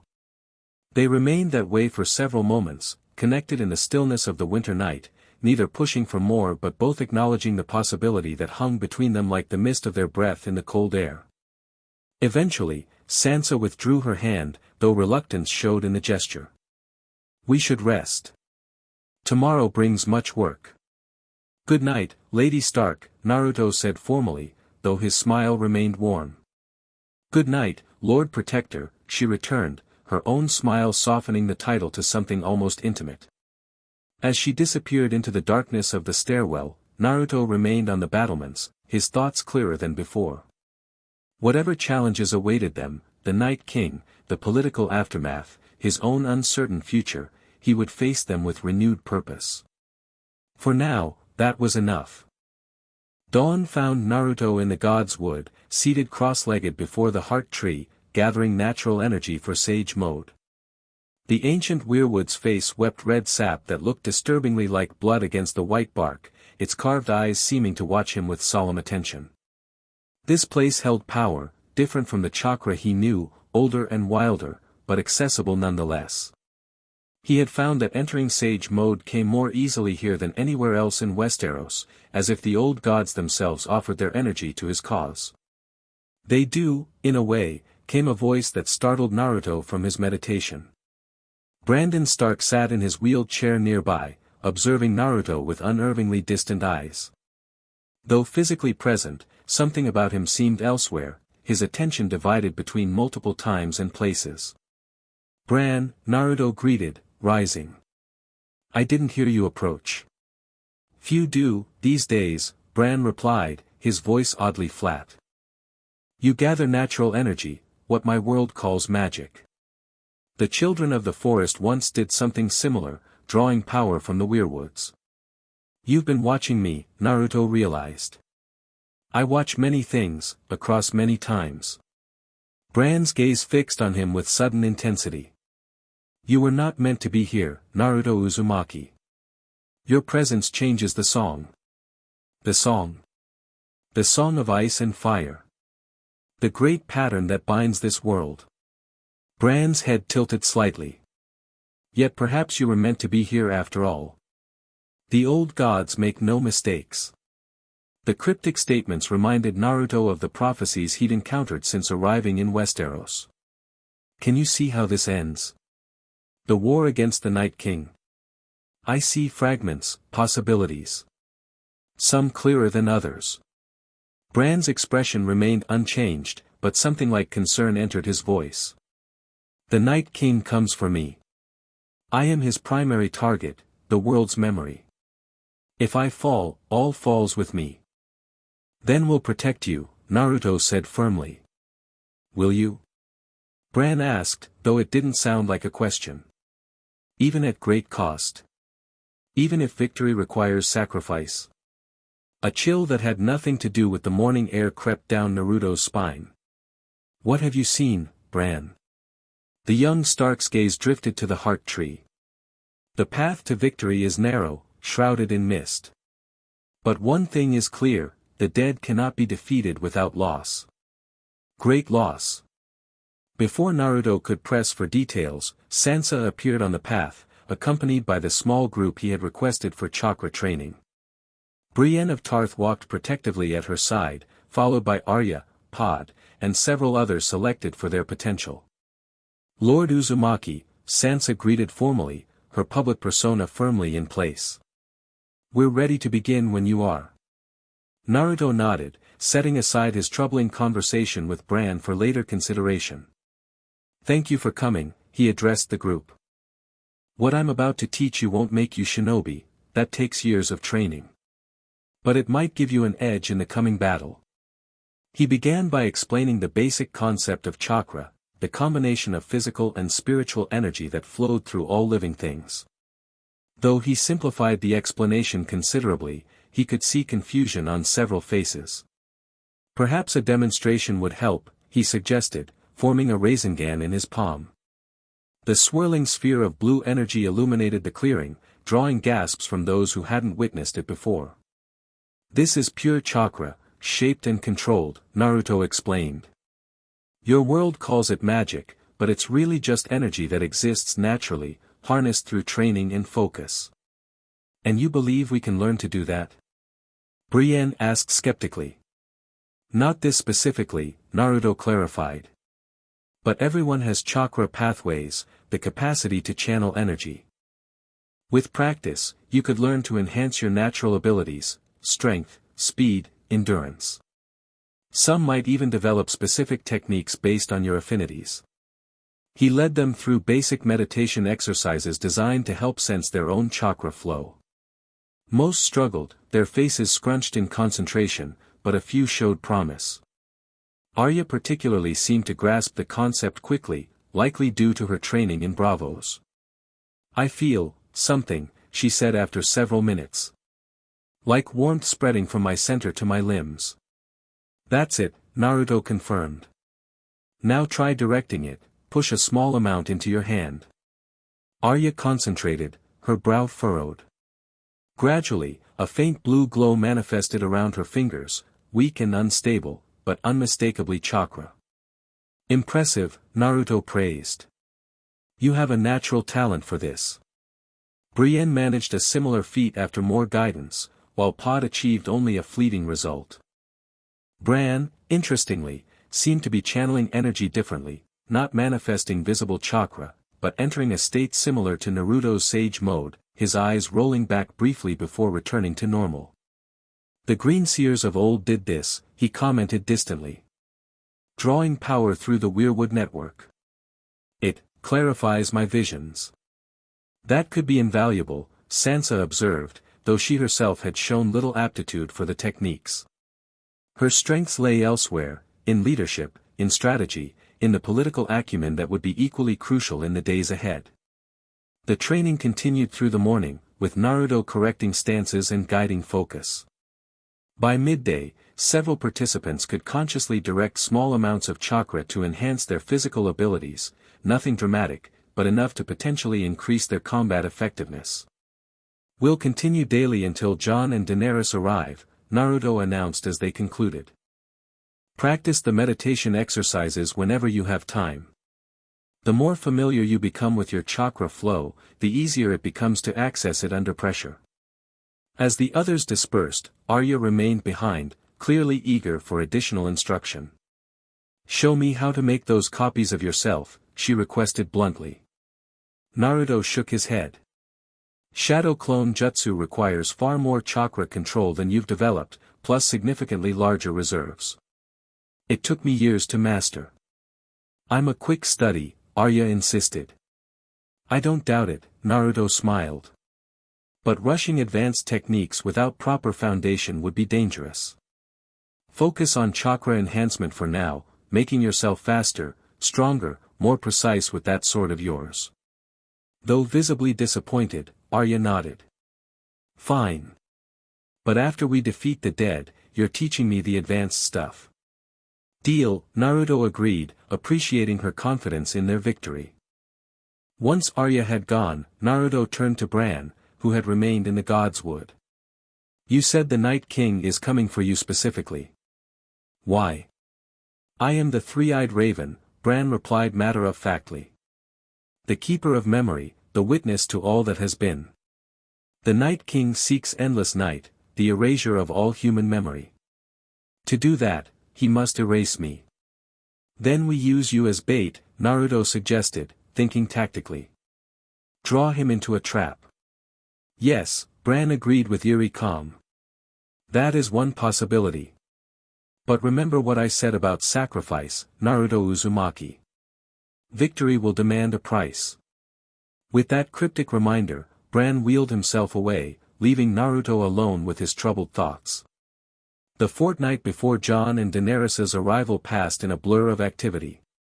Naruto divided his time between training those with chakra potential, helping fortify Winterfell's defenses, and strategic planning with Sansa and the other leaders. His shadow clones proved invaluable, allowing him to effectively be in multiple places at once. Some assisted with construction, others with weapons training, while still others patrolled the perimeter, extending Winterfell's early warning system against potential threats. During quiet moments, usually late at night, he and Sansa would meet in her solar to discuss the day's progress and plan for the next. These private conversations became a ritual both looked forward to, a chance to speak candidly without the formal constraints their respective positions demanded publicly. The last of the dragonglass shipments arrived today, Sansa reported one such evening, reviewing a scroll by candlelight. Lord Manderley's men are transporting it from White Harbor as we speak. They should arrive within 3 days. Good, Naruto nodded, studying the map spread across her desk. That should give us enough time to forge the remaining weapons before Jon and Daenerys get here. Sansa set the scroll aside, rubbing her temples tiredly. The northern houses continue to express concern about this alliance with the Dragon Queen. Lord Glover has been particularly vocal. They'll understand when they see the threat for themselves, Naruto assured her. Pride won't matter much when the dead are at our gates. Northerners have long memories, Naruto. They remember Targaryen rule, and not fondly. She sighed. But you're right. Survival must take precedence. Naruto studied her in the flickering light, noting the fatigue etched around her eyes. You should rest. You're pushing yourself too hard. Says the man who creates dozens of copies to work around the clock, Sansa replied with a tired smile. That's different. My clones disperse, and I get to sleep. You're doing everything yourself. Not everything, she countered. You've been essential to our preparations. I don't know how we would have managed without you. The simple acknowledgement warmed him. We make a good team, he observed. Yes, she agreed softly, we do. Their eyes met across the desk, the moment stretching between them with unspoken possibility. Before either could bridge the gap, however, a knock interrupted them. Enter, Sansa called, straightening in her chair. A guard appeared, looking apologetic. Forgive me, my lady, but riders approach from the south. The advance party of King Jon and Queen Daenerys. Thank you. We'll meet them in the courtyard. Once the guard had departed, Sansa rose with a sigh. Duty calls. Always does, Naruto agreed, following her from the solar. They arrived in the courtyard just as the first riders entered through the main gate, Dothraki scouts followed by unsullied officers, and finally Jon Snow himself, looking weary from the long journey north. Behind him rode Grey Worm, commander of the Unsullied, and Ser Jorah Mormont. Jon dismounted quickly, embracing first Arya, who had rushed to meet him, then Bran, wheeled forward by Pod. When he reached Sansa, their greeting was more restrained but no less sincere, the formal embrace of siblings who had learned to respect each other's strengths. Winterfell is yours, your grace, Sansa stated, though something in her tone conveyed that this was a temporary arrangement rather than a surrender of authority. Jon nodded in acknowledgement before turning to Naruto. Lord Protector. Good to see you recovered from your injuries. Fast healer, Naruto replied with a slight grin. How far behind is the main army? A day's march, Jon answered. Daenerys rides with them, keeping the Dothraki in line. They're unused to northern conditions. And the dragons? Sansa inquired. Hunting. They'll join us tomorrow. Jon's expression grew serious. We have much to discuss. The situation has grown more urgent since our last communication. They retreated to the Great Hall, where Jon detailed the latest developments. Scouts had reported the army of the dead crossing the last river, methodically destroying every settlement in their path. At their current pace, they would reach Winterfell within a fortnight. We've had no word from Cersei, Jon concluded grimly. No Lannister forces have been sighted moving northward. As expected, Sansa observed, her earlier prediction confirmed. Tyrion still believes his sister will honor her pledge, Jon said, though his tone suggested he shared Sansa's skepticism. Tyrion is clever, Sansa replied, but he has a blind spot where his family is concerned. Cersei never intended to send help.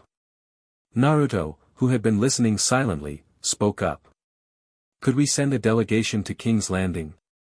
Someone not associated with either Stark or Targaryen grievances against the Lannisters. Who would Cersei possibly listen to at this point? Jon asked skeptically. Me, Naruto suggested. I'm a neutral party in your family conflicts. And I've spoken with her before, through my shadow clone. She was, not entirely dismissive. Jon and Sansa exchanged concerned glances. It's too dangerous, Sansa objected. Cersei would as soon imprison a northern envoy as listen to one. I wouldn't go as a northern envoy, Naruto clarified. I'd go as myself, someone with no stake in Westerosi politics beyond defeating the White Walkers. And I wouldn't actually go in person. I'd send a shadow clone while remaining here to help prepare our defenses. After considerable debate, they agreed that the attempt, while unlikely to succeed, risked little since Naruto's physical body would remain safely at Winterfell. If nothing else, the mission might provide intelligence on Cersei's true intentions and the defenses of King's Landing. The next morning, with Daenerys' arrival imminent, Naruto created a specially reinforced shadow clone with enough chakra to make the journey to King's Landing and back. The clone departed immediately, riding south with a small escort provided by House Manderley, whose ships would speed the journey once they reached White Harbor. Meanwhile, Winterfell prepared to receive the remainder of their allied forces. Camp stretched across the winter landscape as Unsullied, Dothraki, Northern, and Vale troops established positions according to the battle plans Naruto had helped develop. When Daenerys finally arrived, she did so spectacularly, descending from the sky on Drogon's back while Rhaegal circled above. The massive dragons caused predictable consternation among those who had never seen them before, particularly the northern lords gathered to greet their new ally. The Dragon Queen had dressed for the occasion in white furs trimmed with red, her silver hair braided elaborately, projecting regal confidence despite the hostile scrutiny of the northerners.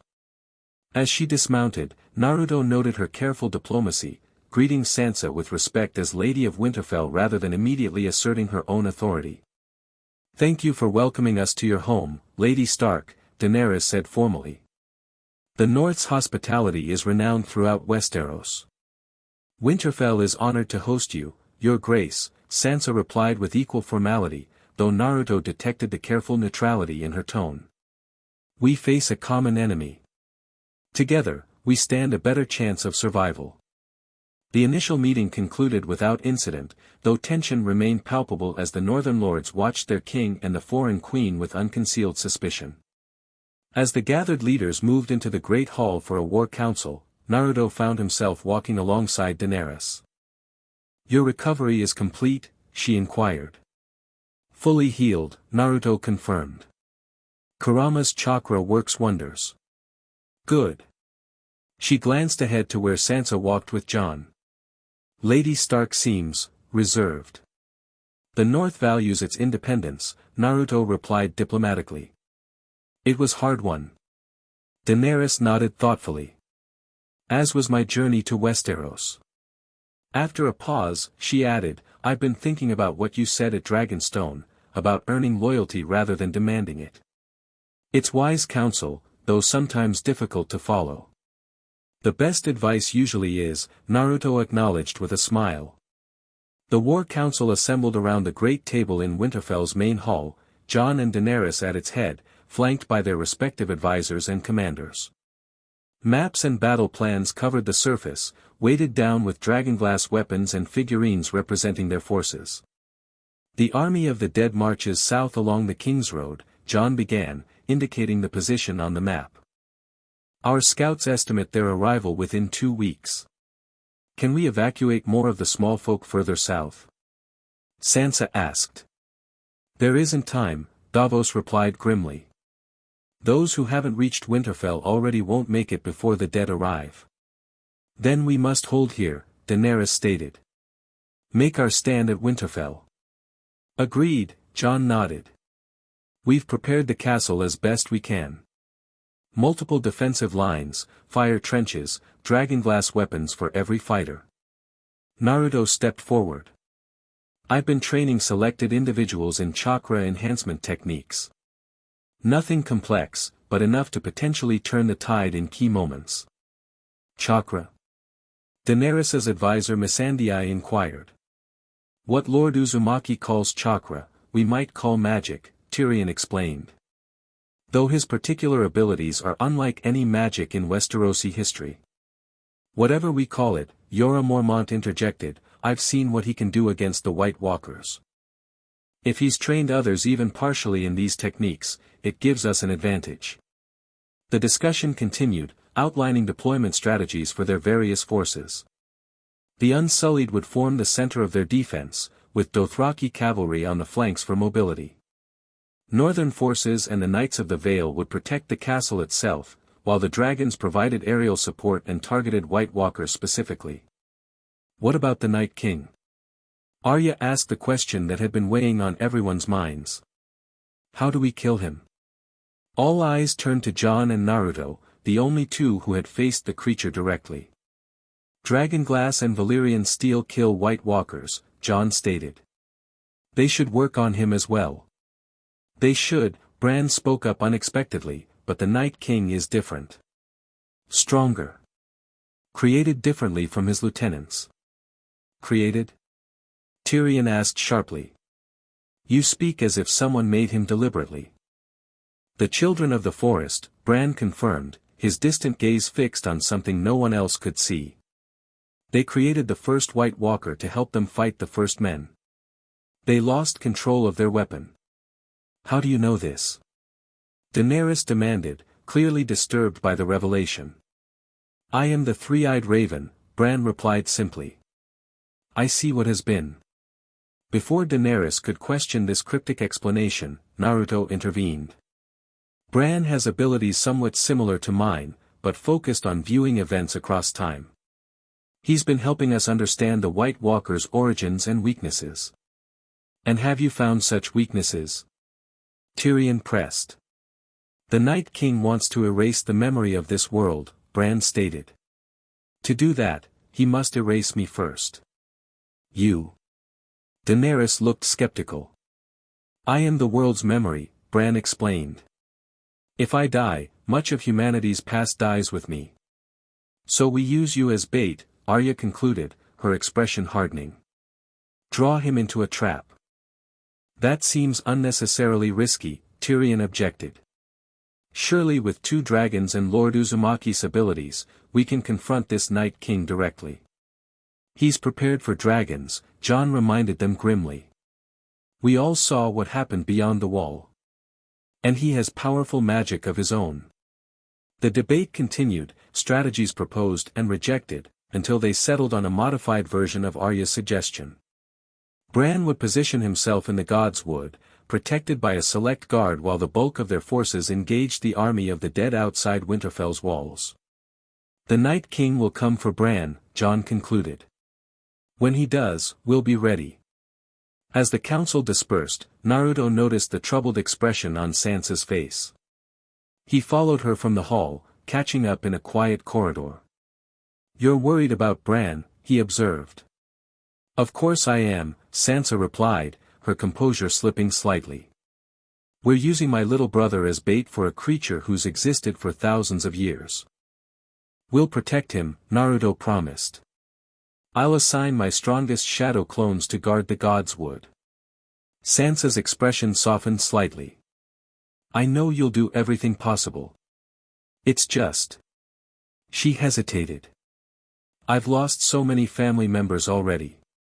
The thought of losing another. I understand, Naruto said gently. In my world, I grew up without family. But the friends who became my family, I'd do anything to protect them. That's how I feel about all of you now. The admission hung between them, more revealing than perhaps he'd intended. Sansa studied him for a long moment, her blue eyes searching his face. All of us, she finally asked, her voice barely above a whisper. Naruto held her gaze steadily. Some more than others, he admitted. The moment stretched between them, charged with unspoken feelings. Then, with a boldness that surprised even herself, Sansa closed the distance between them and pressed her lips to his. The kiss was brief, tentative, a question rather than a declaration.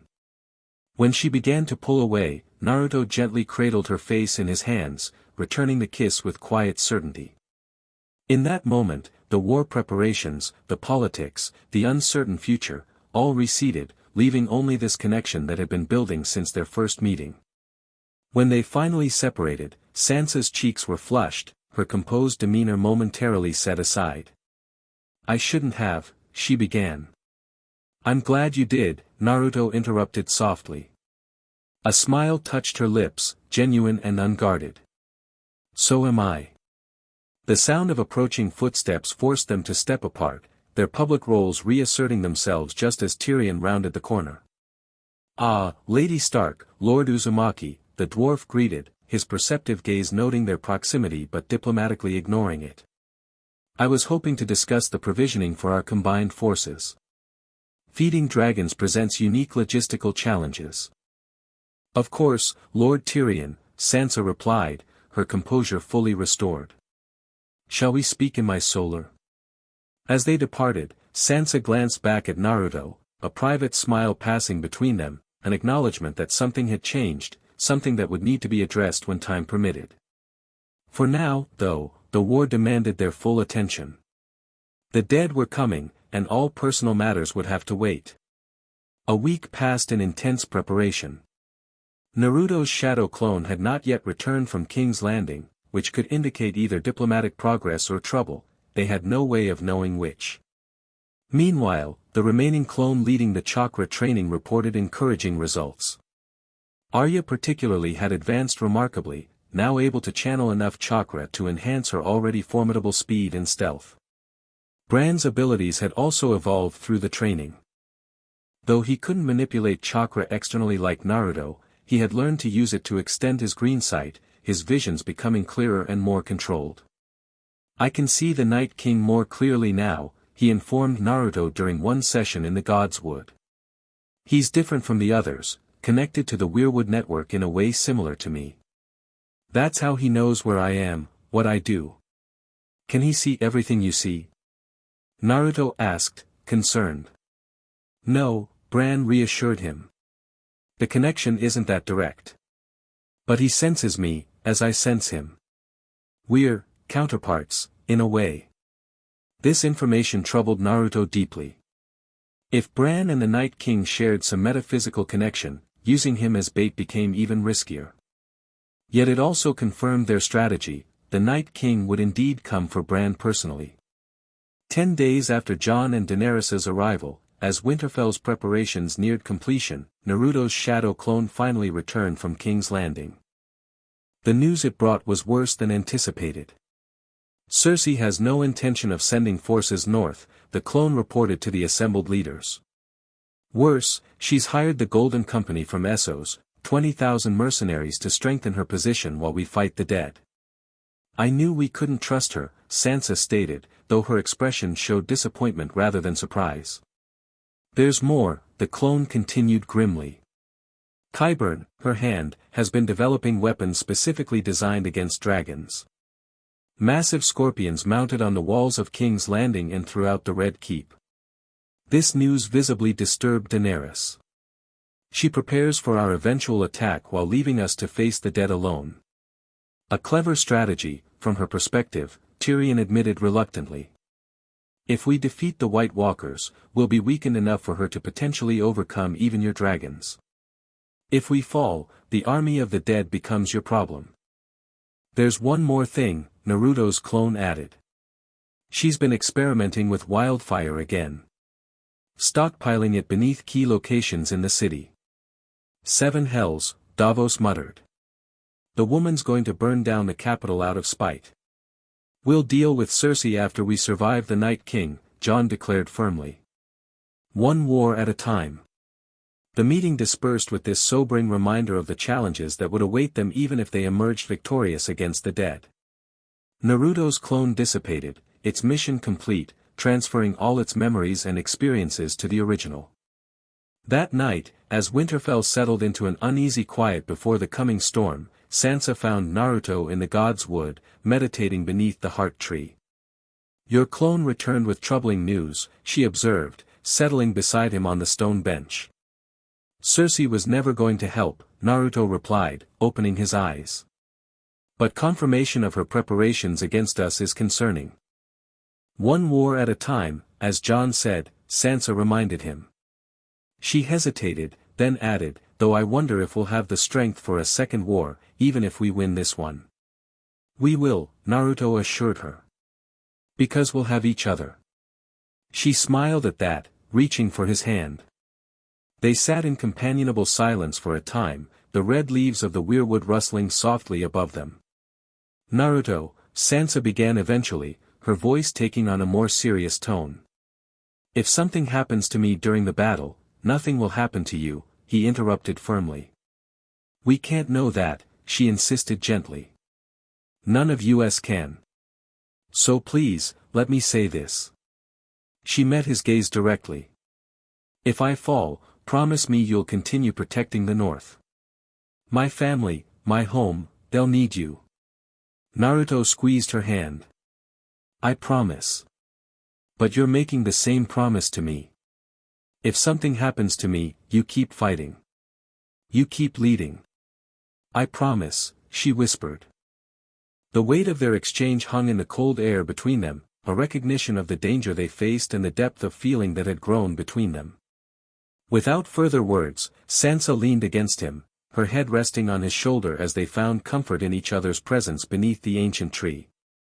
Their moment of peace was shattered by the sudden, urgent blaring of horns from Winterfell's watchtowers. 3 long blasts echoed across the God's Wood, the signal they had all been dreading. The dead, Sansa breathed, rising quickly. They're here. They rushed back to the castle, finding the courtyard already in chaos as soldiers scrambled to their positions. Jon and Daenerys stood at the center, issuing rapid commands while servants ran in all directions. How? Jon demanded as they approached. The scout said we had days yet. They've increased their pace, Grey Worm reported tersely. Vanguard sighted crossing the Wolfswood. Main force not far behind. How long? Daenerys asked. Hours. Before dawn. Jon's expression hardened. Then we accelerate our plans. Get everyone into position now. Light the trenches as soon as they're within range. As the commanders dispersed to their assigned posts, Naruto created dozens of shadow clones to assist with final preparations. The original stayed with Sansa as she organized the non-combatants into the crypts beneath Winterfell. The deepest level should be safest, she directed the servants carrying supplies. Ensure everyone has water, food, and blankets. It may be a long siege. Once the civilians were secured, Sansa turned to Naruto. I should remain with them. They'll need leadership if the castle falls. No, Naruto contradicted her firmly. If the castle falls, the crypts won't save anyone. You're needed above, coordinating our forces inside the walls. After a brief debate, she conceded the point, though reluctantly. They made their way to the castle battlements, where they could oversee the preparations beyond the walls. Torches lined the defensive perimeters, illuminating the unsullied formation standing in perfect ranks, the Dothraki horsemen positioned on the flanks, the northern forces and Vale Knights forming the inner defensive rings. Above, Drogon and Rhaegal circled ominously, their massive forms occasionally visible against the star-filled sky. Jon and Daenerys would ride them once the battle began, targeting White Walkers from the air while their ground forces engaged the Whites.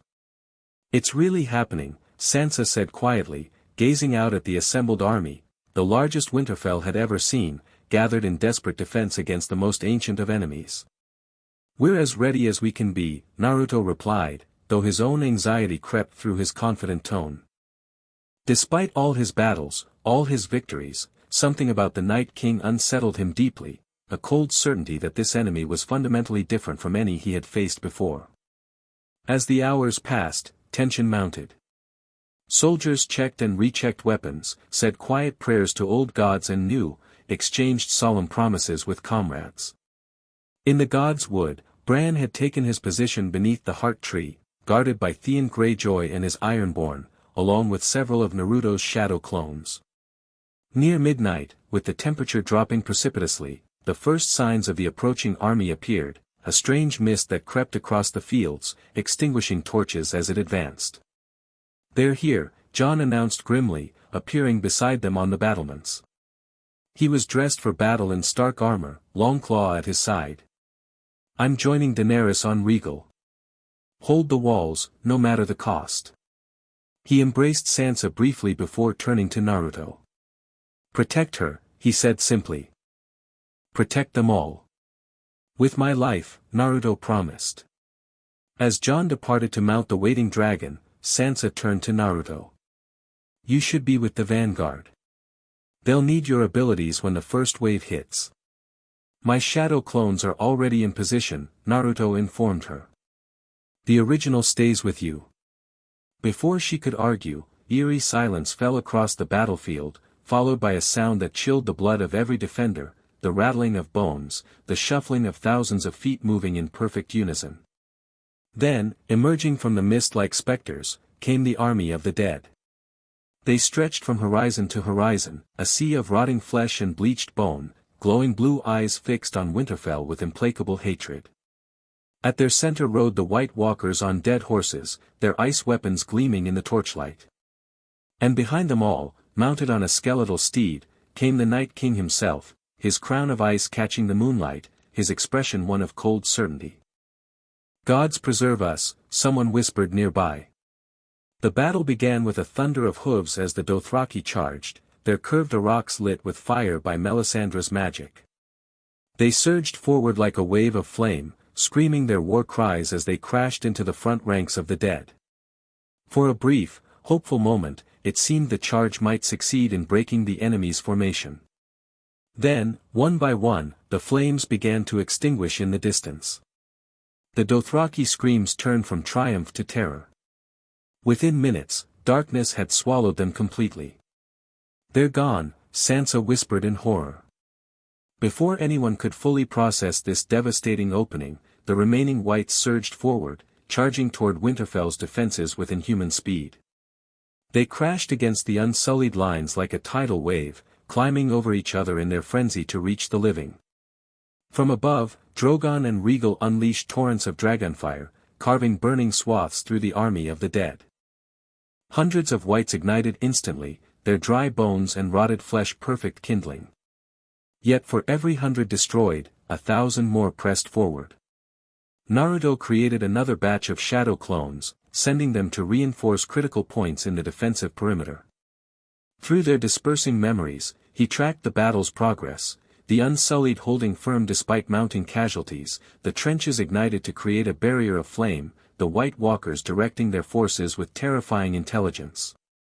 One memory in particular caught his attention. A clone positioned near Arya had witnessed her fighting with enhanced speed and precision, her chakra-infused movements allowing her to dispatch wights with astonishing efficiency. The training had worked better than expected.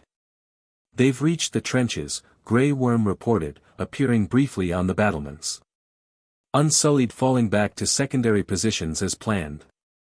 The retreating Unsullied passed through gaps in the flaming trenches, which were quickly closed behind them. For a moment, the fire held the dead at bay. Then, with horrifying coordination, wights began throwing themselves onto the flames, creating bridges of their own bodies for others to cross. "They're sacrificing themselves to cross," Sansa observed, her tactician's mind noting the strategy despite her revulsion. "It gets worse," Naruto replied grimly. "Look." Above the battlefield, the Night King had appeared riding Viserion, the dragon that had died beyond the wall, now reanimated with glowing blue eyes and torn wings that somehow still carried him through the air. The undead dragon unleashed a stream of blue flame that tore through Winterfell's outer wall, creating a breach for the wights to pour through. "Fall back to the inner walls," Naruto shouted to the defenders below. "Seal the breach." The battle devolved into chaos as wights flooded through the gap, engaging the defenders in desperate close combat. Naruto's shadow clones fought alongside the northern forces, their Rasengan techniques devastating against tightly packed undead but limited by the rapidly depleting chakra reserves each clone possessed. From his position on the battlements, Naruto could see the overall battle turning against them. Despite the dragon's effectiveness, despite the bravery of the defenders, the sheer numbers of the dead were overwhelming their defenses one by one. "We need to fall back to the castle itself," he told Sansa urgently. "The outer defenses won't hold much longer." She nodded grimly, already directing messengers to coordinate the retreat. As they made their way toward the inner courtyard, a massive crash shook the stones beneath their feet. A section of wall nearby collapsed inward, and through the gap lurched a giant wight, its blue eyes fixing immediately on them. "Move!" Naruto shouted, pushing Sansa aside as the creature's massive fist smashed down where they had been standing. He engaged the giant directly, launching himself upward with chakra-enhanced strength to deliver a powerful kick to its head. The blow would have killed a living opponent, but merely staggered the wight. It recovered quickly, swinging again with enough force to shatter stone. Naruto dodged, forming a Rasengan in each hand. With precise movements, he drove both spiraling spheres into the giant's knees, tearing through bone and sinew. As the creature toppled, he leapt onto its chest and formed a larger Rasengan, driving it through the giant's skull with enough force to destroy whatever magic animated it. The confrontation had lasted only moments, but in that time, more wights had poured through the breach. Sansa found herself surrounded, her dragonglass dagger clutched tightly as the dead closed in. She fought with surprising skill, dispatching 2 wights with precise strikes, but there were too many. Just as a skeletal hand grasped her cloak, the wights surrounding her exploded into fragments. Arya appeared at her side, her Valyrian steel dagger dripping with whatever passed for the wight's blood, her movements almost too fast to follow. "Nice timing," Sansa gasped, relief evident in her voice. "Learn from the best," Arya replied, nodding toward Naruto as he rejoined them. "That chakra trick is useful." More defenders arrived, securing the breach temporarily. Above, Drogon and Rhaegal continued their fiery assault, though Naruto noted with concern that Rhaegal appeared to be injured, flying erratically after a mid-air collision with the undead Viserion. The gods would, Naruto remembered suddenly. Has anyone heard from Theon and the guards with Bran? Still holding, Arya confirmed. But the Night King has been circling. He knows Bran is there. I need to get to them, Naruto decided. My shadow clones won't be enough if the Night King attacks directly. Go, Sansa urged. We'll secure the inner defenses. Before departing, Naruto hesitated, then pulled Sansa into a brief but fierce embrace. Stay alive, he murmured against her hair. You too, she replied softly. With a final nod to Arya, who understood his unspoken request to protect her sister, Naruto headed toward the God's Wood at full speed, creating fresh shadow clones as he went to replace those lost in battle. The God's Wood remained eerily peaceful despite the chaos engulfing Winterfell. Theon and his Ironborn stood in defensive formation around the Heart Tree, where Bran sat in his wheeled chair, his eyes rolled back in warging. Lord Uzumaki, Theon greeted tensely. We've held so far, but something's coming. The Ravens Bran was warging spotted the Night King approaching on foot. He's separated from his dragon, Naruto realized. That gives us an advantage. Or he's confident enough to approach without it, Theon countered grimly. Before Naruto could respond, a cold wind swept through the God's Wood, extinguishing torches and frosting the pools of water. Through the trees came the White Walkers, 5 of them, moving with unhurried grace, ice weapons gleaming in the moonlight. Behind them walked the Night King himself, his ancient eyes fixed on Bran with singular purpose. Stand ready, Naruto ordered, entering Sage mode to enhance his abilities for the coming confrontation. The natural energy of the gods would flowed into him readily, empowering his chakra beyond its normal limits. Theon and his men formed a tight circle around Bran, dragonglass-tipped spears leveled at the approaching enemy. Naruto's remaining shadow clones moved to flank the White Walkers, while the original prepared his most powerful techniques. Bran, Naruto called softly, if you can hear me, now would be a good time to return from wherever you are. Bran's eyes cleared, focusing on the approaching Night King.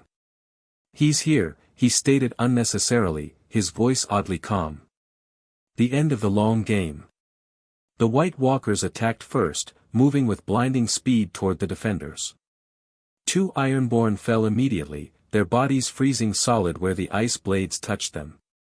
Theon engaged another walker directly, his dragonglass spear keeping the creature momentarily at bay.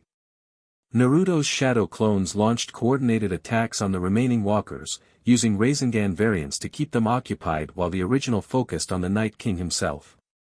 The ancient being observed these efforts with cold detachment, seemingly unconcerned by the destruction of his lieutenants.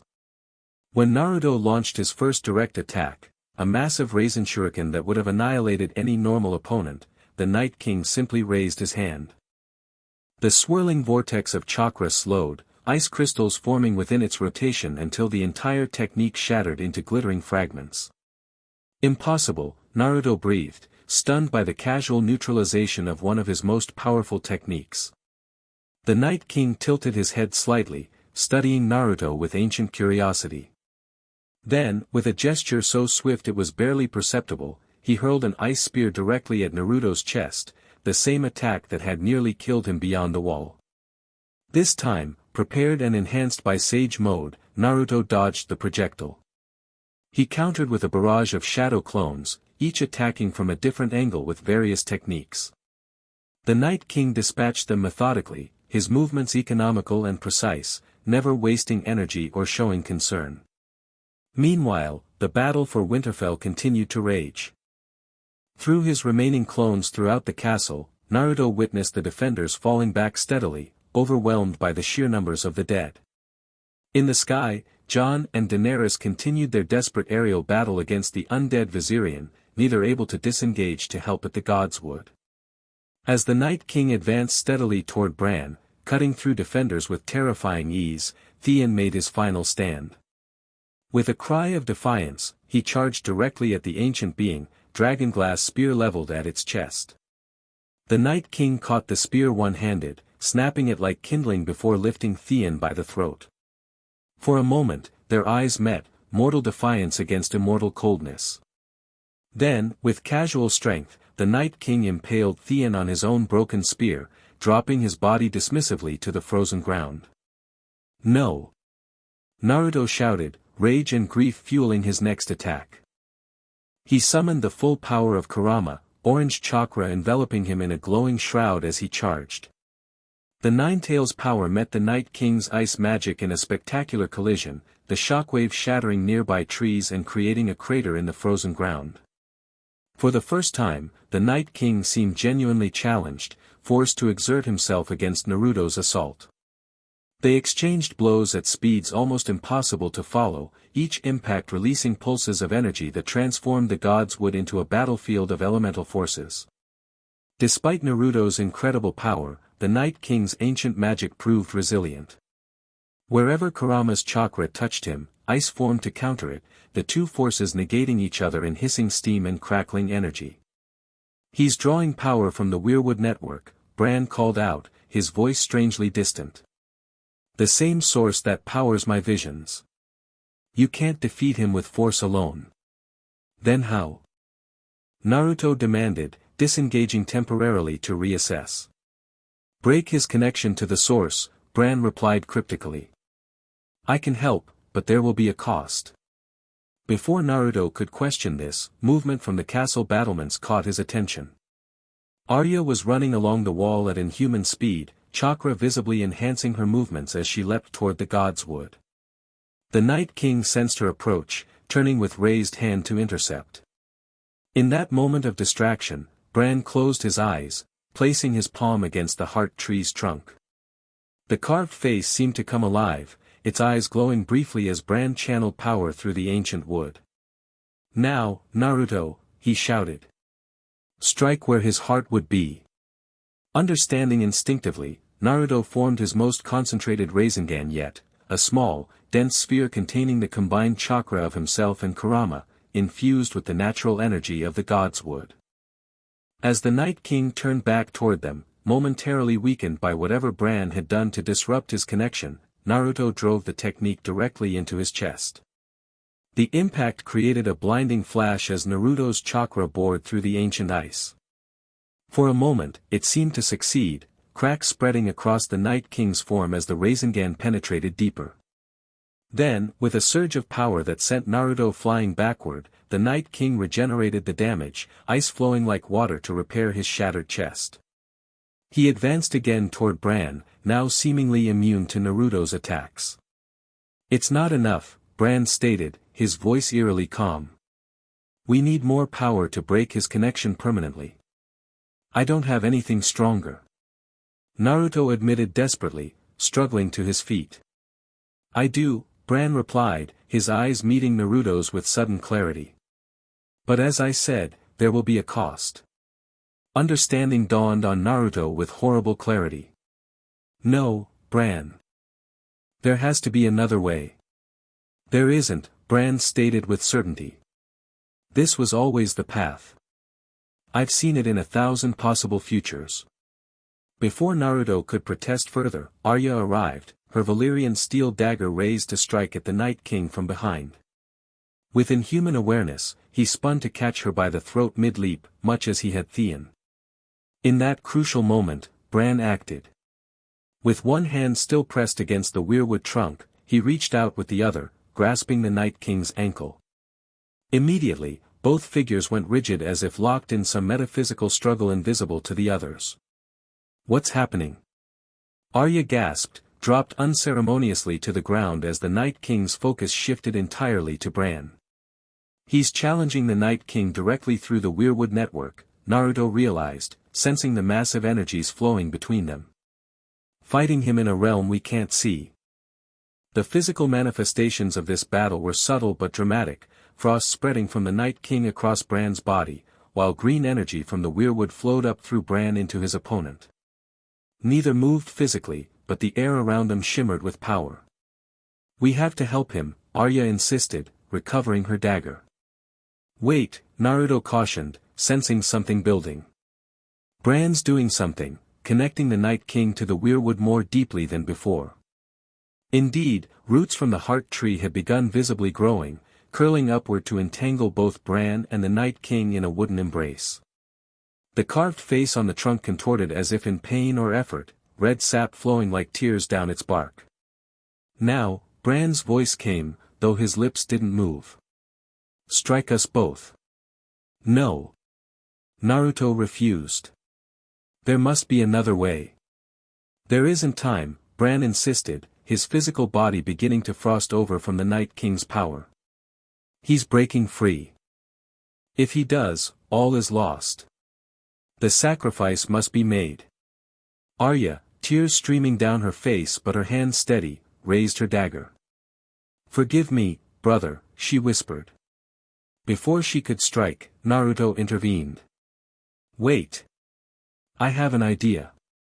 Turning to Bran, he asked urgently, can you hold him connected to the tree just a little longer? Keep him immobilized. Yes, Bran replied, strain evident in his voice. But hurry. Naruto closed his eyes, drawing on his deepest reserves of chakra and entering his most powerful state, six-path sage mode. Golden energy surrounded him as he placed one hand on Bran's shoulder and extended the other toward the Night King.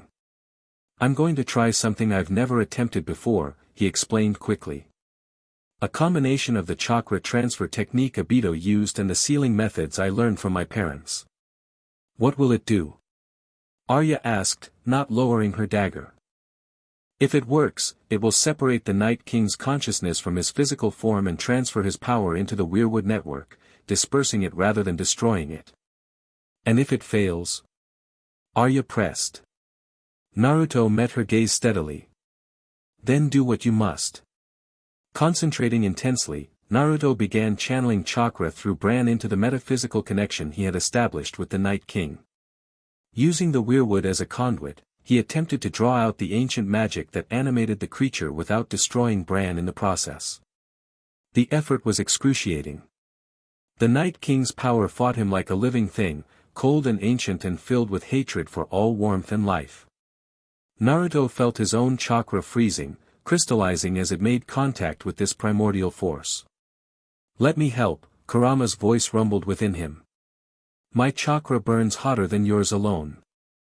With the Ninetales' energy added to his own, Naruto pushed harder, creating a channel through which the Night King's essence began to flow, not into himself, which would have been fatal, but into the Weirwood network itself, where Bran guided it into harmless dispersal throughout the routes that connected all Weirwoods across West Aeros.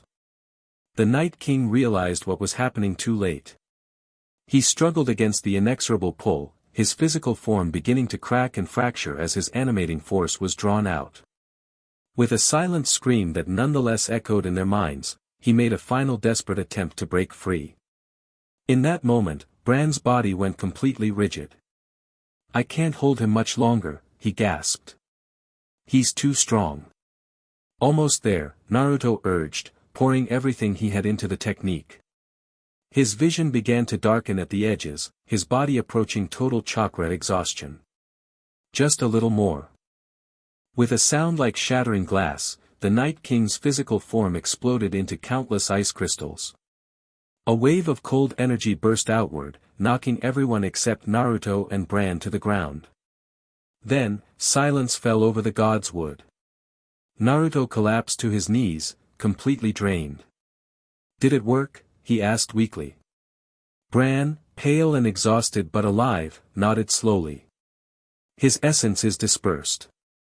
Not destroyed completely, such power cannot be unmade, but scattered so widely through the Weirwood network that it can never reform. Throughout Winterfell, the army of the dead collapsed simultaneously, puppets with their strings cut. The White Walkers shattered like their master, leaving only ordinary corpses where once an unstoppable force had marched. In the sky, the undead Viserion plummeted mid-attack, whatever magic animating him suddenly extinguished. Jon and Daenerys, who had been locked in desperate aerial combat, watched in astonishment as their enemy simply ceased to exist. Back in the God's Wood, Arya rushed to Bran's side. Are you all right? She demanded, checking him for injuries. Not entirely, Bran replied, his voice weaker than before. I had to sacrifice something to hold him connected to the network long enough for Naruto's technique to work. What did you sacrifice? Arya asked fearfully. Much of my green sight, Bran admitted. I can still see fragments, echoes, but the full power of the three-eyed raven is gone, dispersed along with the Night King's essence. Two sides of the same coin, balanced in the end.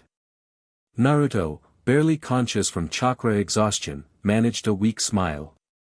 Still better than the alternative. Arya helped him to sit against the heart tree beside Bran. Rest, she advised. I'll find Sansa, let everyone know what happened. As she departed, Bran turned to Naruto. Thank you, he said simply. You found a third path where I had seen only two, my death or our failure. Always look for the third option, Naruto replied, his voice faint but determined. That's another part of my ninja way. Together they sat beneath the ancient tree, surrounded by the aftermath of battle, the fallen defenders, the scattered remains of whites, the first light of dawn beginning to filter through the canopy above. Against all odds, they had survived the long night. The dead were defeated. But as consciousness slipped away from Naruto, carried on waves of total exhaustion, one thought remained: the war for the living had only just begun. Naruto awoke to sunlight streaming through unfamiliar windows. For a moment, disorientation gripped him. The last thing he remembered was sitting beneath the heart tree, chakra completely depleted after the confrontation with the Night King. He was in Winterfell's master chamber, he realized, tucked beneath furs on a massive bed. His body felt leaden, every muscle protesting as he attempted to sit up. Careful, came Sansa's voice from nearby. You've been unconscious for 3 days. She rose from a chair by the hearth, moving to his bedside with evident relief. Though impeccably dressed as always, signs of exhaustion showed in the shadows beneath her eyes and the slight loosening of her normally perfect composure. 3 days. Naruto repeated, his voice rough from disuse. What happened? After the Night King fell, Sansa completed, sitting carefully on the edge of the bed. The entire army of the dead collapsed instantly. We've been clearing the battlefield and tending the wounded ever since. Her expression softened. When they brought you in from the God's Wood, I thought. She didn't finish the sentence, but her hand found his atop the furs, squeezing gently. I'm harder to kill than that, Naruto assured her, returning the pressure weakly. Just complete chakra exhaustion. It's happened before. So Arya explained, Sansa nodded. She also told us what you did, finding a way to defeat the Night King without sacrificing Bran. How is he? Naruto asked, concerned for the young Stark. Changed again, Sansa replied, her expression complicated. Less remote than before. He says he's still the three-eyed raven, but a more human version. He can access memories, but they don't overwhelm him as they once did. And the others? Jon, Daenerys, Arya. All alive, though Jon took an injury when his dragon crashed after the undead one fell. She hesitated. We lost many, Naruto. Theon died protecting Bran. Ser Jorah fell defending Daenerys when she was unhorsed. Lyanna Mormont killed a giant white before it crushed her. Beric Dondarrion, Lord Commander Ed, so many others. Her voice trailed off, the weight of these losses evident in her expression. The victory had come at terrible cost. But we survived, Naruto reminded her gently. The Night King is defeated. The dawn came. Yes, Sansa acknowledged, a small smile touching her lips. Thanks in no small part to you. Before Naruto could respond, a knock sounded at the chamber door. At Sansa's call to enter, Jon appeared, his arm in a sling but otherwise intact. You're awake, he observed with obvious relief, approaching the bed. Good. We were starting to worry. Takes more than total chakra exhaustion to keep me down, Naruto replied, attempting to inject lightness into his voice despite his weakened state. Jon's expression grew serious. What you did in the God's Wood. Bran told us. Without you, he would have had to sacrifice himself to stop the Night King. I just found another way, Naruto demurred. Anyone would have done the same. No, Jon contradicted firmly. Not anyone could have done what you did. Not anyone would have risked themselves as you did. He paused, seemingly searching for adequate words. The North will never forget, Naruto. I will never forget. The sincere gratitude in Jon's voice touched Naruto deeply. How are our forces? He asked, deflecting from his own discomfort with praise. Jon's expression sobered further. Decimated. We lost half the Unsullied, more than half the Northmen. The Dothraki were nearly wiped out in that first charge. And Cersei still waits in the south with fresh armies, Sansa added grimly. Daenerys wants to march on King's Landing immediately, Jon continued. Strike before Cersei can consolidate further. That would be a mistake, Sansa argued, clearly continuing a discussion they'd had previously. Our forces need time to recover, to mourn their dead. We can't ask them to march south without rest. Jon sighed, running his good hand through his hair in frustration. I agree, but Daenerys is determined. She fears losing momentum. She fears Cersei strengthening her position while we wait, Naruto corrected, understanding the Dragon Queen's perspective. Both concerns are valid. What would you suggest? Jon asked. Naruto considered the question carefully. A compromise. Allow the bulk of our forces to rest and recover here at Winterfell while sending a smaller delegation to King's Landing, not to attack, but to negotiate from a position of strength. Remind Cersei that we now have 2 dragons and the full support of the North and Vale. Cersei doesn't negotiate in good faith, Sansa pointed out. No, Naruto agreed, but her people might. The small folk of King's Landing, the lesser lords who support her out of fear rather than loyalty, they might waver if presented with a united front of Stark and Targaryen. Jon nodded slowly, considering the suggestion. It could work. A diplomatic approach backed by the threat of force rather than immediate warfare. Exactly, Naruto confirmed. Give our forces time to recover while maintaining pressure on Cersei politically. I'll speak with Daenerys, Jon decided, rising. She may be more receptive to this approach, especially if you're part of the delegation, Naruto. She respects your counsel. After Jon departed, Sansa remained seated on the edge of the bed, her expression thoughtful. You navigate these political waters better than someone from another world should, she observed. Naruto smiled wryly. Politics are politics, no matter the world. Back home, balancing the interests of different villages, different daimyo, it wasn't so different. Still, Sansa persisted, you understand people, their motivations, their fears. It's a rare gift. I had good teachers, Naruto replied. Including you. The compliment brought a faint blush to Sansa's cheeks. They sat in comfortable silence for a moment before she spoke again, her voice softer. When they brought you in from the God's Wood, so still and cold. I thought I'd lost you. Her fingers tightened around his. After everything we've survived, all the battles and betrayals, I couldn't bear to lose you too. The vulnerability in her voice, so rare from the composed Lady of Winterfell, moved Naruto deeply.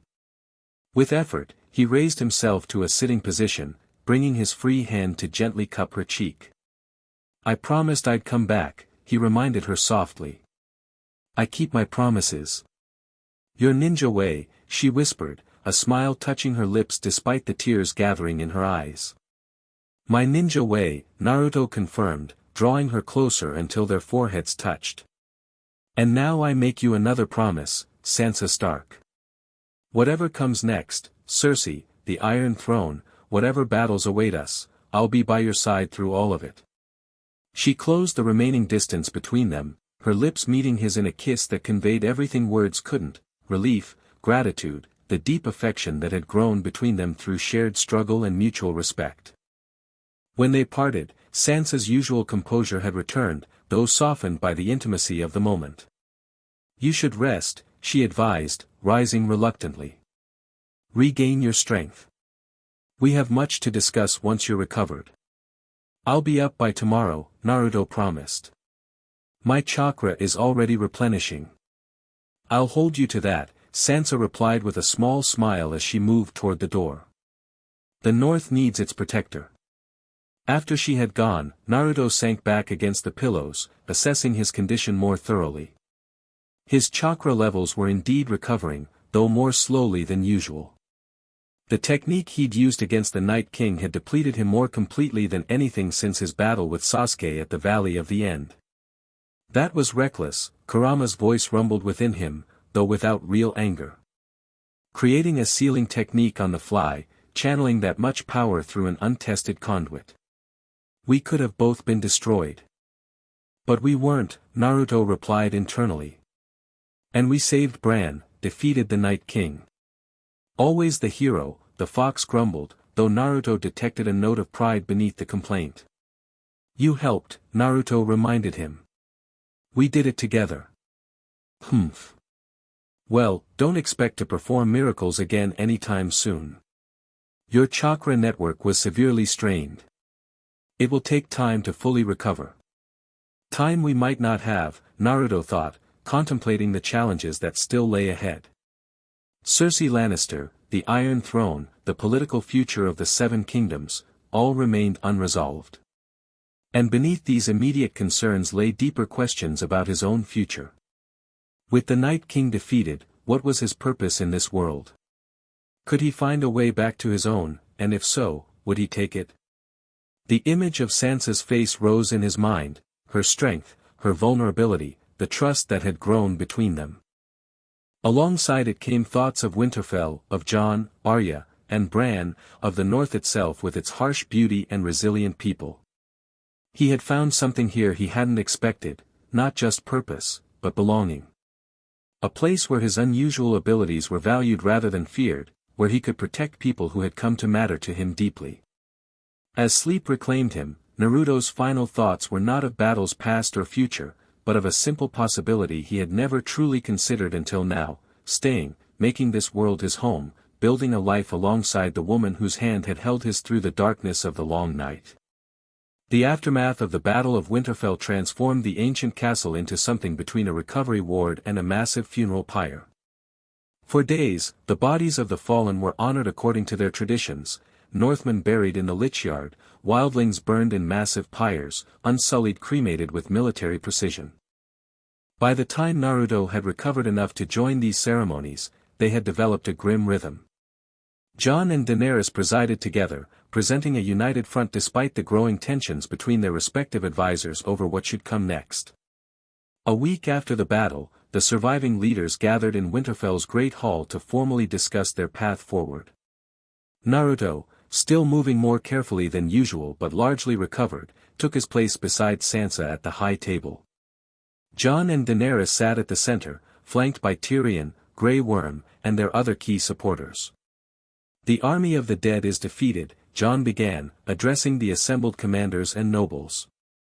Thanks to the sacrifice of many, the dawn has come. But our work is not finished. Cersei Lannister sits on the Iron Throne, Daenerys continued, her voice carrying clearly through the hall. She betrayed her promise to support our fight against the dead. Now she awaits us with the Golden Company and whatever forces remain loyal to her.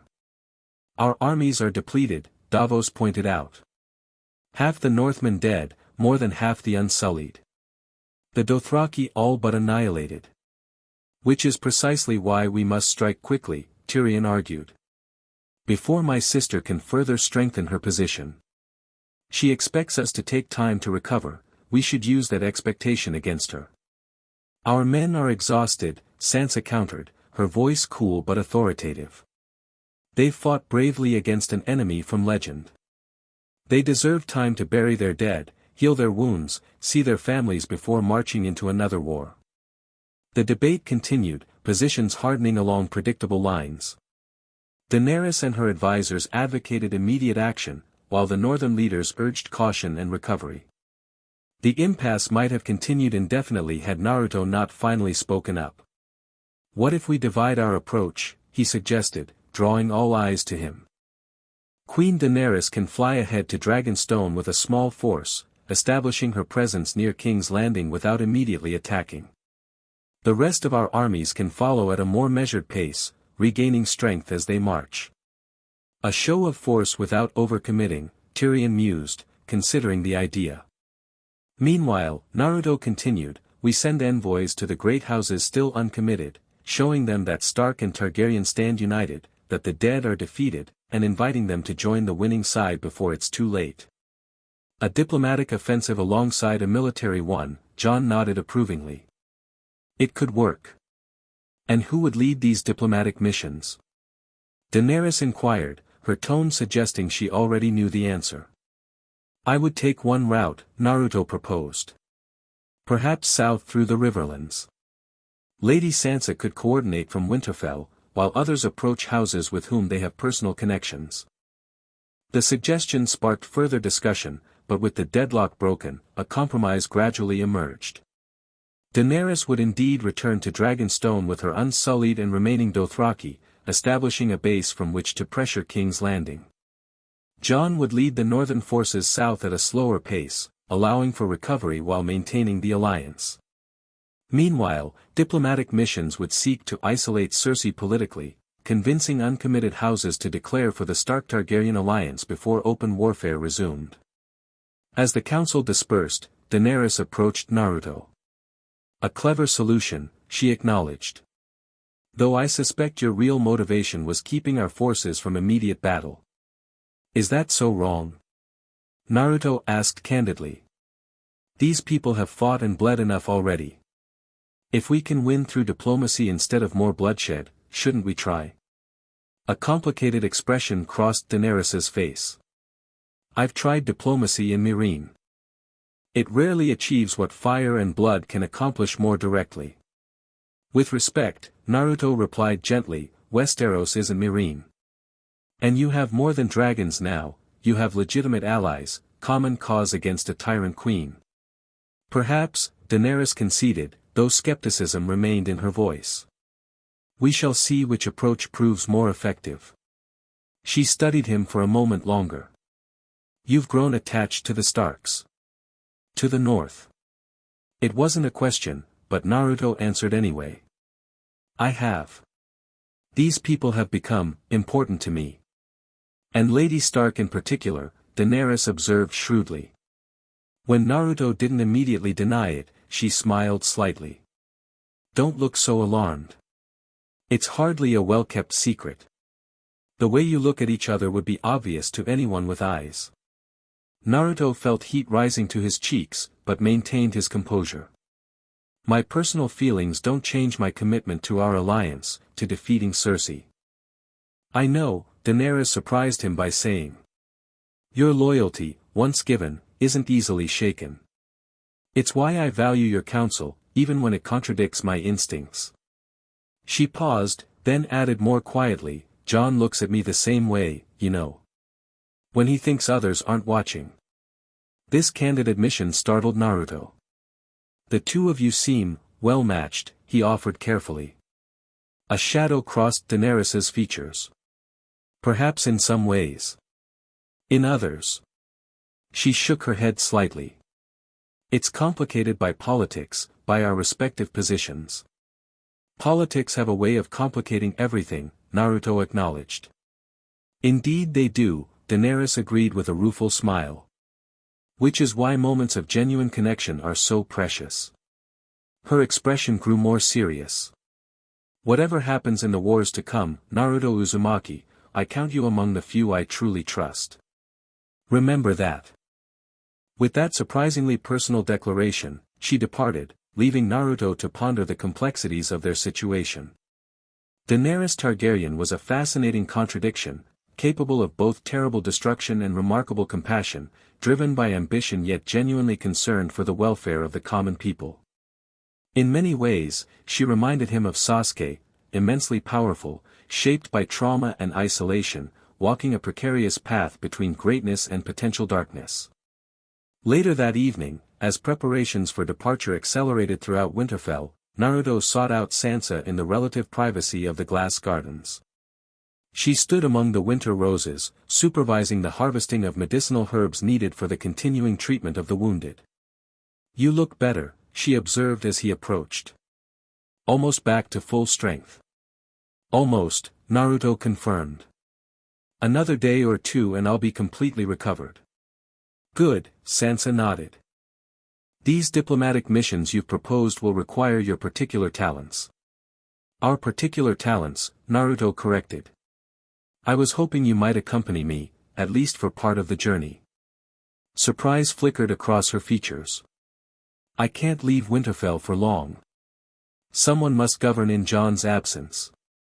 Bran could oversee things temporarily, Naruto suggested.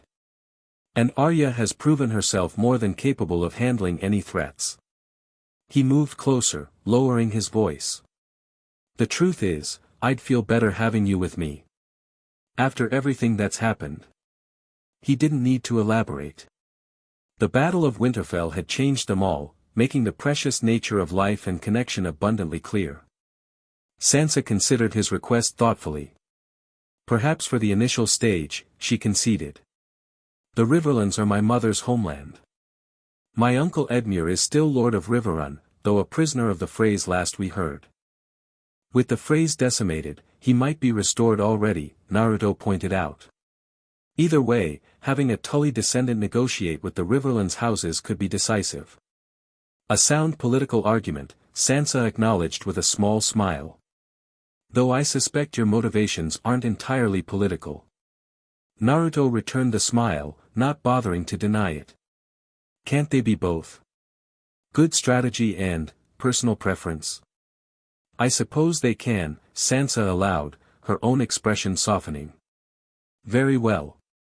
I'll accompany you to Riverrun at least. Beyond that, we'll see. Their planning continued as they walked through the glass gardens, discussing which houses to approach first, what arguments might sway them, how to present the Stark-Targaryen alliance in the most appealing light. Throughout, an undercurrent of personal connection flowed beneath the practical discussion, hands occasionally brushing, glances lingering, the subtle dance of two people drawn together but still navigating the appropriate boundaries of their positions. As they reached the far end of the gardens, Sansa paused beside a particularly vibrant blue winter rose. These were my Aunt Lyanna's favorites, she remarked, gently touching its petals. The ones Rhaegar Targaryen gave her that started Robert's rebellion. Beauty often hides thorns, Naruto observed, noting the sharp protrusions along the stem. Yes, Sansa agreed. Though sometimes the thorns protect something worth reaching for. The metaphor hung between them, loaded with meaning. After a moment, Naruto carefully plucked the rose, avoiding its thorns with practiced dexterity, and offered it to her. Some things are worth a few scratches, he said simply. Sansa accepted the bloom, her fingers brushing his in the exchange. Just be careful not to bleed too much, she advised, though the warmth in her eyes belied the caution in her words. I've learned that lesson, Naruto assured her. Sometimes the hard way. Their conversation was interrupted by the arrival of a servant, informing them that Jon required their presence for final preparations before his departure the following morning. The moment of privacy broken, they resumed their public roles, Lady of Winterfell and Lord Protector, allies in a continuing struggle for the future of the Seven Kingdoms. But something had shifted between them, a mutual acknowledgement of feelings too significant to ignore.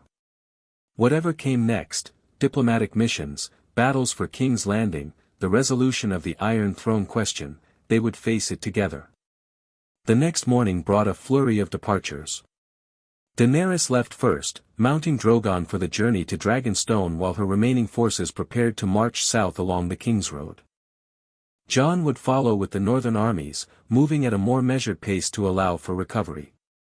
Naruto and Sansa's diplomatic mission to the Riverlands would depart the following day, giving Sansa time to arrange Winterfell's governance in her absence and Naruto a final opportunity to ensure his chakra reserves were fully replenished. As Daenerys prepared to take flight, she sought Naruto out for a private word. Guard the north well, Lord Uzumaki, she said formally, though with genuine warmth beneath the title. And remember what we discussed. I will, Naruto promised. Safe journey to Dragonstone, Your Grace. Something like amusement flickered in her violet eyes at his use of the formal address. We've moved beyond such formalities, I think. After facing death together beyond the wall and at Winterfell. Daenerys, then, Naruto amended with a smile. She nodded in approval before turning more serious. When next we meet, it may be before the walls of King's Landing. I hope your diplomatic efforts bear fruit, but be prepared for the possibility that only fire and blood will remove Cersei from the Iron Throne. I understand, Naruto acknowledged. But I'll still try for the peaceful path first. I would expect nothing less, Daenerys replied, a hint of fondness in her voice. She hesitated, then added, look after Jon as well. He matters to me. The simple admission, clearly difficult for the usually guarded queen, touched Naruto. I will, he promised. He's fortunate to have earned your regard. As is Lady Stark to have earned yours, Daenerys returned meaningfully. Sometimes the heart chooses wiser than the head. With those parting words, she mounted Drogon.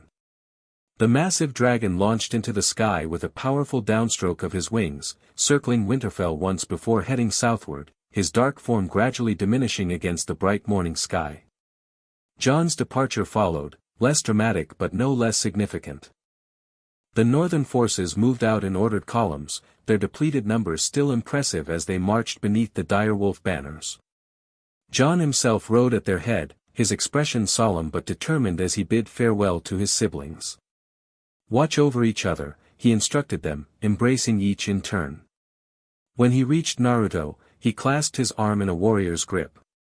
And you, Lord Protector. Guard my family while I'm gone. With my life, Naruto promised, the oath both formal and deeply personal. As the northern army disappeared down the King's Road, Winterfell seemed suddenly emptier, quieter. The castle that had bustled with preparation for the Battle of the Dawn now felt almost abandoned, with only a skeleton garrison and the wounded who couldn't travel remaining behind. Naruto spent the day completing his own preparations, creating shadow clones to assist with the ongoing repairs to Winterfell's damaged sections while he finalized their diplomatic strategy with Sansa. By evening, everything was in place for their departure the following morning. That night, unable to sleep despite his physical recovery, Naruto found himself drawn once more to the God's Wood. The heart tree stood as it had for centuries, its carved face watching over the sacred grove. Yet something had changed since the battle, the air felt lighter somehow, as if a long-held breath had finally been released. The old gods are at peace, came Bran's voice as he wheeled himself into the clearing. For the first time in thousands of years. You can still sense them? Naruto asked, surprised given Bran's diminished abilities. Not as clearly as before, Bran admitted, but enough. The Night King's essence is truly dispersed, his threat ended. He studied Naruto thoughtfully. You're leaving tomorrow. Yes, for the Riverlands. Diplomatic missions to gather support against Cersei. That's the immediate purpose, Bran agreed. But not the only one. Naruto regarded the young Stark curiously. What do you mean? You're searching, Bran stated simply. For your place in this world, now that the threat you were brought here to face has ended. The observation struck uncomfortably close to Naruto's unspoken thoughts. You think I was brought here specifically to help defeat the Night King? I believe nothing happens without purpose, Bran replied.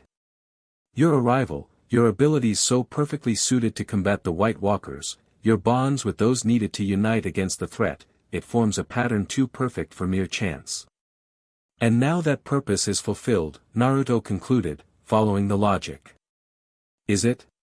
Bran questioned mildly. The prophecy spoke of 3 heads of the dragon uniting. That has occurred. But it said nothing of them separating afterward. Naruto considered this. You think I'm still needed here? I think, Bran replied carefully, that purposes can evolve. What begins as one mission may transform into another. He wheeled his chair closer, his expression more animated than Naruto had seen since his transformation into the three-eyed raven. Before I lost most of my green sight, I glimpsed fragments of possible futures. In some, you returned to your world. In others, you remained here. And which outcome seemed better? Naruto asked, not entirely certain he wanted the answer. Both had merits, Bran said diplomatically. Both had sorrows. But in the futures where you stayed.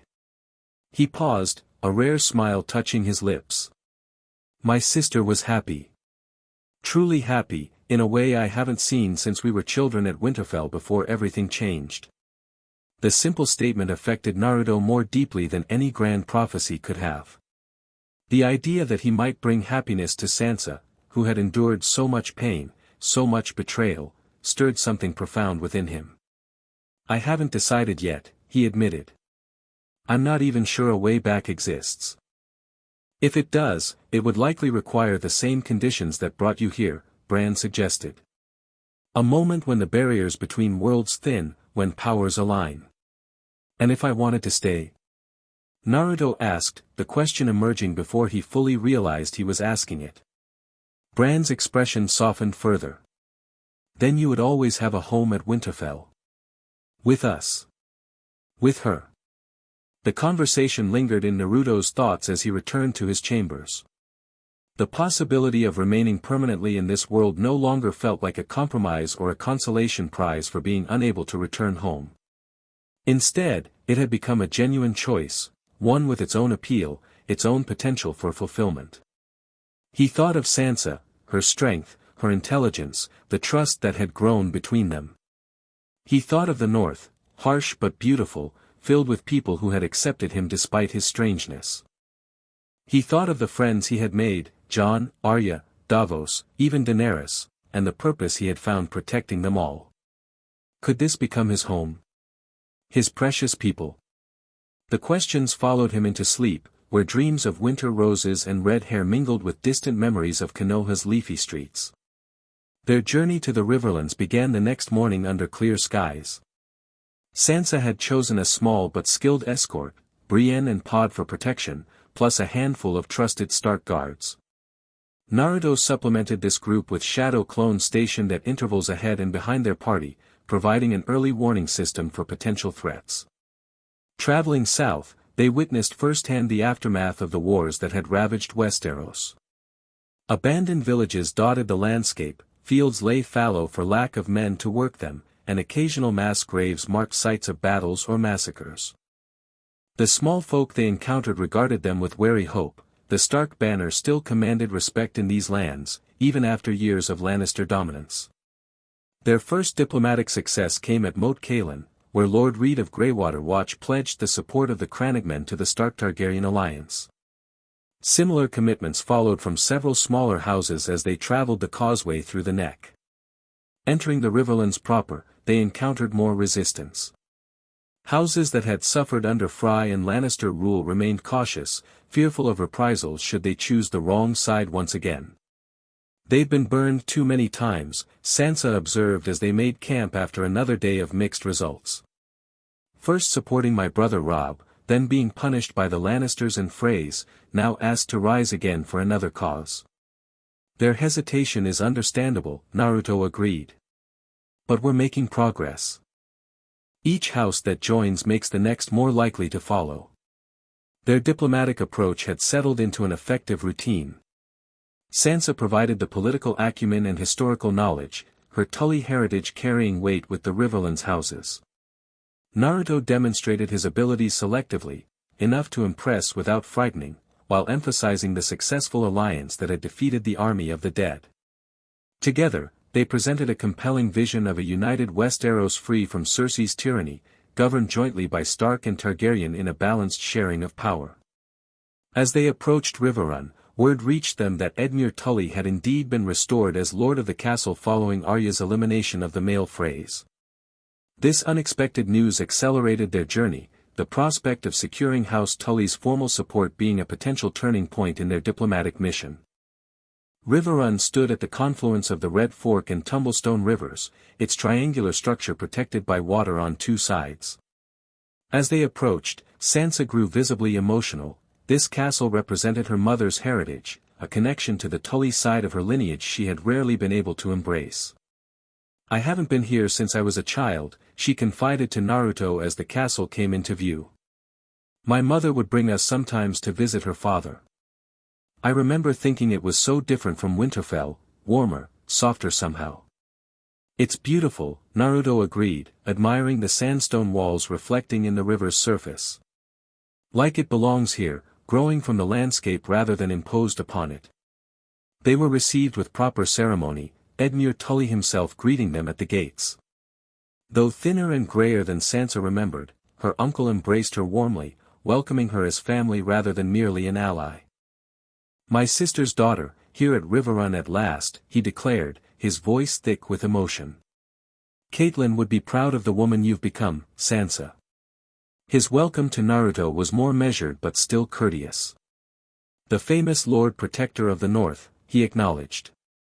"Tales of your abilities have reached even our isolated halls." "Most of them exaggerated, I'm sure," Naruto replied with diplomatic modesty. "Perhaps we'll have opportunity to separate fact from fiction during your stay," Edmure suggested, leading them into the castle proper. That evening, following a welcoming feast, they presented their diplomatic proposal to Lord Tully and his advisors. The alliance with Daenerys, the defeat of the Night King, the campaign against Cersei, all laid out in careful detail, with emphasis on restoring the Riverlands' prosperity after years of warfare. "House Tully has suffered greatly for its loyalty to House Stark," Edmure observed when they had finished. "I myself spent years in Frey dungeons after the Red Wedding. Why should we risk Lannister vengeance again?" "Because this time, we'll win," Naruto stated with quiet confidence. "Bold words," Edmure replied, though not dismissively. "What makes you so certain?" "We have dragons," Sansa pointed out practically.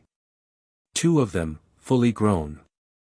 We have the North, the Vale, potentially Dorne and the Reach. And we have allies Cersei could never imagine." To emphasize this point, Naruto created several shadow clones around the chamber, drawing gasps from the assembled Tully bannermen. "I've heard the stories," Edmure admitted, "but seeing it, remarkable." "This is but one of many abilities Lord Uzumaki commands," Sansa continued, building on the impression. "Abilities that helped defeat the army of the dead, that turned the tide at the Battle of Winterfell.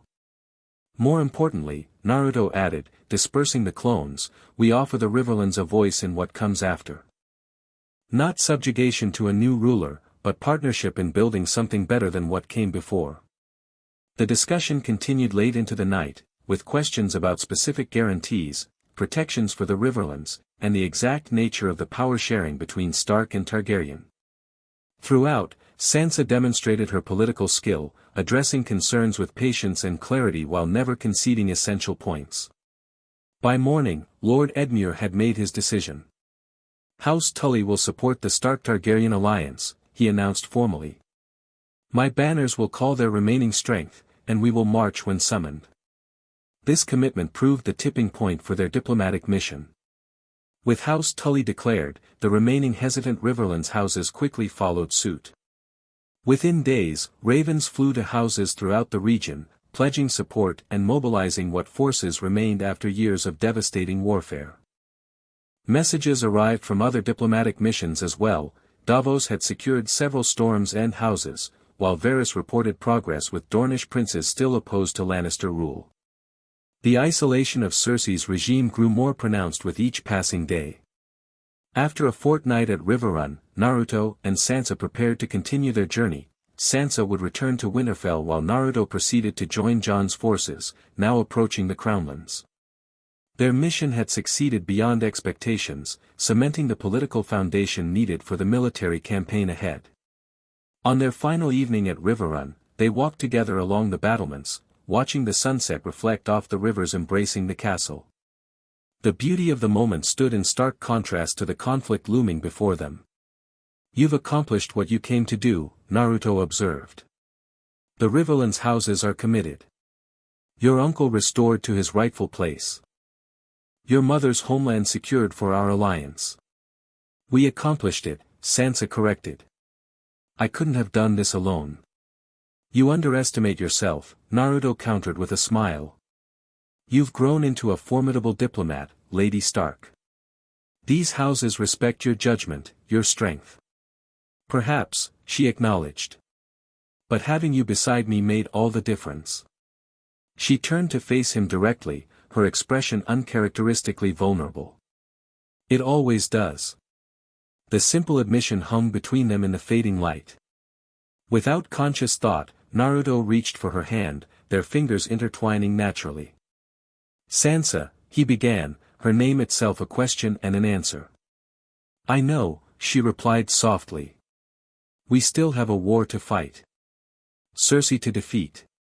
The future of the Seven Kingdoms to determine. Yes, Naruto agreed. But after. He hesitated, then continued with quiet certainty. After, I want to stay.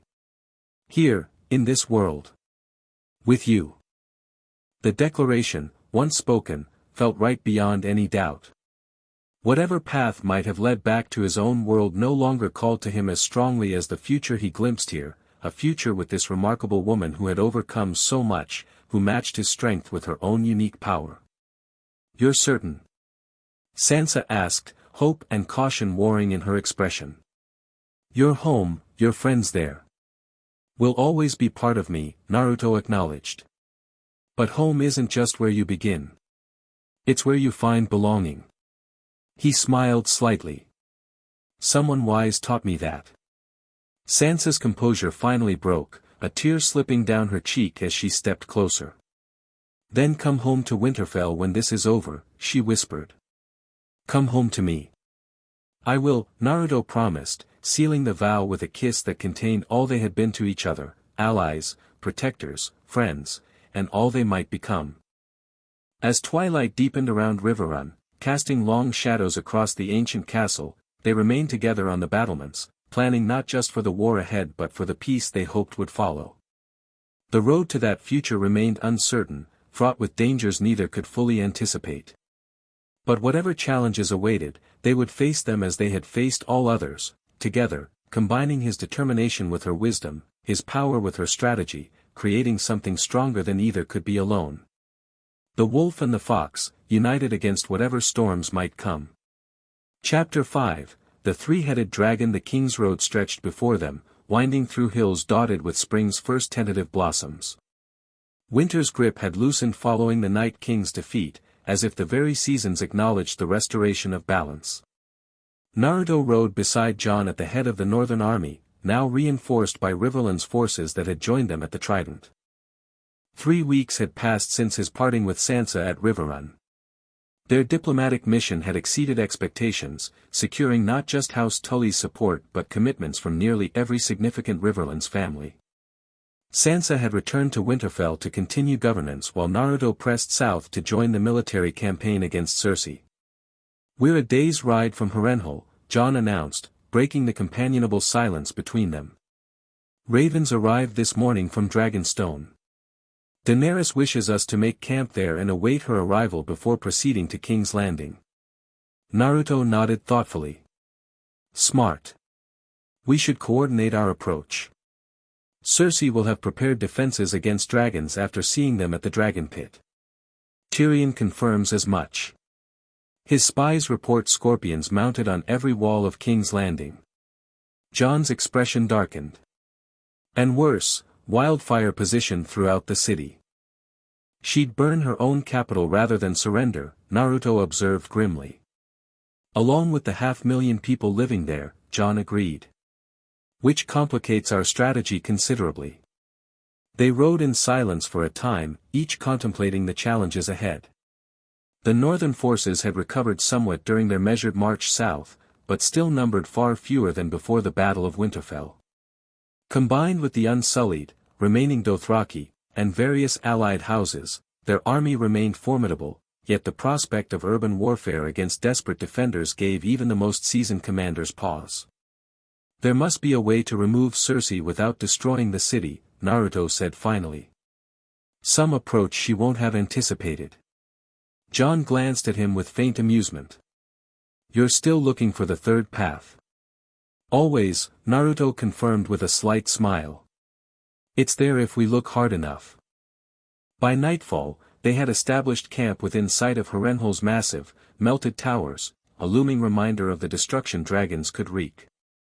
Naruto created shadow clones to assist with scouting and perimeter security while the War Council gathered in Jon's command tent.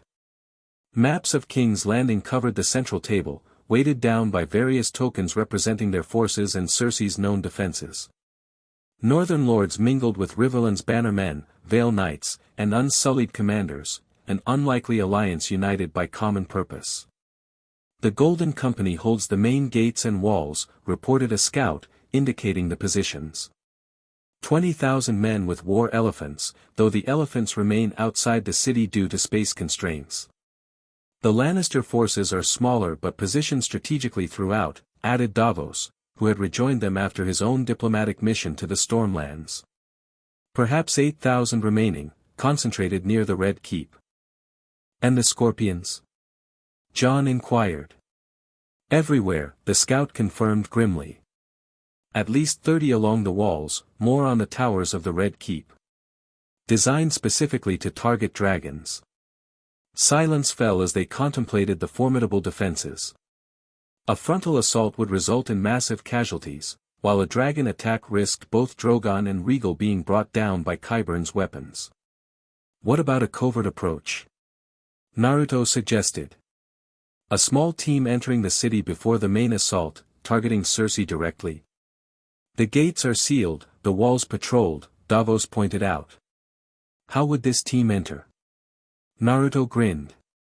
I have a few ideas about that. Before he could elaborate, a commotion outside interrupted their planning. Moments later, Daenerys entered the tent, still dressed in riding leathers from her journey. Though she had clearly ridden hard to reach them, her composure remained impeccable, her silver blonde hair pulled back in her customary braids. Your Grace, Jon greeted, his formal tone belied by the warmth in his eyes. Lord Snow, she returned with equal formality, though Naruto noticed the subtle softening of her expression. I apologize for the unexpected arrival, but matters have accelerated. How so? Jon asked as the council made space for her at the table. Cersei has begun executing prisoners in public view on the city walls, Daenerys reported grimly. Lords loyal to House Tyrell, Dornish nobles, even small folk suspected of supporting my claim. Each day brings new deaths. She's provoking you, Naruto observed. Trying to force an emotional response rather than a strategic one. I'm well aware, Daenerys replied, her voice tight with controlled anger.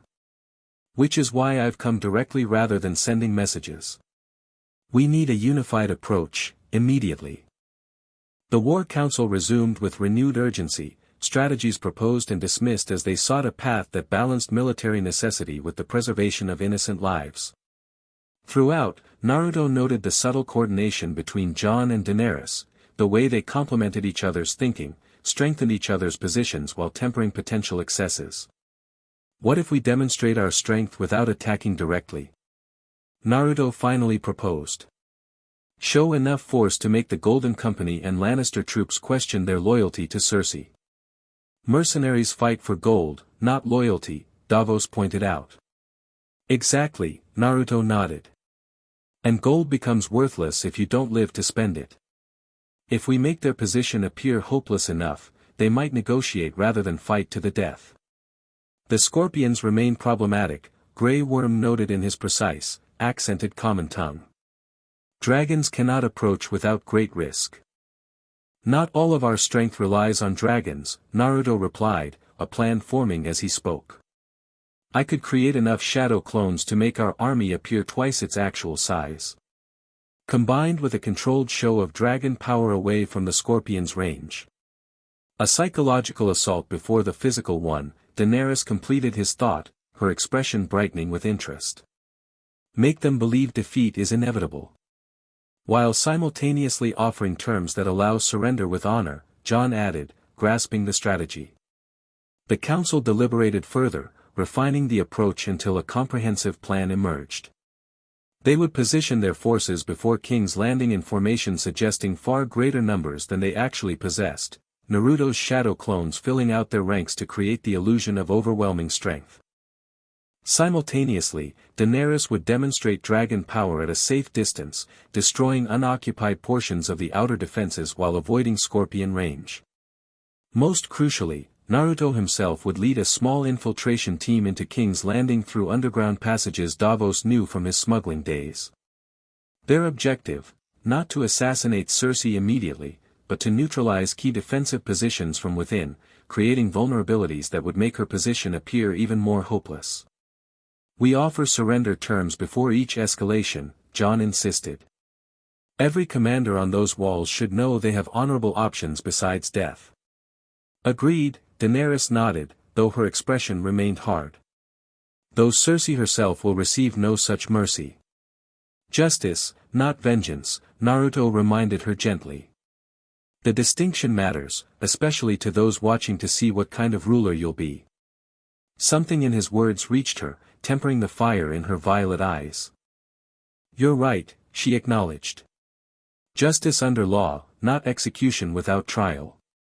As the council dispersed to prepare for the morning's advance, Daenerys asked Naruto and Jon to remain. Once they were alone, her regal facade softened slightly. "I received your reports from the Riverlands," she told Naruto.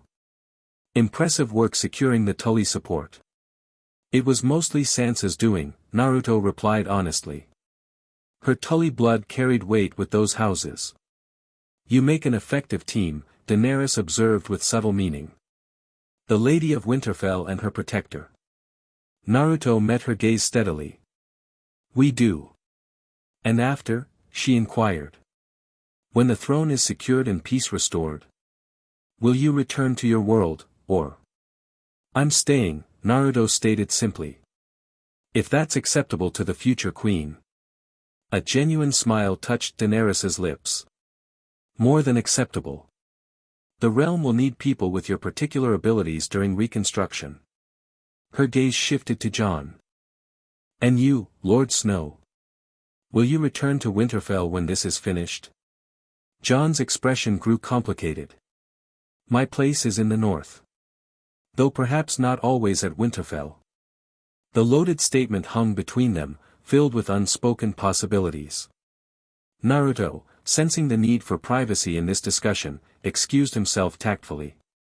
"I should check the perimeter before retiring," he said. "We'll need full strength tomorrow." Outside, the night air carried the scent of approaching rain. Naruto breathed deeply, centering himself as he contemplated the challenges ahead. King's Landing represented a different kind of battlefield than anything he had faced in this world, a densely populated city rather than an open field, with civilian lives hanging in the balance of every strategic decision. He created several shadow clones to patrol the camp's perimeter, then sought a quiet spot atop a crumbling section of Harrenhal's outer wall. From this vantage, he could see their entire encampment spread below, fires dotting the darkness like earthbound stars. "You're troubled," Kurama observed within him. "Thinking about tomorrow," Naruto replied internally. "So many lives at stake." "You've faced worse odds," the fox reminded him. "It's not the odds that concern me," Naruto admitted. "It's the aftermath. Whatever happens at King's Landing will shape the future of this entire continent. As the fourth great ninja war shaped our world," Kurama noted. "You helped guide that outcome. You can help guide this one too." The observation provided unexpected comfort. Through all his extraordinary experiences in this world, it was sometimes easy to forget the lessons he had learned in his own, about leadership, sacrifice, and the delicate balance between power and restraint. "We'll find a way," Naruto decided. "To end this with as little bloodshed as possible." "Always the optimist," Kurama replied, though without mockery. "It's what makes you who you are." Naruto smiled slightly at this rare moment of philosophical agreement with the Ninetales. Their relationship had evolved considerably since their first antagonistic encounters, but Kurama still typically maintained a certain gruff cynicism. As he contemplated their conversation, a familiar chakra signature approached, Jon, moving quietly through the darkness below. "Mind if I join you?" he called up, spotting Naruto on the wall. "Not at all," Naruto replied, making space on the ancient stonework. Jon climbed up with the agility of someone raised scaling the walls of Winterfell. For a time, they sat in companionable silence, watching the camp and the distant lights of smaller settlements across the landscape. "I never thanked you properly," Jon finally said. "For saving Bran. For finding another way when everyone else saw only sacrifice." "He's your brother," Naruto replied simply. "Family is worth protecting." "Yes," Jon agreed, his expression thoughtful. "Though family can be complicated." Something in his tone caught Naruto's attention. "More than usual?"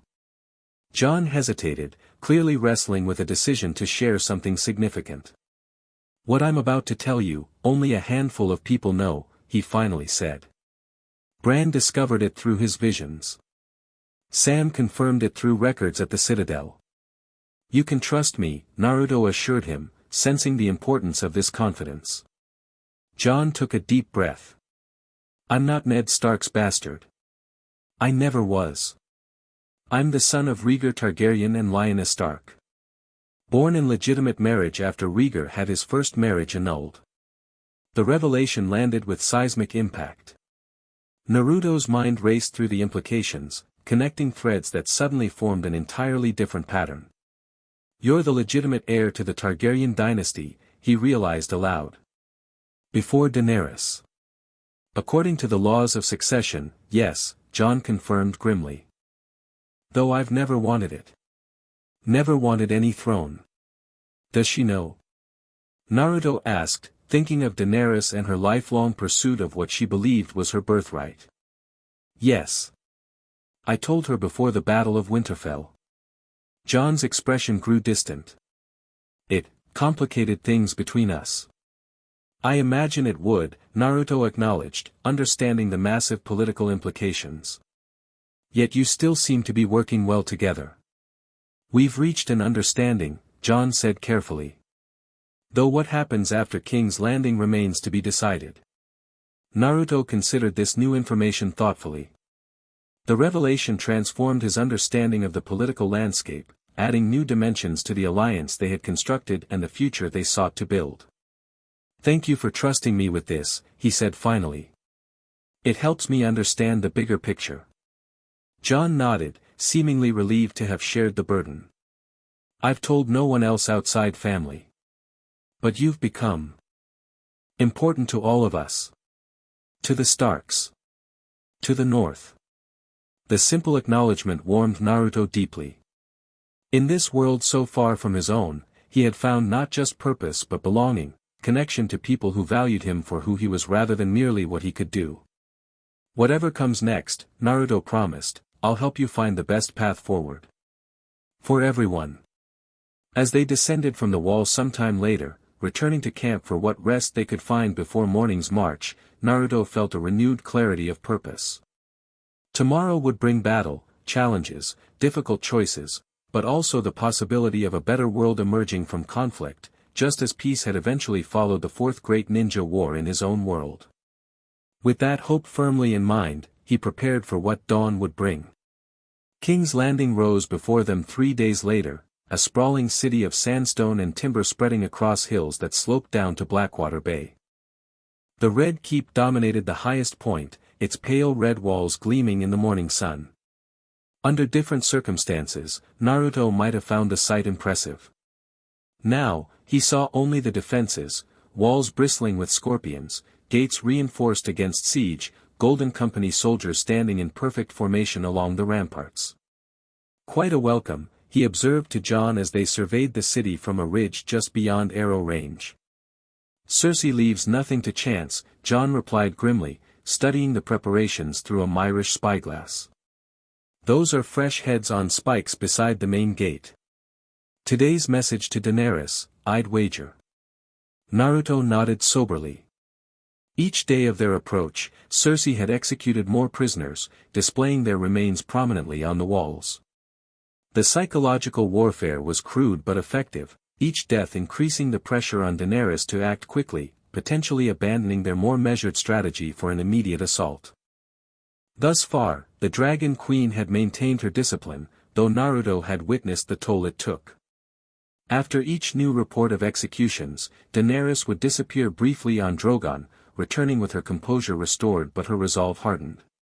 Only Jon seemed able to reach her during these moments of barely contained fury.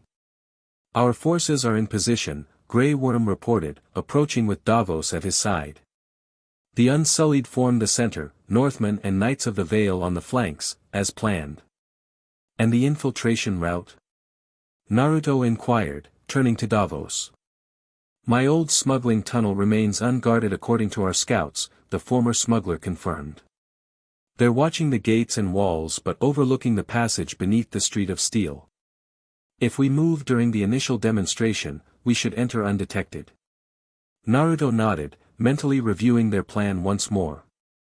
It was deceptively simple in concept, maddeningly complex in execution: create the illusion of overwhelming force while a small team penetrated the city's defenses from within, all carefully choreographed to minimize civilian casualties while maximizing psychological impact on Cersei's defenders. "It's time," Jon decided, watching as Daenerys and her dragons circled into position high above, nearly invisible against the bright sky. "Signal the advance." War horns sounded across their lines as the Allied army began its measured approach toward King's Landing.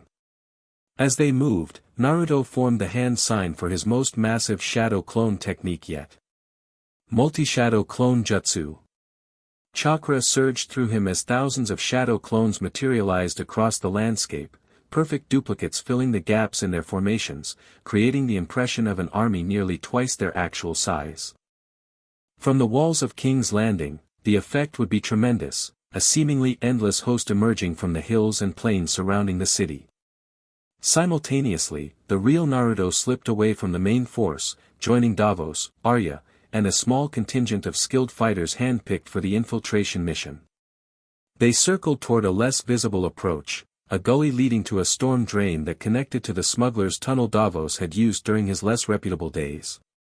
"Remember," Naruto reminded them as they prepared to enter, "our primary objective is to disable the scorpions covering the Mud Gate and Iron Gate. Secondary objective is disrupting the wildfire positioned near the Great September ruins. We avoid civilian casualties at all costs." Arya, who had insisted on joining this mission despite Jon's initial objections, checked her Valyrian steel dagger. The chakra training Naruto had provided had enhanced her already formidable abilities, making her perhaps the deadliest person in their small group despite her size. "And if we encounter Cersei?" she asked, her expression unnervingly calm. "We capture, not kill," Naruto stated firmly. "Justice, not assassination." Though clearly disappointed, Arya nodded her agreement. The group proceeded into the tunnel, a narrow, damp passage barely tall enough for a man to walk upright. Davos led confidently despite the darkness, his years navigating these hidden routes evident in his sure footing. "Used to move salt-cured fish through here," he explained as they advanced. "Avoided the king's taxes. Never thought I'd be using it to infiltrate an army into the capital." "Life takes unexpected turns," Naruto agreed, thinking of his own extraordinary journey to this moment. They emerged nearly an hour later in a storage cellar beneath a blacksmith's shop, the sounds of the city audible through the floorboards above. Davos raised a hand for silence, listening carefully before leading them up a narrow staircase into the deserted workshop. "The Street of Steel," he whispered, peering cautiously through shuttered windows. "Quiet for now. Most smiths either conscripted to forge weapons or fled the city." Naruto created several shadow clones to scout in different directions, sending them out in the common clothes they had brought for disguise. As they dispersed, he focused on establishing a mental map of their surroundings, coordinating their movements with the larger battle plan unfolding outside the walls. By now, their main forces would have deployed in full view of the city, Naruto's shadow clones creating the illusion of overwhelming numbers. Daenerys would begin her demonstration soon, targeted dragon strikes on unoccupied outer defenses, carefully avoiding scorpion range while demonstrating the destructive power at her command. "We should move," Arya urged after several minutes. "The distraction outside won't last forever." Naruto nodded in agreement as one of his shadow clones dispersed, sending information flooding back.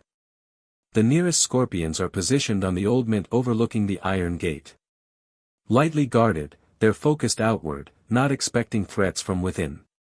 They moved through eerily quiet streets, keeping to shadows and alleyways. Occasionally they passed civilians, mostly the elderly or very young, those who couldn't flee or fight, huddled in homes with doors barred against the coming battle. The fear in their eyes as they glimpsed armed strangers passing reinforced Naruto's determination to end this conflict with minimal civilian suffering. Outside, they heard the first impacts of Daenerys's demonstration, targeted dragonfire striking defensive positions along the outermost walls, far from residential areas but visible enough to make the city's defenders question their chances. The dull boom of collapsing stonework echoed through the streets, accompanied by distant shouts of alarm. Perfect timing, Davos observed as they reached their first objective, the Old Mint, where several scorpions were positioned on the roof. They'll be distracted by the dragon attacks. Naruto focused chakra into his feet, scaling the building's wall with Arya close behind, her own chakra control having advanced impressively during their training. They reached the roof to find exactly what his clone had reported, 3 massive scorpions, each manned by a pair of soldiers too focused on scanning the skies to notice their approach. Quickly and quietly, Naruto instructed. They moved with practiced coordination. Naruto's shadow clone subdued the operators with precise strikes to pressure points, while Arya and the real Naruto sabotaged the weapons themselves, severing crucial tension mechanisms and rendering them useless without obviously appearing damaged. 6 down, many more to go, Arya noted as they completed their work. Similar operations followed at other key defensive positions, the river gate towers, the battlements overlooking the mud gate, the remaining scorpions along the iron gate. At each location, they neutralized the weapons while leaving their operators bound but unharmed, creating vulnerabilities in Cersei's defenses that wouldn't be immediately apparent to observers. Through his shadow clones dispersed throughout the city, Naruto maintained awareness of the larger battle unfolding. Outside the walls, John and Grey Worm had delivered surrender terms after the initial demonstration, generous offers for those who laid down arms, emphasizing that their quarrel was with Cersei, not her soldiers or the people of King's Landing. The Golden Company had rejected these terms, as expected, their contract with Cersei binding them to her cause regardless of odds. But Naruto's clones reported hesitation among Lannister forces, particularly those positioned away from the Red Keep where Cersei's immediate influence was weaker. "We're making progress," he informed his team as they regrouped in an abandoned sept near the Great September ruins. "But we need to move faster. Our next target is the wildfire caches Cersei has positioned throughout the city." "My clone located the largest stockpile," Arya reported. "Beneath what remains of the Great September of Baelor. Guarded by Qyburn's creatures, those pale children with knives." Naruto had encountered these disturbing figures through his shadow clone's reconnaissance, dead-eyed children employed by the former maester for his most unsavory tasks.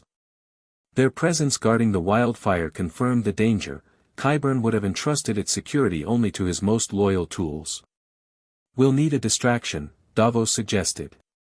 "I have something better," Naruto replied, forming familiar hand signs. Transformation Jutsu. In a puff of smoke, he transformed into a perfect replica of one of Qyburn's child spies, complete with tattered clothing and the vacant expression they all seemed to share. Arya watched with undisguised admiration. "You must teach me that technique when this is over," she said. "One step at a time," Naruto replied in the child's voice. "Let me handle the initial approach. When I give the signal, move in quickly." He proceeded alone toward the Great September ruins, adopting the shuffling gait he had observed in Qyburn's little birds. The devastation remained impressive even years after the wildfire explosion that had destroyed the magnificent structure, blackened stones and melted metal scattered across what had once been a plaza teeming with worshippers. Near the center of the ruins, a steep staircase descended into darkness, guarded by 3 of the child spies. They watched Naruto's approach with eerie stillness, neither challenging nor greeting him until he stood directly before them. "The hand requires progress," Naruto stated flatly, mimicking their effect perfectly. "No messages expected," the eldest replied, suspicion flickering across his otherwise empty expression. "Plans change," Naruto countered. "The Dragon Queen approaches." The hand wants confirmation the fire is ready. The children exchanged glances, their ingrained obedience warring with caution. Naruto maintained his disguise, projecting the same hollow-eyed compliance he had observed in these unfortunate tools of Qyburne's will. Finally, the eldest nodded. "Show your knife." Every little bird carried a distinctive curved blade, a detail Naruto had noted through his clone's observations. He reached slowly into his pocket, pretending to search for a weapon he didn't possess. "I must have lost it," he said, allowing confusion to enter his voice.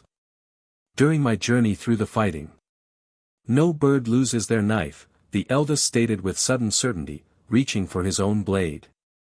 "You are not," Naruto moved before he could finish, his transformation dispelling as he subdued all three children with non-lethal efficiency.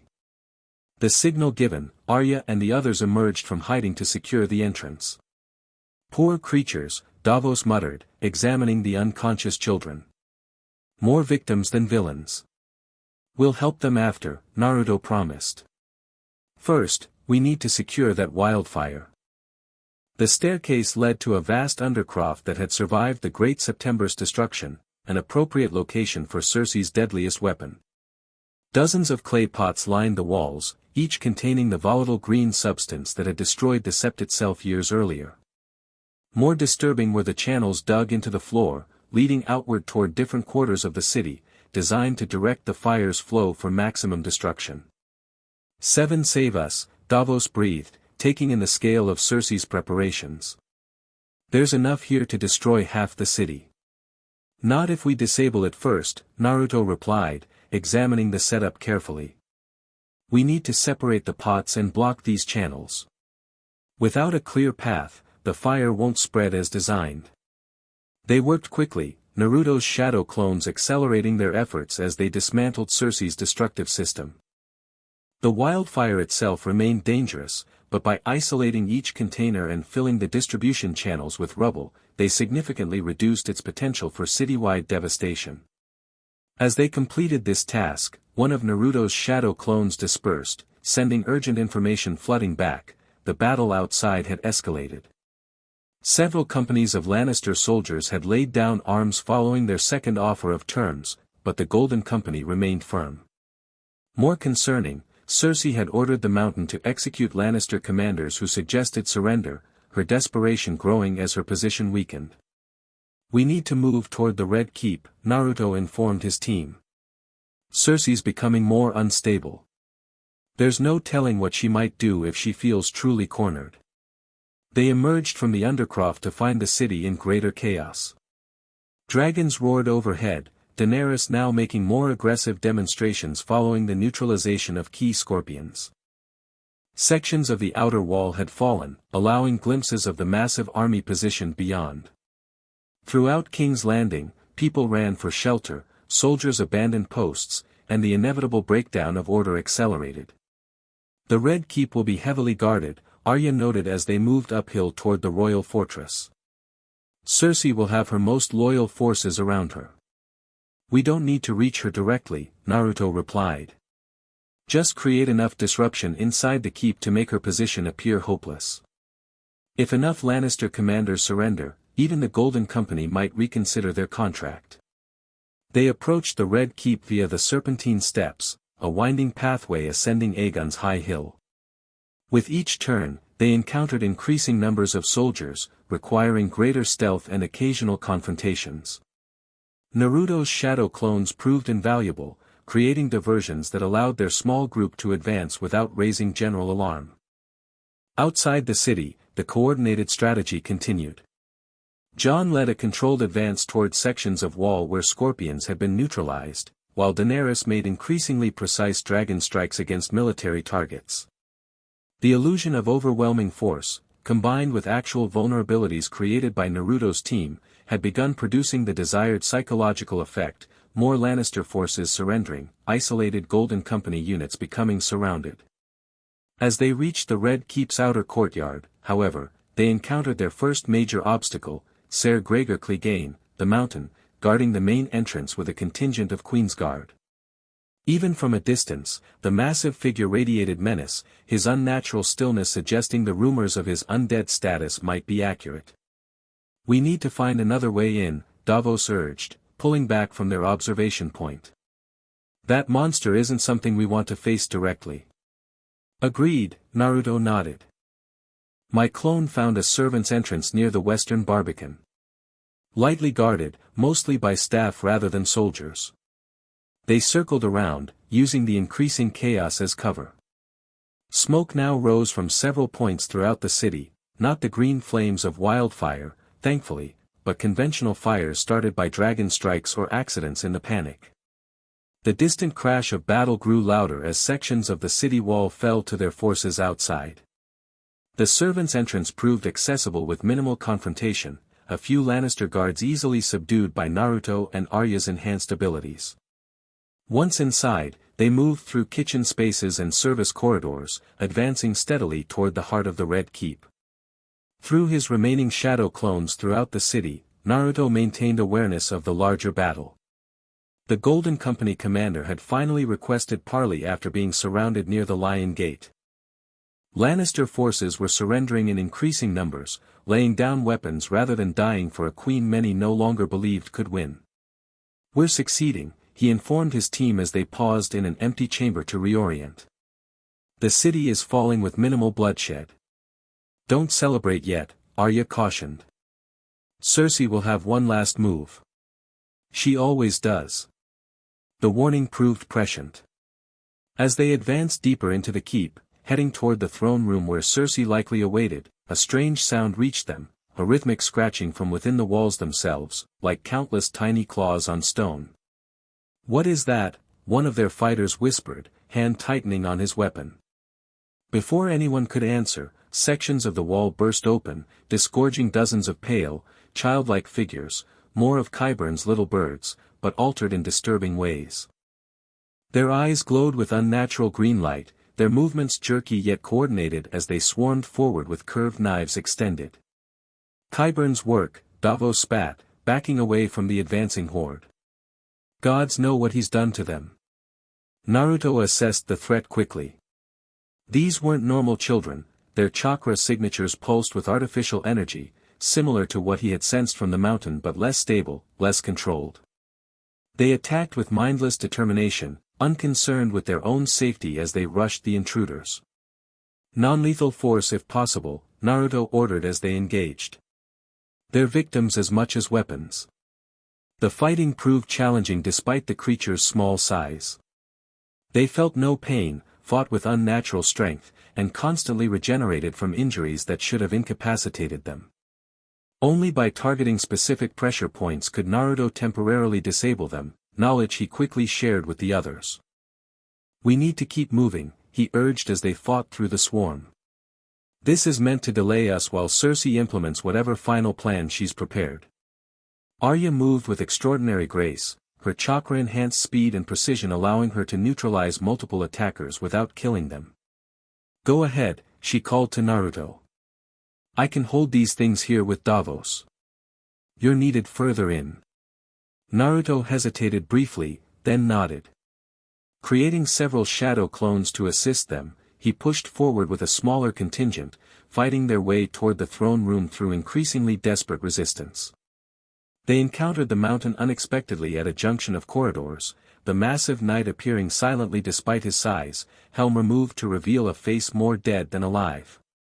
Behind him stood Qyburn, the disgraced maester's eyes gleaming with unsettling enthusiasm. "Fascinating," he remarked, studying Naruto with clinical interest. "The rumors of your abilities weren't exaggerated. A pity we couldn't study you under controlled conditions. Where is Cersei?" Naruto demanded, signaling his companions to spread out. "Attending to important matters," Qyburn replied cryptically. "Ser Gregor will ensure you don't interfere." At his gesture, the mountain advanced, moving with impossible speed for something so large. Naruto barely dodged the first massive blow, feeling the displacement of air as the armored fist shattered stone where his head had been moments before. "Get to Cersei," he ordered the others. "I'll handle these two." His companions attempted to circle around the confrontation, but the mountain moved to intercept, his inhuman focus shifting between multiple targets with perfect coordination. Only Naruto's shadow clone distraction allowed a few to slip past, continuing toward the throne room. "You're different from the others," Qyburn observed as Naruto engaged the mountain directly. "Your energy. It's not magic as we understand it, is it? Something more fundamental." "Chakra," Naruto confirmed, forming a Rasengan as he spoke. "Something you clearly tried to replicate in your experiments." A smile touched the maester's thin lips. "With considerable success, I'd say. The process that preserves Ser Gregor draws on principles similar to what animates your constructs, though cruder. More biological than spiritual." The mountain attacked again, forcing Naruto to counter with his prepared Rasengan. The spiraling sphere of chakra struck the massive knight's chest plate directly, the impact tearing through metal and the flesh beneath. Any normal opponent would have fallen immediately, but the mountain merely staggered, the grievous wound already beginning to close as Qyburn made subtle gestures with a strange device in his hand. "Remote control," Naruto realized. "You're puppeting him." "Directing would be a more accurate term," Qyburn corrected. "His base impulses remain his own. I merely focus them." Understanding the dynamic, Naruto changed tactics. Creating multiple shadow clones, he engaged the mountain from all directions while the real Naruto circled toward Qyburn. The former maester retreated hastily, producing small glass orbs from his robes and hurling them toward the advancing clones. The orbs shattered on impact, releasing a sickly green vapor that dispersed Naruto's shadow clones instantly. When the mist touched Naruto himself, it burned like acid, forcing him to leap back while suppressing a cry of pain. "Distilled essence of basilisk venom, combined with certain compounds of my own creation," Qyburn explained with evident pride. "Specifically designed to disrupt energy patterns like those your duplicates employ." The mountain pressed his advantage, driving Naruto backward with relentless attacks. Despite his size, the undead knight moved with terrible efficiency, each blow precisely targeted to vital areas. Naruto found himself forced into increasingly defensive tactics, unable to land effective counters against an opponent who simply regenerated from any damage. "You can't win this conventionally," Qyburn stated, watching the confrontation with academic interest. "Ser Gregor no longer possesses the physiological vulnerabilities of living men. Pain means nothing to him. Blood loss, irrelevant. Even structural damage repairs itself through mechanisms I've implanted." "Every technique has a weakness," Naruto replied, entering sage mode to enhance his perception and strength. With natural energy flowing through him, he began detecting subtle patterns in the mountain's movements, the almost imperceptible pause before Qyburn's controlling gestures took effect. Exploiting this insight, Naruto timed his next attack precisely, striking not the mountain but the floor beneath him with a powerful chakra-enhanced kick. The stone shattered, temporarily destabilizing the massive knight and creating debris that forced Qyburn to shield his controlling device. In that moment of disruption, Naruto struck with perfect precision, not targeting the mountain's seemingly invulnerable body, but the thin cord connecting him to Qyburn's controller. The connection severed, the undead knight froze momentarily, his programming conflicted without direct guidance. Qyburn scrambled to restore control, but Naruto was faster. A shadow clone appeared behind the maester, pinning his arms while the original Naruto formed a specialized sealing technique, one designed to contain rather than destroy the unnatural energies animating the mountain. Sealing technique, 5 elements prison. Chakra bands materialized around the massive knight, constricting in a pattern that restricted movement while disrupting the artificial energy flowing through his undead form. The mountain struggled against the bindings with incredible strength, but the combination of physical restraint and energy disruption gradually overcame even his unnatural power. Qyburn watched in fascinated horror as his creation was systematically neutralized. "Extraordinary," he murmured, scientific curiosity apparently overriding self-preservation. "A containment field that adapts to the subject's resistance." "It's over," Naruto told him firmly, securing the maester with conventional bindings. Your experiments end today. With Qyburn and the mountain neutralized, Naruto continued toward the throne room, following the path his companions had taken. The Red Keep had grown ominously quiet, the earlier sounds of fighting replaced by an unnatural stillness that raised the hair on Naruto's neck. He found the throne room doors ajar, the massive chamber beyond dimly lit by scattered braziers. The famous Iron Throne stood at the far end, its 1,000 blades gleaming dully in the low light, but the seat itself was empty. His companions lay scattered across the floor, unconscious but alive according to his quick chakra assessment. Only Arya remained standing, having apparently caught up to the advance group. She stood motionless near the center of the hall, her expression fixed on something Naruto couldn't initially see. As he moved further into the chamber, the scene revealed itself fully. Cersei Lannister stood beside a window overlooking the city, a glass of wine in one hand and a strange crystalline device in the other. The device glowed with unnatural green light, the same energy Naruto had sensed in Qyburn's altered children. The famous yellow fox, Cersei greeted without turning from the window. Come to witness my final move in this tedious game. It's finished, Cersei, Naruto replied calmly, moving closer while assessing the situation. Your forces are surrendering. The Golden Company commander has requested terms. The city is lost. Lost? She turned finally, her beautiful features arranged in an expression of cold amusement. A queen never loses, Lord Uzumaki. She merely changes the nature of the game. She raised the crystal device slightly. Do you know what this is? Something of Qyburn's creation, Naruto guessed, noting Arya's unnatural stillness with growing concern. Like the controller he used for the mountain. Similar, but vastly more ambitious, Cersei confirmed, taking a measured sip of wine. My hand has been experimenting with wildfire for years, not merely as an explosive, but as a source of energy. This device controls every cache throughout King's Landing, allowing precise detonation sequences. Her smile sharpened. One twist, and 500,000 souls become a statement no one in West Aeros will ever forget. Including yourself, Naruto pointed out. You'd die too. Perhaps, she acknowledged with disturbing equanimity. Though Qyburn believes this chamber has been sufficiently reinforced to protect its occupants. A theory we're about to test. Naruto assessed his options rapidly. He could potentially reach her before she activated the device, but any sudden movement might trigger her to twist it immediately.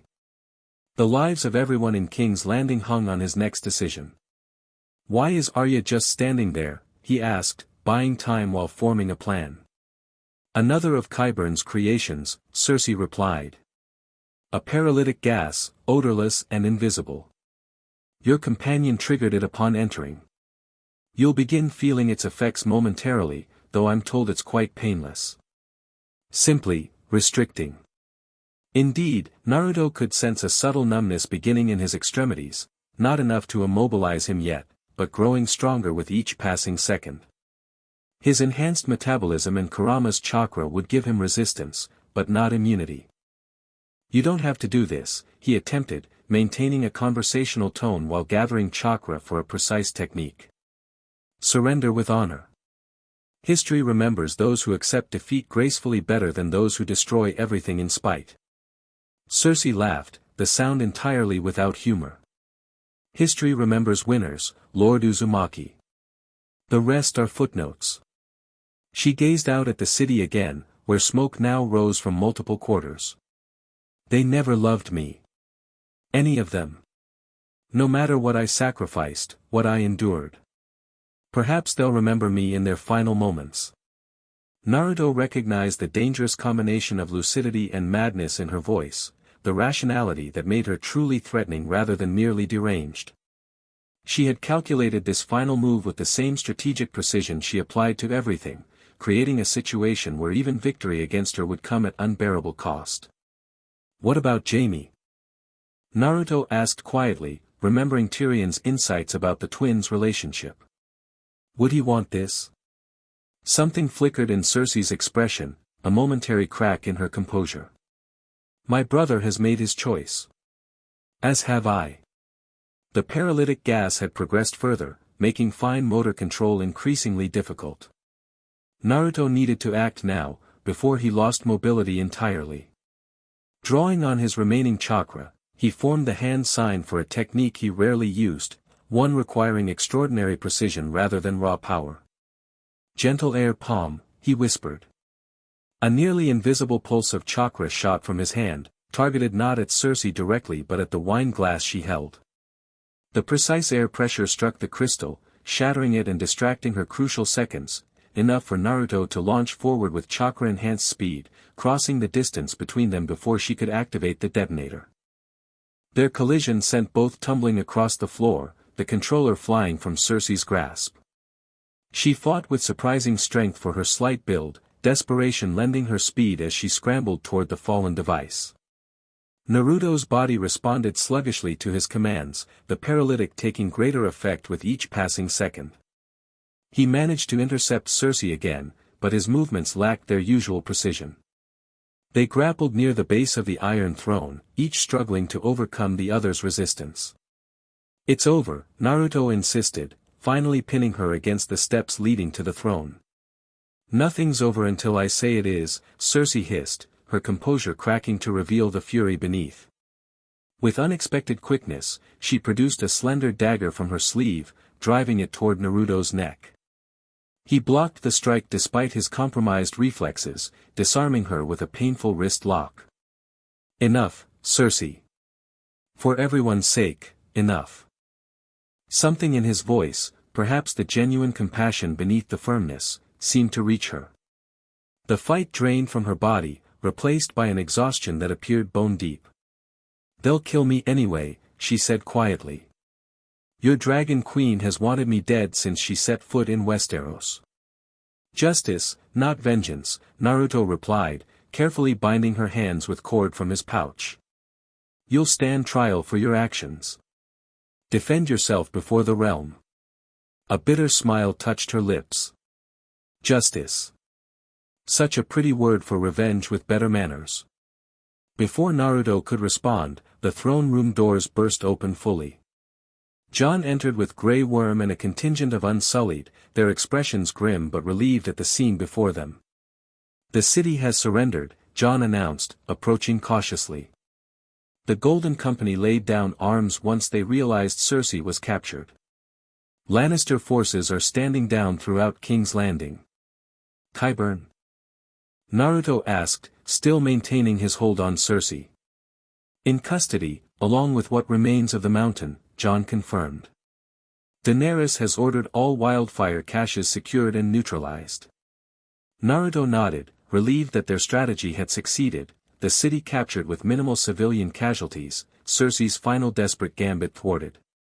As the paralytic's effects began to fade from his system, he relinquished the former queen to Grey Worm's custody.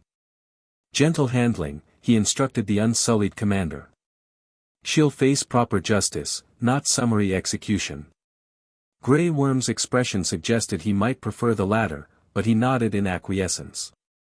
As Cersei was led away, she maintained remarkable composure, her regal bearing restored despite her circumstances. Arya gradually regained mobility as the paralytic gas dissipated, her expression murderous as she watched Cersei's departure. "She deserves worse than a trial," she muttered, flexing her fingers experimentally. "Perhaps," Naruto acknowledged. "But what she deserves isn't as important as what kind of rule follows hers. Justice establishes precedent. Vengeance just perpetuates cycles." Jon approached, clasping Naruto's shoulder gratefully. "Your plan worked better than we could have hoped. The city largely intact, civilian casualties minimal." His expression grew troubled. Though Daenerys seemed disappointed by the lack of resistance at the end. "I'm not sure what to make of that." Before Naruto could respond, the distinctive sound of massive wings announced Drogon's arrival outside the throne room's balcony. Moments later, Daenerys entered, her white blonde hair slightly disheveled from flight, her expression a complex mixture of triumph and something harder to define. "King's Landing is ours," she announced, her voice carrying throughout the chamber. Her gaze fixed on the Iron Throne with an intensity that made Naruto subtly uneasy. After all these years, all the suffering and exile. The throne of my ancestors is restored to House Targaryen. Thanks to our combined efforts, Jon reminded her gently. Stark, Targaryen, and our allies together. Of course, Daenerys agreed, though something in her tone suggested she saw the victory primarily as her own. She approached the throne slowly, each step deliberate. Cersei. Captured, Jon replied. Awaiting trial, as we agreed. Something like disappointment flickered across Daenerys's features before she mastered it. Good. Justice will be served. She paused before the throne, one hand extending to touch the twisted metal almost reverently. The wheel is broken at last. Naruto exchanged a subtle glance with Jon, both recognizing the precarious moment they had entered. Victory had been achieved, but the peace that followed might prove more challenging to secure than the battle itself. We should address the city, Naruto suggested carefully. Let the people know the fighting is over, that they're safe under your protection. Daenerys turned from her contemplation of the throne, her expression softening slightly. Yes, of course. The small folk must understand this was liberation, not conquest. She straightened, once again the composed queen rather than the conqueror. Gather the commanders. We'll make a formal declaration from the steps of the Red Keep. As she departed to prepare, Jon moved closer to Naruto, speaking quietly. I'm concerned. There was something in her eyes when she looked at the throne. Victory can be as dangerous as defeat, Naruto agreed. It reveals truths people keep hidden, even from themselves. What happens next will define her reign more than today's battle, Jon observed grimly. Then we ensure it's defined by mercy rather than fire, Naruto replied. She listens to you, Jon. And to me, sometimes. Together we can help guide her toward the better path. Jon nodded, though uncertainty remained in his expression. I hope you're right. For everyone's sake. As they followed Daenerys from the throne room, Naruto cast one last glance at the Iron Throne, that uncomfortable seat of swords that had inspired so much bloodshed throughout West Aeros' history. For the first time, he truly understood the powerful symbolism it represented, and the danger that symbol posed to even the most well-intentioned ruler. The real challenge had only just begun. The days following King's Landing's capture unfolded in a whirlwind of activity. Daenerys established her court in the Red Keep, though she pointedly avoided sitting on the Iron Throne itself until her formal coronation. Cersei remained imprisoned in the black cells beneath the castle, awaiting the trial that would determine her fate. Throughout the city, reconstruction began almost immediately. The damage from their controlled assault proved far less extensive than feared, primarily confined to military structures along the walls, with minimal harm to residential areas. Still, years of neglect under Cersei's rule had left much of King's Landing in disrepair, giving Daenerys an opportunity to demonstrate her commitment to improvement. Naruto found himself unexpectedly central to these rebuilding efforts. His shadow clones accelerated work that would have taken weeks into mere days, while his status as a hero of the battle gave him influence with both the conquering forces and the local population. He used this position to advocate for the small folk, ensuring aid reached the poorest quarters and preventing the excesses that typically followed military victory. When isolated incidents of looting or revenge against Lannister supporters occurred, Naruto intervened personally, establishing that Daenerys' justice would be even-handed rather than punitive. A week after the city's fall, as a semblance of normalcy began returning to daily life, Naruto received an unexpected summons to Daenerys' private solar. He found her reviewing reports with Tyrion, who had arrived from Dragonstone once the city was secured. Lord Uzumaki, she greeted warmly. Please join us. We were just discussing arrangements for Cersei's trial. Your Grace, Naruto replied with a respectful nod. I'm glad to see you, Lord Tyrion. Your counsel has been missed. Kind of you to say, Tyrion returned with a wry smile. Though I understand my absence didn't prevent a remarkably clean victory. Your strategy proved more effective than anyone anticipated. Clean by the standards of warfare, Naruto acknowledged. Though still with too much suffering for my taste. A sentiment I share, Daenerys assured him, gesturing for him to be seated. Which is why I've asked you here. Your perspective on justice has proven valuable. Something in her tone suggested an ongoing debate. Naruto glanced between her and Tyrion, noting the subtle tension in both their postures. Her Grace and I have been discussing the appropriate form for Cersei's trial, Tyrion explained carefully. Opinions differ on certain procedural matters. I believe justice should be direct and visible, Daenerys stated. Cersei's crimes demonstrated before representatives of those she harmed, followed by immediate sentence. While I suggested a more traditional approach, Tyrion countered. A formal trial before a council of lords, with proper opportunity for defense, however futile that might be. Naruto considered both positions thoughtfully. The process matters as much as the outcome, he finally said. Not for Cersei's sake, but for the precedent it establishes for your reign, your grace. Exactly my argument, Tyrion nodded emphatically. Though justice delayed often feels like justice denied, Daenerys pointed out. The realm expects resolution. True, Naruto acknowledged. But perhaps there's a middle path. A formal trial with clear procedures, but accelerated timeline. Representatives from each kingdom to serve as judges, ensuring all feel their grievances acknowledged. The suggestion satisfied both perspectives sufficiently. After further discussion, they settled on arrangements for a trial to begin 3 days hence, enough time to organize proper proceedings while still providing the timely justice Daenerys desired. As that matter concluded, the Queen turned to another subject. Lord Stark will be arriving tomorrow with the main northern forces, she informed him. Lady Stark accompanies him. Naruto's surprise must have shown on his face, for Tyrion smiled knowingly. Indeed, the Lady of Winterfell has made the journey south, the dwarf confirmed. Officially to represent northern interests in the post-war settlement. Though perhaps personal motivations play some role as well. The North has been our strongest ally, Daenerys continued, ignoring Tyrion's insinuation. Their voice must be prominent in what follows. As must yours, Lord Uzumaki. Mine? Naruto questioned. I'm neither northern nor Westerosi by birth.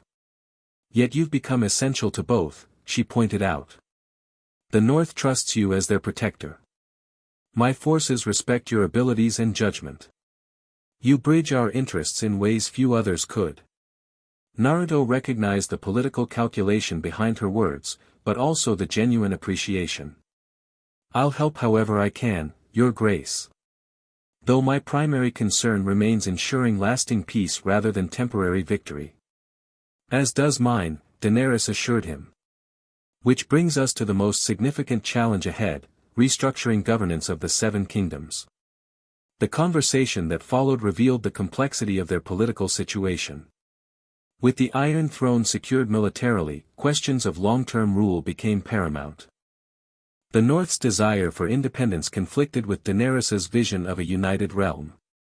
Other kingdoms might follow the North's example if granted special status, potentially unraveling the unified West Aeros Daenerys had fought to claim. Perhaps we need to reconsider what united means, Naruto suggested as the discussion reached an impasse. Unity doesn't necessarily require identical treatment of all regions. Explain, Daenerys requested, her interest evident.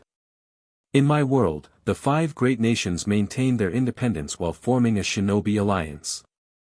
Each Kage, each leader, governed their own village according to their traditions, but all acknowledged common principles and defensive obligations. A confederation rather than a unified kingdom, Tyrion mused. Intriguing, though without historical precedent in West Aeros. Which might be exactly why it could work, Naruto countered. The old systems led to constant warfare. Something new might break that cycle. Daenerys appeared thoughtful rather than dismissive, a positive sign. I came to break the wheel, not reinforce it, she acknowledged.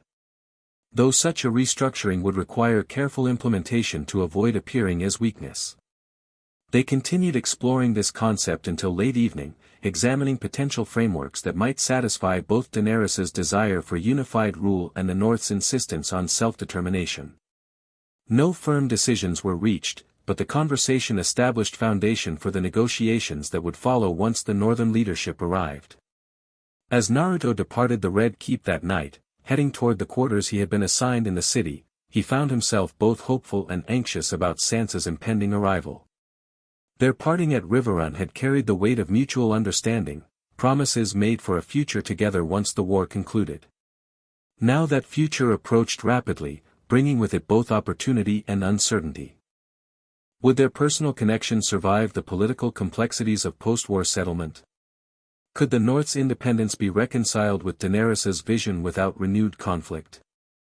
These questions accompanied him through the quiet streets of King's Landing, where rebuilding continued even by torchlight, the resilient population already adapting to their latest change in rulership.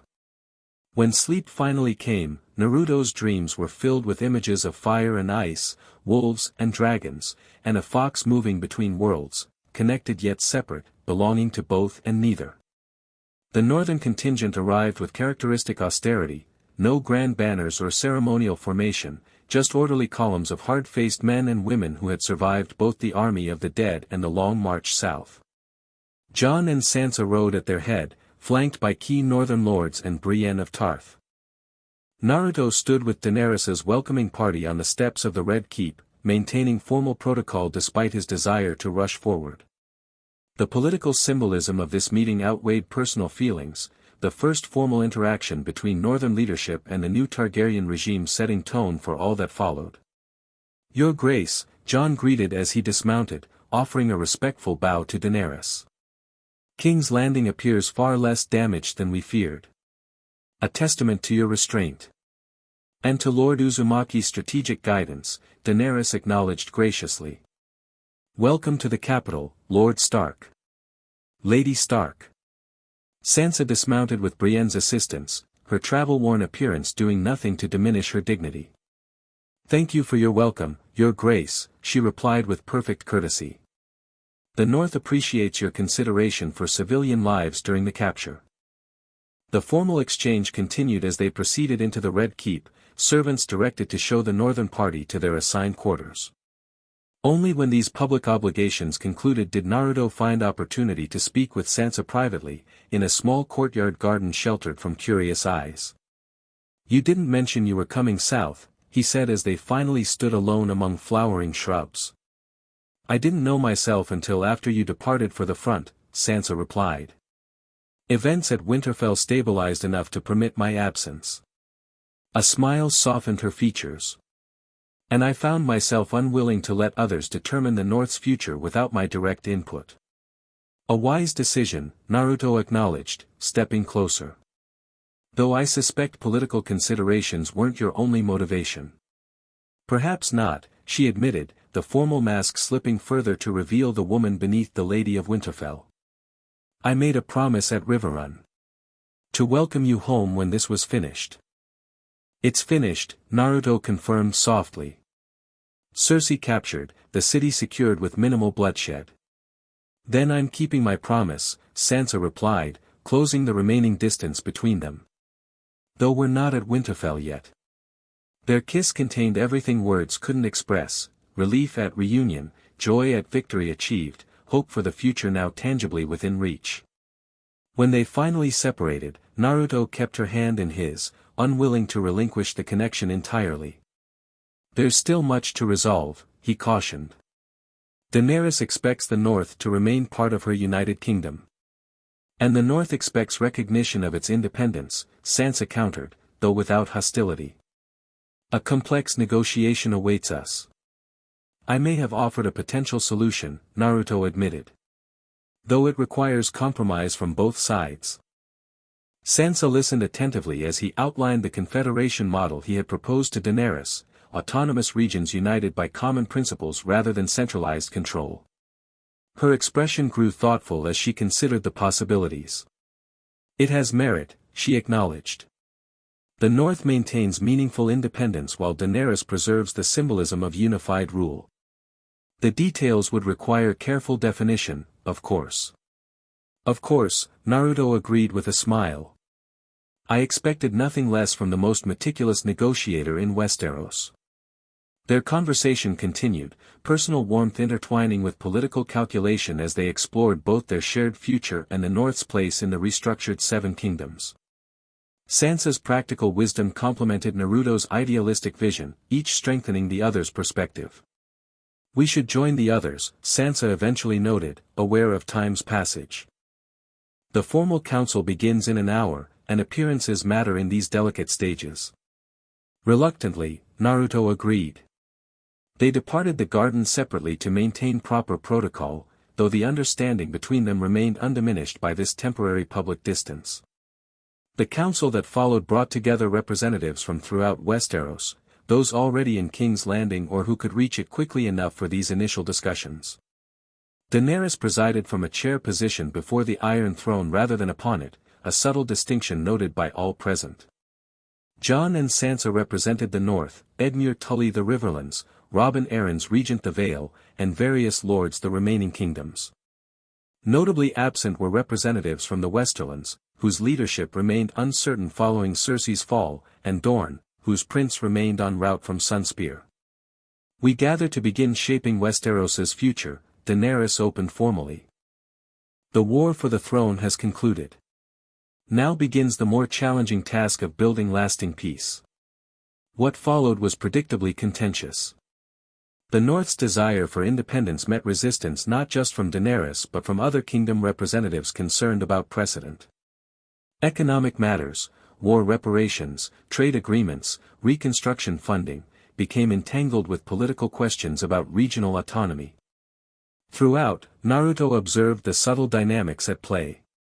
Daenerys maintained remarkable composure despite occasional challenges to her authority, while Jon and Sansa presented northern interests forcefully but without unnecessary provocation. The Confederation model gained tentative support from several quarters, though its practical implementation raised countless questions requiring resolution. By evening's end, they had established working groups to address specific aspects of the restructuring, governance frameworks, economic cooperation, military obligations, judicial systems. Progress, while incremental, suggested genuine willingness to find common ground rather than retreat to entrenched positions. A promising beginning, Tyrion remarked as the council disbanded. Though I suspect the real negotiations will happen in smaller settings. Usually the case, Naruto agreed. Large councils establish principles, small groups determine details.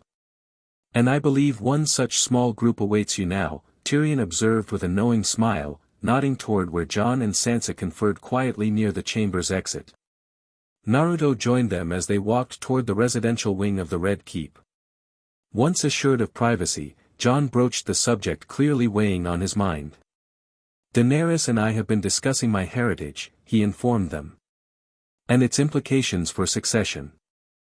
Has she accepted your claim? Sansa asked directly. We're exploring alternatives, Jon replied carefully. Ways to honor both Targaryen legitimacy and Stark heritage without direct competition for the throne. Naruto understood immediately. Marriage alliance. It's being considered, Jon confirmed, his expression revealing the personal complexity behind this political solution. Though many details remain unresolved. Including the North's status, Sansa pointed out. Marriage doesn't automatically resolve our demand for independence. No, Jon agreed. But it creates framework for negotiation that might satisfy both sides. Particularly if combined with the Confederation model Naruto has proposed. They reached Jon's chambers, continuing their discussion in private.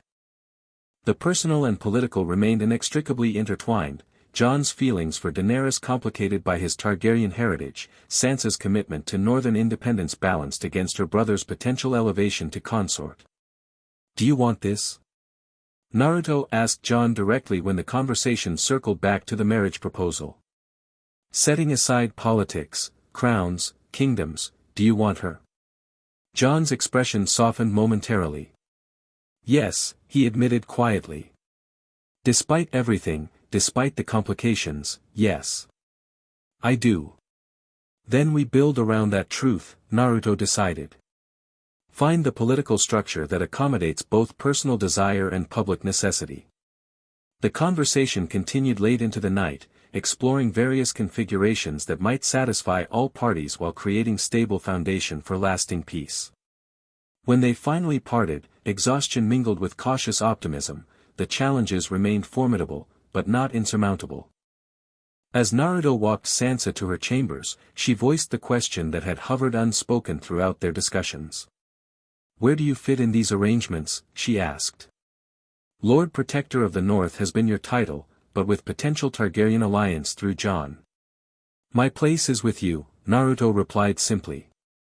"Whatever title or role that entails. The rest is just details." The certainty in his voice brought visible relief to her expression. "Good," she said softly. "Because I've grown rather accustomed to having you beside me." Their parting kiss carried promise of conversations to come, personal futures to plan alongside political settlements. As Naruto eventually retired to his own quarters, he found himself contemplating the extraordinary journey that had brought him to this moment. From disoriented arrival in an alien world to central figure in its political reconstruction, a transformation neither he nor anyone else could have anticipated. Yet somehow it felt right, as if his experiences in both worlds had prepared him precisely for this bridge-building role between different peoples, different traditions. The following days brought intense negotiations, punctuated by Cersei's trial, a remarkably orderly proceeding given the former queen's provocative defiance. Found guilty of multiple charges including the destruction of the Great September and betrayal of sworn oaths, she was sentenced to exile rather than execution, a decision that demonstrated Daenerys's commitment to breaking cycles of vengeance. As Cersei departed for permanent confinement in a remote holding of House Martell, attention turned fully to establishing the new political order. The Confederation model gained further definition, with each kingdom granted substantial internal autonomy while acknowledging the Iron Throne's authority in matters of common defense, inter-kingdom disputes, and certain aspects of trade. 2 weeks after the northern contingent's arrival, as these arrangements approached formal codification, Daenerys requested Naruto's presence in the small council chamber. He arrived to find her alone, studying a map of West Aeros spread across the table. "Lord Uzumaki," she greeted, looking up with a smile that contained genuine warmth rather than mere courtesy. "Thank you for coming." "Your Grace," he returned. "You wanted to see me?" "Yes," she confirmed, gesturing for him to join her at the table. "We approach the culmination of these negotiations. Before final agreements are sealed, I wanted to speak with you directly." She met his gaze steadily. "About your place in what follows?" "My place is primarily with the North," Naruto replied carefully. "With Lady Stark, you mean," Daenerys corrected, though without censure. "Your attachment is hardly a secret, nor should it be. But your abilities and perspective are valuable beyond northern borders." "What are you suggesting?" "A formal role in the new governance structure," she explained. "Advisory to the Iron Throne while maintaining your position with House Stark. A bridge between North and South, between traditional leadership and—" She gestured vaguely, "whatever extraordinary category you occupy." The proposal intrigued him. Similar to the Confederation model itself, connection without submission. "Precisely," Daenerys nodded, pleased by his understanding. "We create new forms where old ones prove inadequate. You yourself represent something beyond Westeros's traditional categories, neither lord nor small folk, neither Northman nor Southerner." "I'm honored by your confidence," Naruto said sincerely. "Though any such arrangement would require Lady Stark's approval as well." "Of course," Daenerys agreed easily. "I've already discussed the concept with her, though details remain for your consideration." This surprised him. "You spoke with Sansa about this?" "We've had several conversations recently," Daenerys confirmed. "Lady Stark is a formidable negotiator, but also unexpectedly forthright once certain understandings are established." Naruto smiled at this assessment, which matched his own experience perfectly. "And these understandings include recognition of the North's special status within the Confederation," Daenerys elaborated. Acknowledgement of my authority in specified areas while respecting northern autonomy in others. She paused, a hint of wryness entering her expression. And mutual agreement regarding the men in our lives who appear incapable of putting personal ambition above public service. This last comment startled a laugh from Naruto. I see you've both been comparing notes. Let's say we've found unexpected common ground, Daenerys replied with a small smile. Enough to build working relationship, if not yet friendship. That's more progress than I expected, Naruto admitted. You're both strong-willed. Diplomatic phrasing, Daenerys acknowledged with amusement. Though perhaps that shared quality creates basis for understanding. We recognize ourselves in each other, despite our differences. The observation demonstrated self-awareness Naruto found encouraging. Throughout these negotiations, he had watched Daenerys carefully for signs of the impulsiveness that occasionally undermined her better judgment.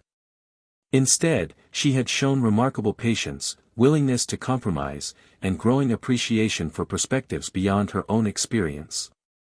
I'll consider your proposal, Naruto promised. And discuss it with Lady Stark. Excellent, Daenerys nodded, returning her attention to the map. The formal announcements, including Jon's heritage and our betrothal, will come tomorrow. The coronation will follow when the remaining representatives arrive from distant kingdoms. And the North's status? Officially recognized as semi-autonomous, she confirmed. First among equals in the Confederation, maintaining its own laws and customs while participating in the broader defensive and economic structures. Her finger traced the border on the map. Not independence as Lady Stark initially demanded, but far greater autonomy than any kingdom has known since Aegon's conquest. A reasonable compromise, Naruto assessed. One that serves both northern pride and your vision for united West Aeros. We build something new, Daenerys stated with quiet determination. Neither returning to failed systems nor imposing foreign models unsuited to West Aeros's unique circumstances. As they continued discussing specific arrangements, Naruto found himself increasingly optimistic about the settlement taking shape. While challenges certainly remained, centuries of conflict couldn't be resolved through mere political restructuring, the framework they were establishing provided genuine opportunity for lasting peace. Later, sharing these developments with Sansa in the privacy of the God's Wood that stood within the Red Keep's walls, he found her similarly encouraged despite her natural caution. It's not perfect, she acknowledged as they walked among the ancient trees. The North doesn't gain complete independence. But it achieves recognition of our distinct identity while maintaining beneficial connections to southern resources and protection. And avoids setting precedent that might destabilize the entire continent, Naruto added. If every kingdom demanded total independence. Endless fragmentation and inevitable conflicts, Sansa completed his thought. Yes, I understand the broader implications. It's why I accepted this compromise despite some northern lords' objections. Naruto studied her with admiration. The political maturity that allowed her to balance northern interests against wider stability reflected growth far beyond her years, wisdom earned through hardship and careful observation. And Daenerys's proposal regarding my role, he inquired. Sensible, Sansa assessed practically. Your abilities are valuable to all West Aeros, not just the North. A formal position acknowledging that reality while respecting your primary loyalty to Winterfell serves everyone's interests. A smile touched her lips. Including my own, as it happens. How so? Naruto asked, curious about her personal perspective. It provides legitimate reason for regular travel between Winterfell and King's Landing, she explained. Allowing you to maintain connections in both places without choosing one to the exclusion of the other. The thoughtfulness of this arrangement touched him deeply. You've considered this carefully. Of course, she replied simply. Your happiness matters to me, Naruto. Part of you will always belong to two worlds, your original home and the one you found here. I wouldn't ask you to confine yourself unnecessarily when broader horizons better suit your nature. In that moment, Naruto's affection for her deepened beyond what he had thought possible. The generosity of spirit behind her practical considerations, understanding his need for connection beyond Winterfell's walls while ensuring his primary home remained with her, demonstrated love expressed through wisdom rather than possession. "I don't deserve you," he said softly, drawing her into his arms. "Probably not," she agreed with teasing lightness. "But you're stuck with me regardless." Their laughter mingled in the quiet sanctuary of the gods' wood, a moment of pure joy amid the complex negotiations still unfolding around them. Whatever challenges awaited, whatever roles they might fill in the restructured Seven Kingdoms, they would face them together, strength complementing strength, wisdom balancing idealism. The formal coronation took place 1 month after King's Landing's capture, sufficient time for representatives from every corner of West Aeros to gather for the historic occasion. Unlike previous coronations, this ceremony incorporated elements from multiple traditions, symbolizing the Confederation's respect for regional diversity within overall unity. Daenerys stood before the Iron Throne rather than sitting upon it as various kingdom representatives presented symbols of their regions, northern winter roses, riverlands water, Vale falcon feathers, each acknowledging her authority while celebrating their distinct identities. Jon stood at her side, his Targaryen heritage now publicly acknowledged though he retained the Stark name by personal choice. Their betrothal had been announced to generally positive reception, the political advantages evident even to those who might have preferred different arrangements. From his position among the northern delegation, Naruto watched the proceedings with mixed emotions. Pride in what they had accomplished, a peaceful transition to new governance after years of devastating warfare. Hope for the lasting impact of the structures they had established. And personal contentment as he stood beside Sansa, their future together now certain despite the complexities of their respective roles. The Confederation model had been formalized through a series of agreements now known collectively as the King's Landing Accords. Each kingdom retained substantial internal autonomy, particularly the North with its special status, while acknowledging the Iron Throne's authority in specified areas, primarily defense against external threats, arbitration of inter-kingdom disputes, and coordination of continent-wide initiatives. Naruto's own position had been formalized as advisor on extraordinary matters, a deliberately ambiguous title that allowed him to serve both the North and the Iron Throne without conflicts of loyalty. In practice, he would divide his time between Winterfell and King's Landing, helping implement the new governance structures while maintaining his primary residence in the North. As the coronation ceremony concluded with Daenerys formally declared Queen of the Seven Kingdoms, though now the title carried different meaning than for previous monarchs, Naruto found himself reflecting on the extraordinary journey that had brought him to this moment. From disoriented arrival in an alien world to key architect of its political reconstruction, a transformation neither he nor anyone else could have anticipated.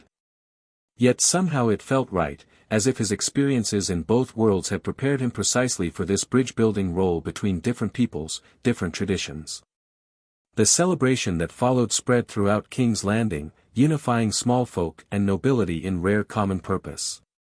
Reconstruction continued alongside festivities, the city gradually healing from both recent conflict and years of neglect under Cersei's rule. During a quieter moment in the evening's banquet, Naruto found himself approached by Bran, who had arrived with the northern delegation despite the difficulties of travel. The young Stark's expression remained serene, though his eyes held more humanity than during his time as the full three-eyed raven. "You found the third path," Bran observed without preamble. "Not just with the Night King, but here as well. Neither conquest nor fragmentation, but connection that respects difference." "We all contributed to that outcome," Naruto replied modestly. "But you provided the framework," Bran countered. "The concept of unity without uniformity. Just as you found a way to defeat the Night King without requiring my sacrifice. Your visions helped guide us," Naruto pointed out. "Even with diminished green sight." "Perhaps because they were diminished," Bran suggested thoughtfully. "When I contained all possible knowledge, I saw only binary choices. With limitations came creativity, the ability to imagine alternatives beyond what history suggested." The observation struck Naruto as profound. Limitations as strength rather than weakness. "Exactly," Bran nodded. "Something you've always understood intuitively." It's why you succeed where others fail. You see constraints as invitation to innovation rather than barriers to progress. They were joined by Arya, who had spent much of the celebration observing from shadowed corners rather than participating directly. Her training with chakra enhancement had continued during their time in King's Landing, her natural abilities amplified impressively by Naruto's techniques. Planning your departure, she asked Bran directly, suggesting prior conversation on the subject. Soon, her brother confirmed. There's work beyond the wall that requires attention. The children of the forest left knowledge that shouldn't be lost, despite the Night King's defeat. You're leaving West Aeros? Naruto asked, surprised by this development. For a time, Bran replied. The three-eyed raven's role continues, though in different form than before. Jon has arranged an escort of willing wildlings to guide me to certain locations beyond the wall. And I'm going west, Arya added casually. Beyond the Sunset Sea. No one knows what's west of West Aeros. I intend to find out. These unexpected announcements reminded Naruto how much remained in flux despite the apparent settlement they had achieved. The Stark family, once concentrated at Winterfell, now spread across the world, Jon in King's Landing as royal consort, Bran venturing beyond the wall, Arya sailing into unknown waters, only Sansa remaining in their ancestral home. The pack survives, Bran stated, seemingly reading Naruto's thoughts. Even when separated by distance. We remain connected through bonds stronger than proximity. Like you and your original home, Arya observed, studying Naruto with characteristic directness. You've chosen to stay here, but part of you remains connected to your first world. Yes, Naruto acknowledged. Though this world, this life, has become my primary home now. Because of my sister, Arya stated with blunt certainty. Partly, Naruto admitted with a smile. But also because of all of you. The connections I've formed here, the purpose I've found. As the conversation continued, touching on Bran and Arya's preparations for their respective journeys, Naruto found himself appreciating the parallel between the Starks' diverging paths and his own journey between worlds. Separation didn't diminish connection, it simply transformed it, creating different forms of relationship across distance and circumstance. Later that night, as celebrations continued throughout the city, Naruto and Sansa found a quiet moment on one of the Red Keep's balconies overlooking Blackwater Bay. The moon's reflection shimmered across the water's surface, while distant music drifted from the ongoing festivities below. Your siblings are leaving, Naruto observed. Bran beyond the wall, Arya across the Sunset Sea.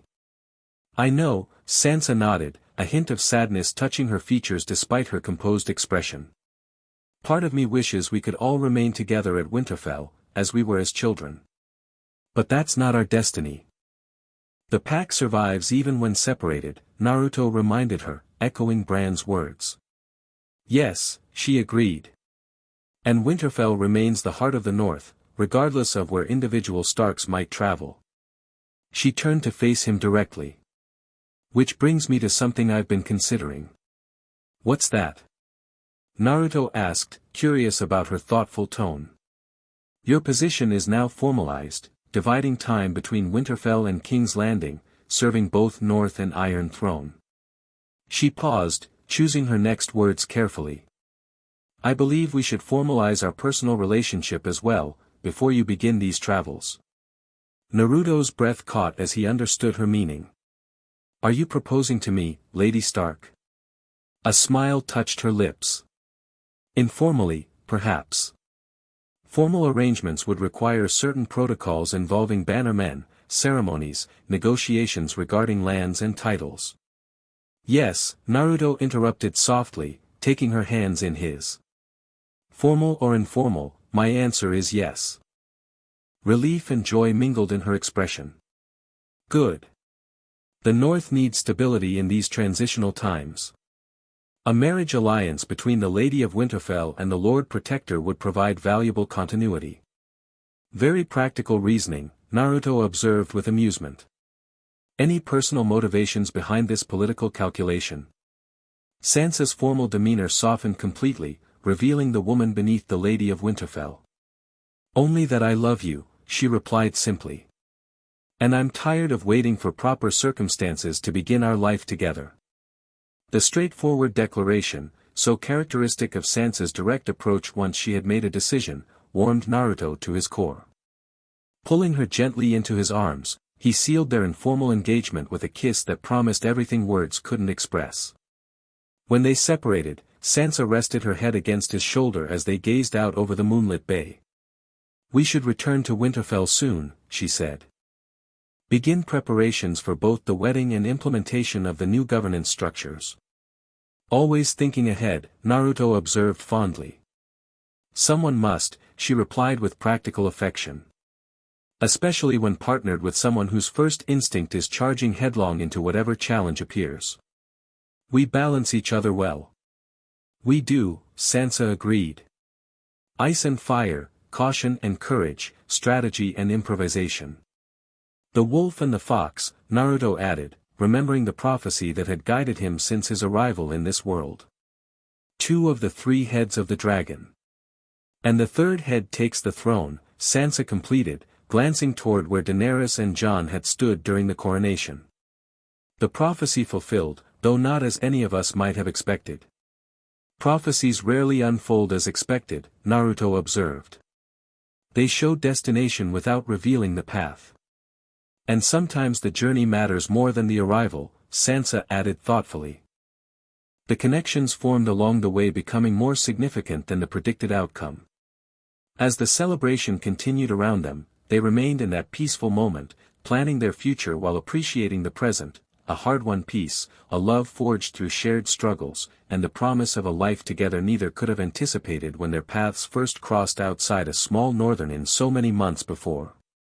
The wedding took place at Winterfell 3 months later, as summer brought unexpected warmth to the north. The castle, fully restored from damage sustained during the Battle of Winterfell, welcomed representatives from throughout the 7 kingdoms, a celebration that doubled as demonstration of the new political order they had established.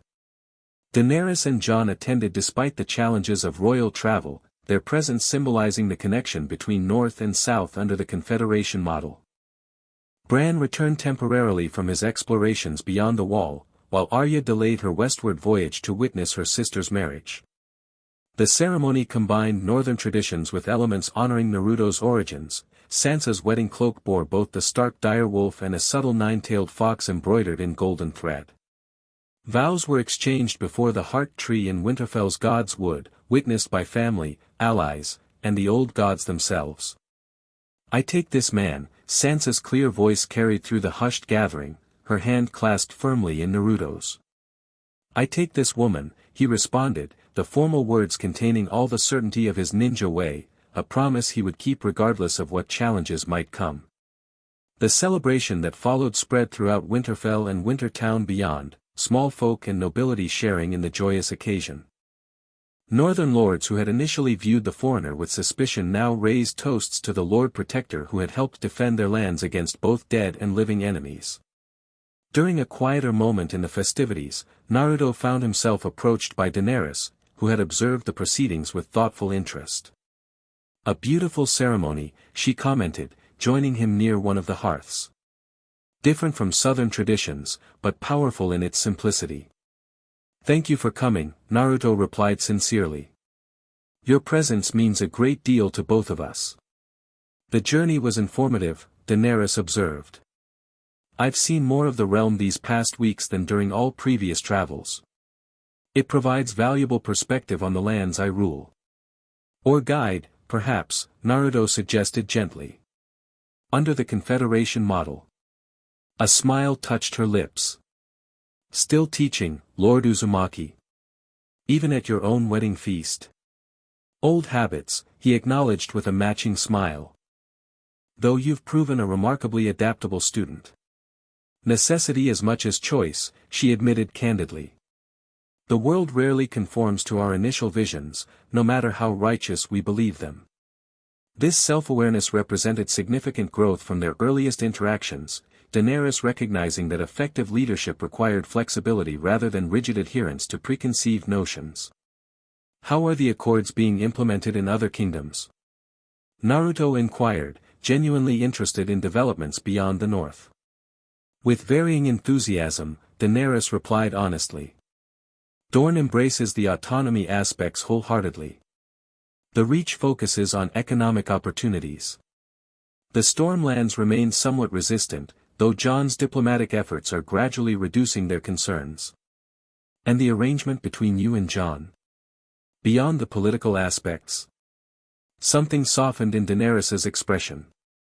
Developing well, she said simply. He remains frustratingly honorable and occasionally stubborn, but...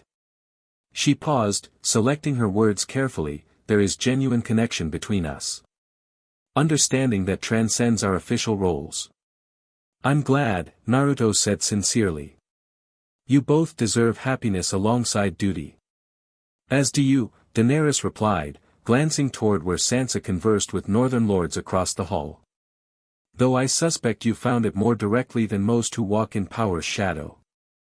Before Naruto could respond, Jon approached to claim his betrothed for a dance, offering respectful acknowledgement to his new good brother as they departed. Watching them move through the formal steps, Naruto reflected on how far they had all traveled, not just physically across West Aeros, but emotionally and politically from their initial positions. The evening continued with traditional northern celebrations, dancing, feasting, increasingly exuberant toasts as the hour grew later. Throughout, Naruto found his gaze returning to Sansa, her composed grace as she moved among their guests, the private smile reserved only for him when their eyes met across the crowded hall.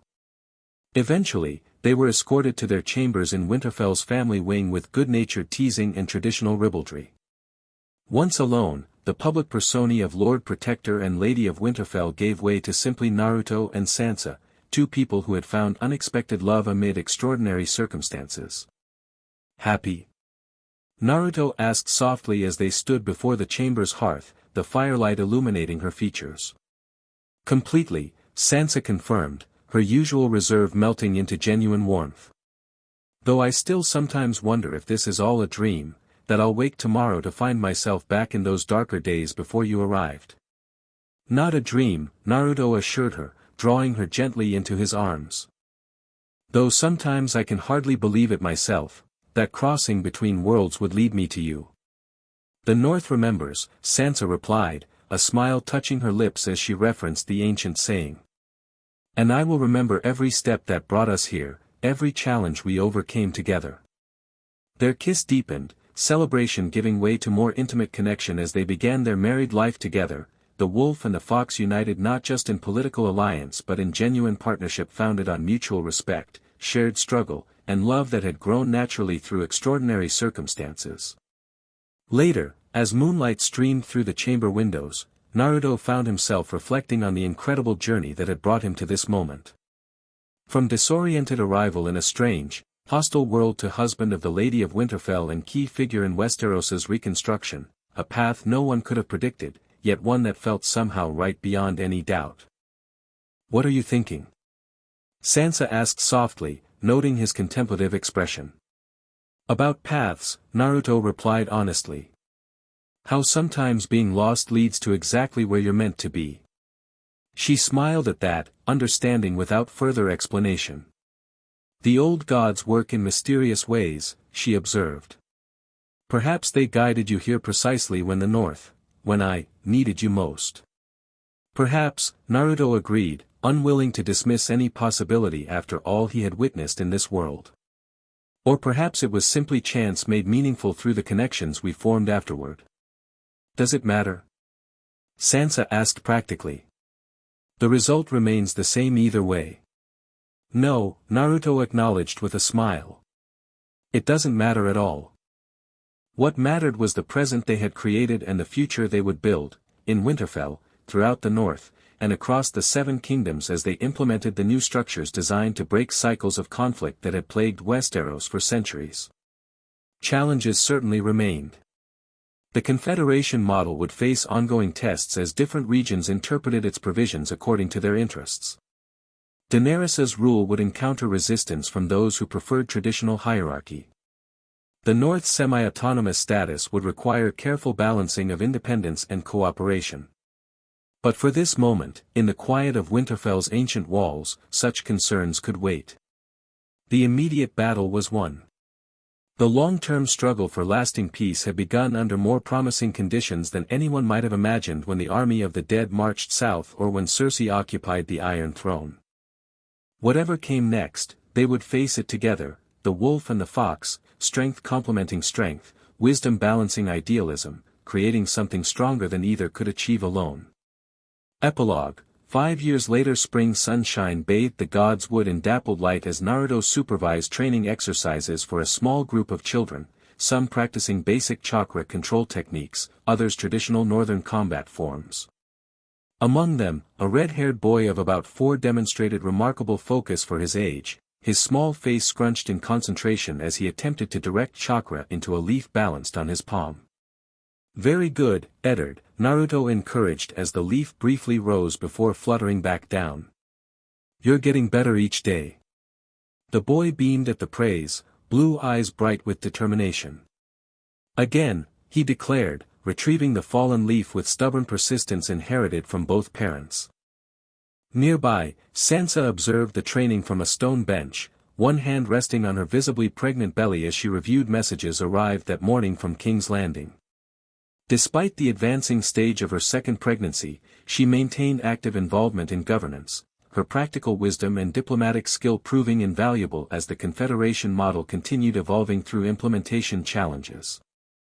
Lord Tyrion writes that the Guild's charter has been approved by all kingdom representatives, she informed Naruto as he joined her after setting the children to practice independently.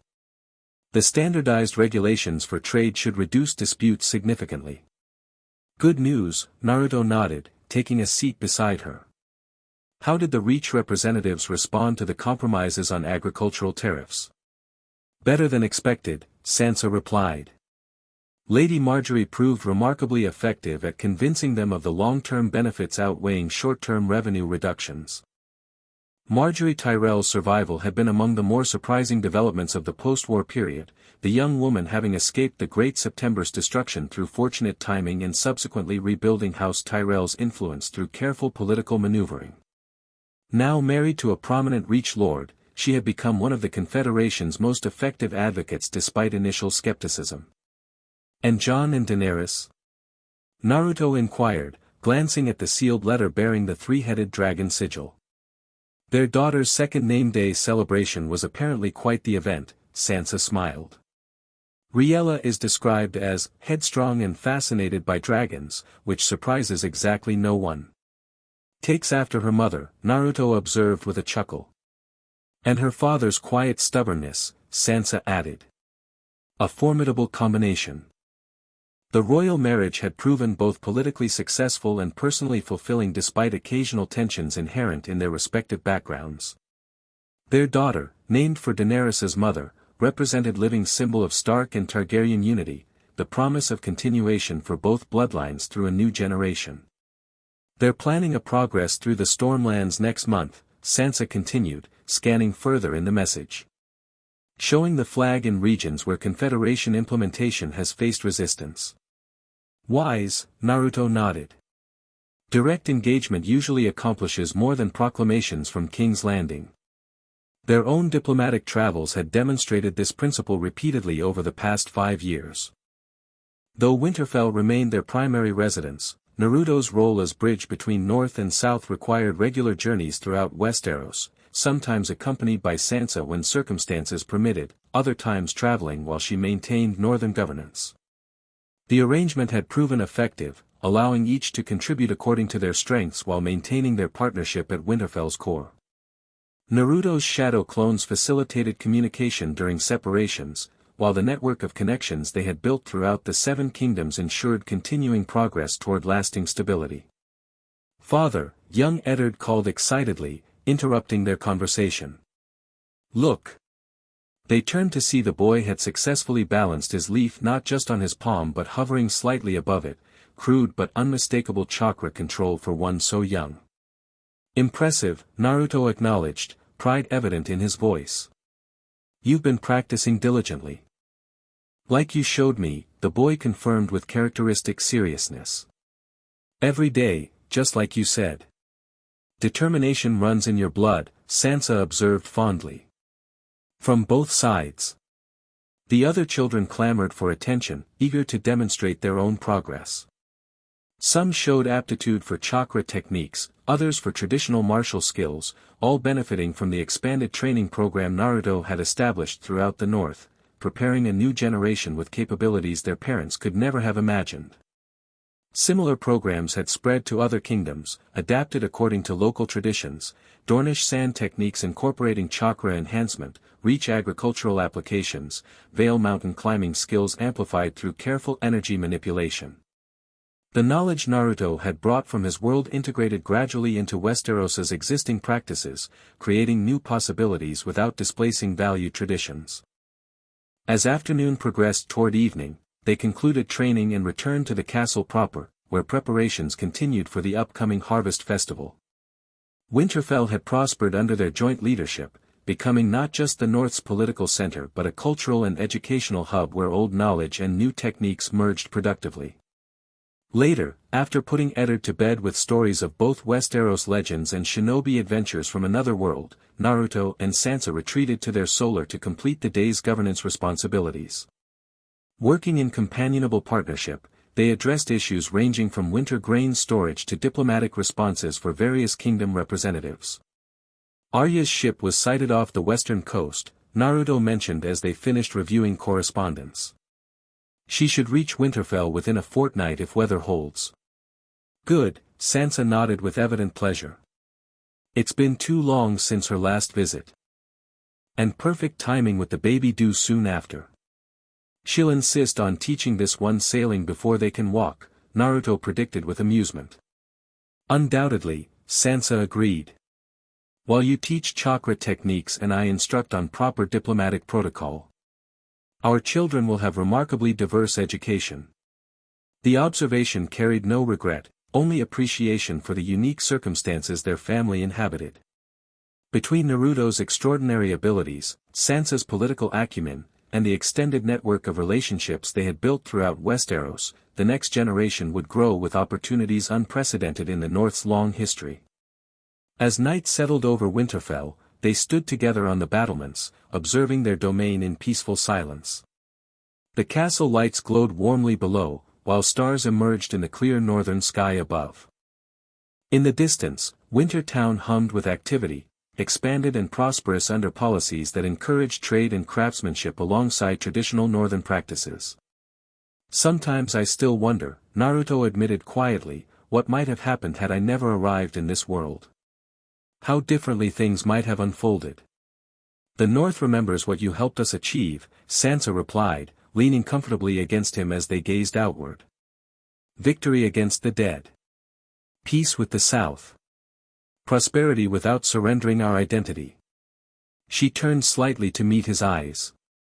But I remember something more important, the man who saw value in a world not his own, who chose to stay and build rather than simply passing through. The simple acknowledgement warmed him deeply. For all his extraordinary abilities, for all the political influence he had accumulated, Naruto treasured most this fundamental recognition, that his greatest contribution lay not in power or position but in the connections he had helped forge between people, traditions, and possibilities previously separated by walls both literal and metaphorical. I found more than purpose here, he replied softly. I found home. The wind carried hints of approaching autumn despite the lingering warmth, a reminder that seasons continued their cycle regardless of human arrangements. Winter would come again eventually, as it always did. But Winterfell stood prepared, its people united, its leadership stable, its future more secure than anyone might have imagined during those dark days when the dead marched south. Whatever challenges arose, political tensions within the Confederation, occasional resistance to evolving traditions, the inevitable complications of governing diverse populations, they would face them together, as they had faced all previous obstacles. The wolf and the fox, complementary strengths creating resilience neither could achieve alone. And perhaps, Naruto reflected as they returned to the warmth of their chambers, that was the most significant lesson his extraordinary journey had taught him, that true strength emerged not from individual power, however impressive, but from connections forged through mutual respect and common purpose. A lesson learned across two worlds, now embodied in the family and community they had built together at Winterfell. Northern persistence and shinobi determination combined to create something entirely new, yet rooted in the best of both traditions. The three-headed dragon had united, as prophecy foretold.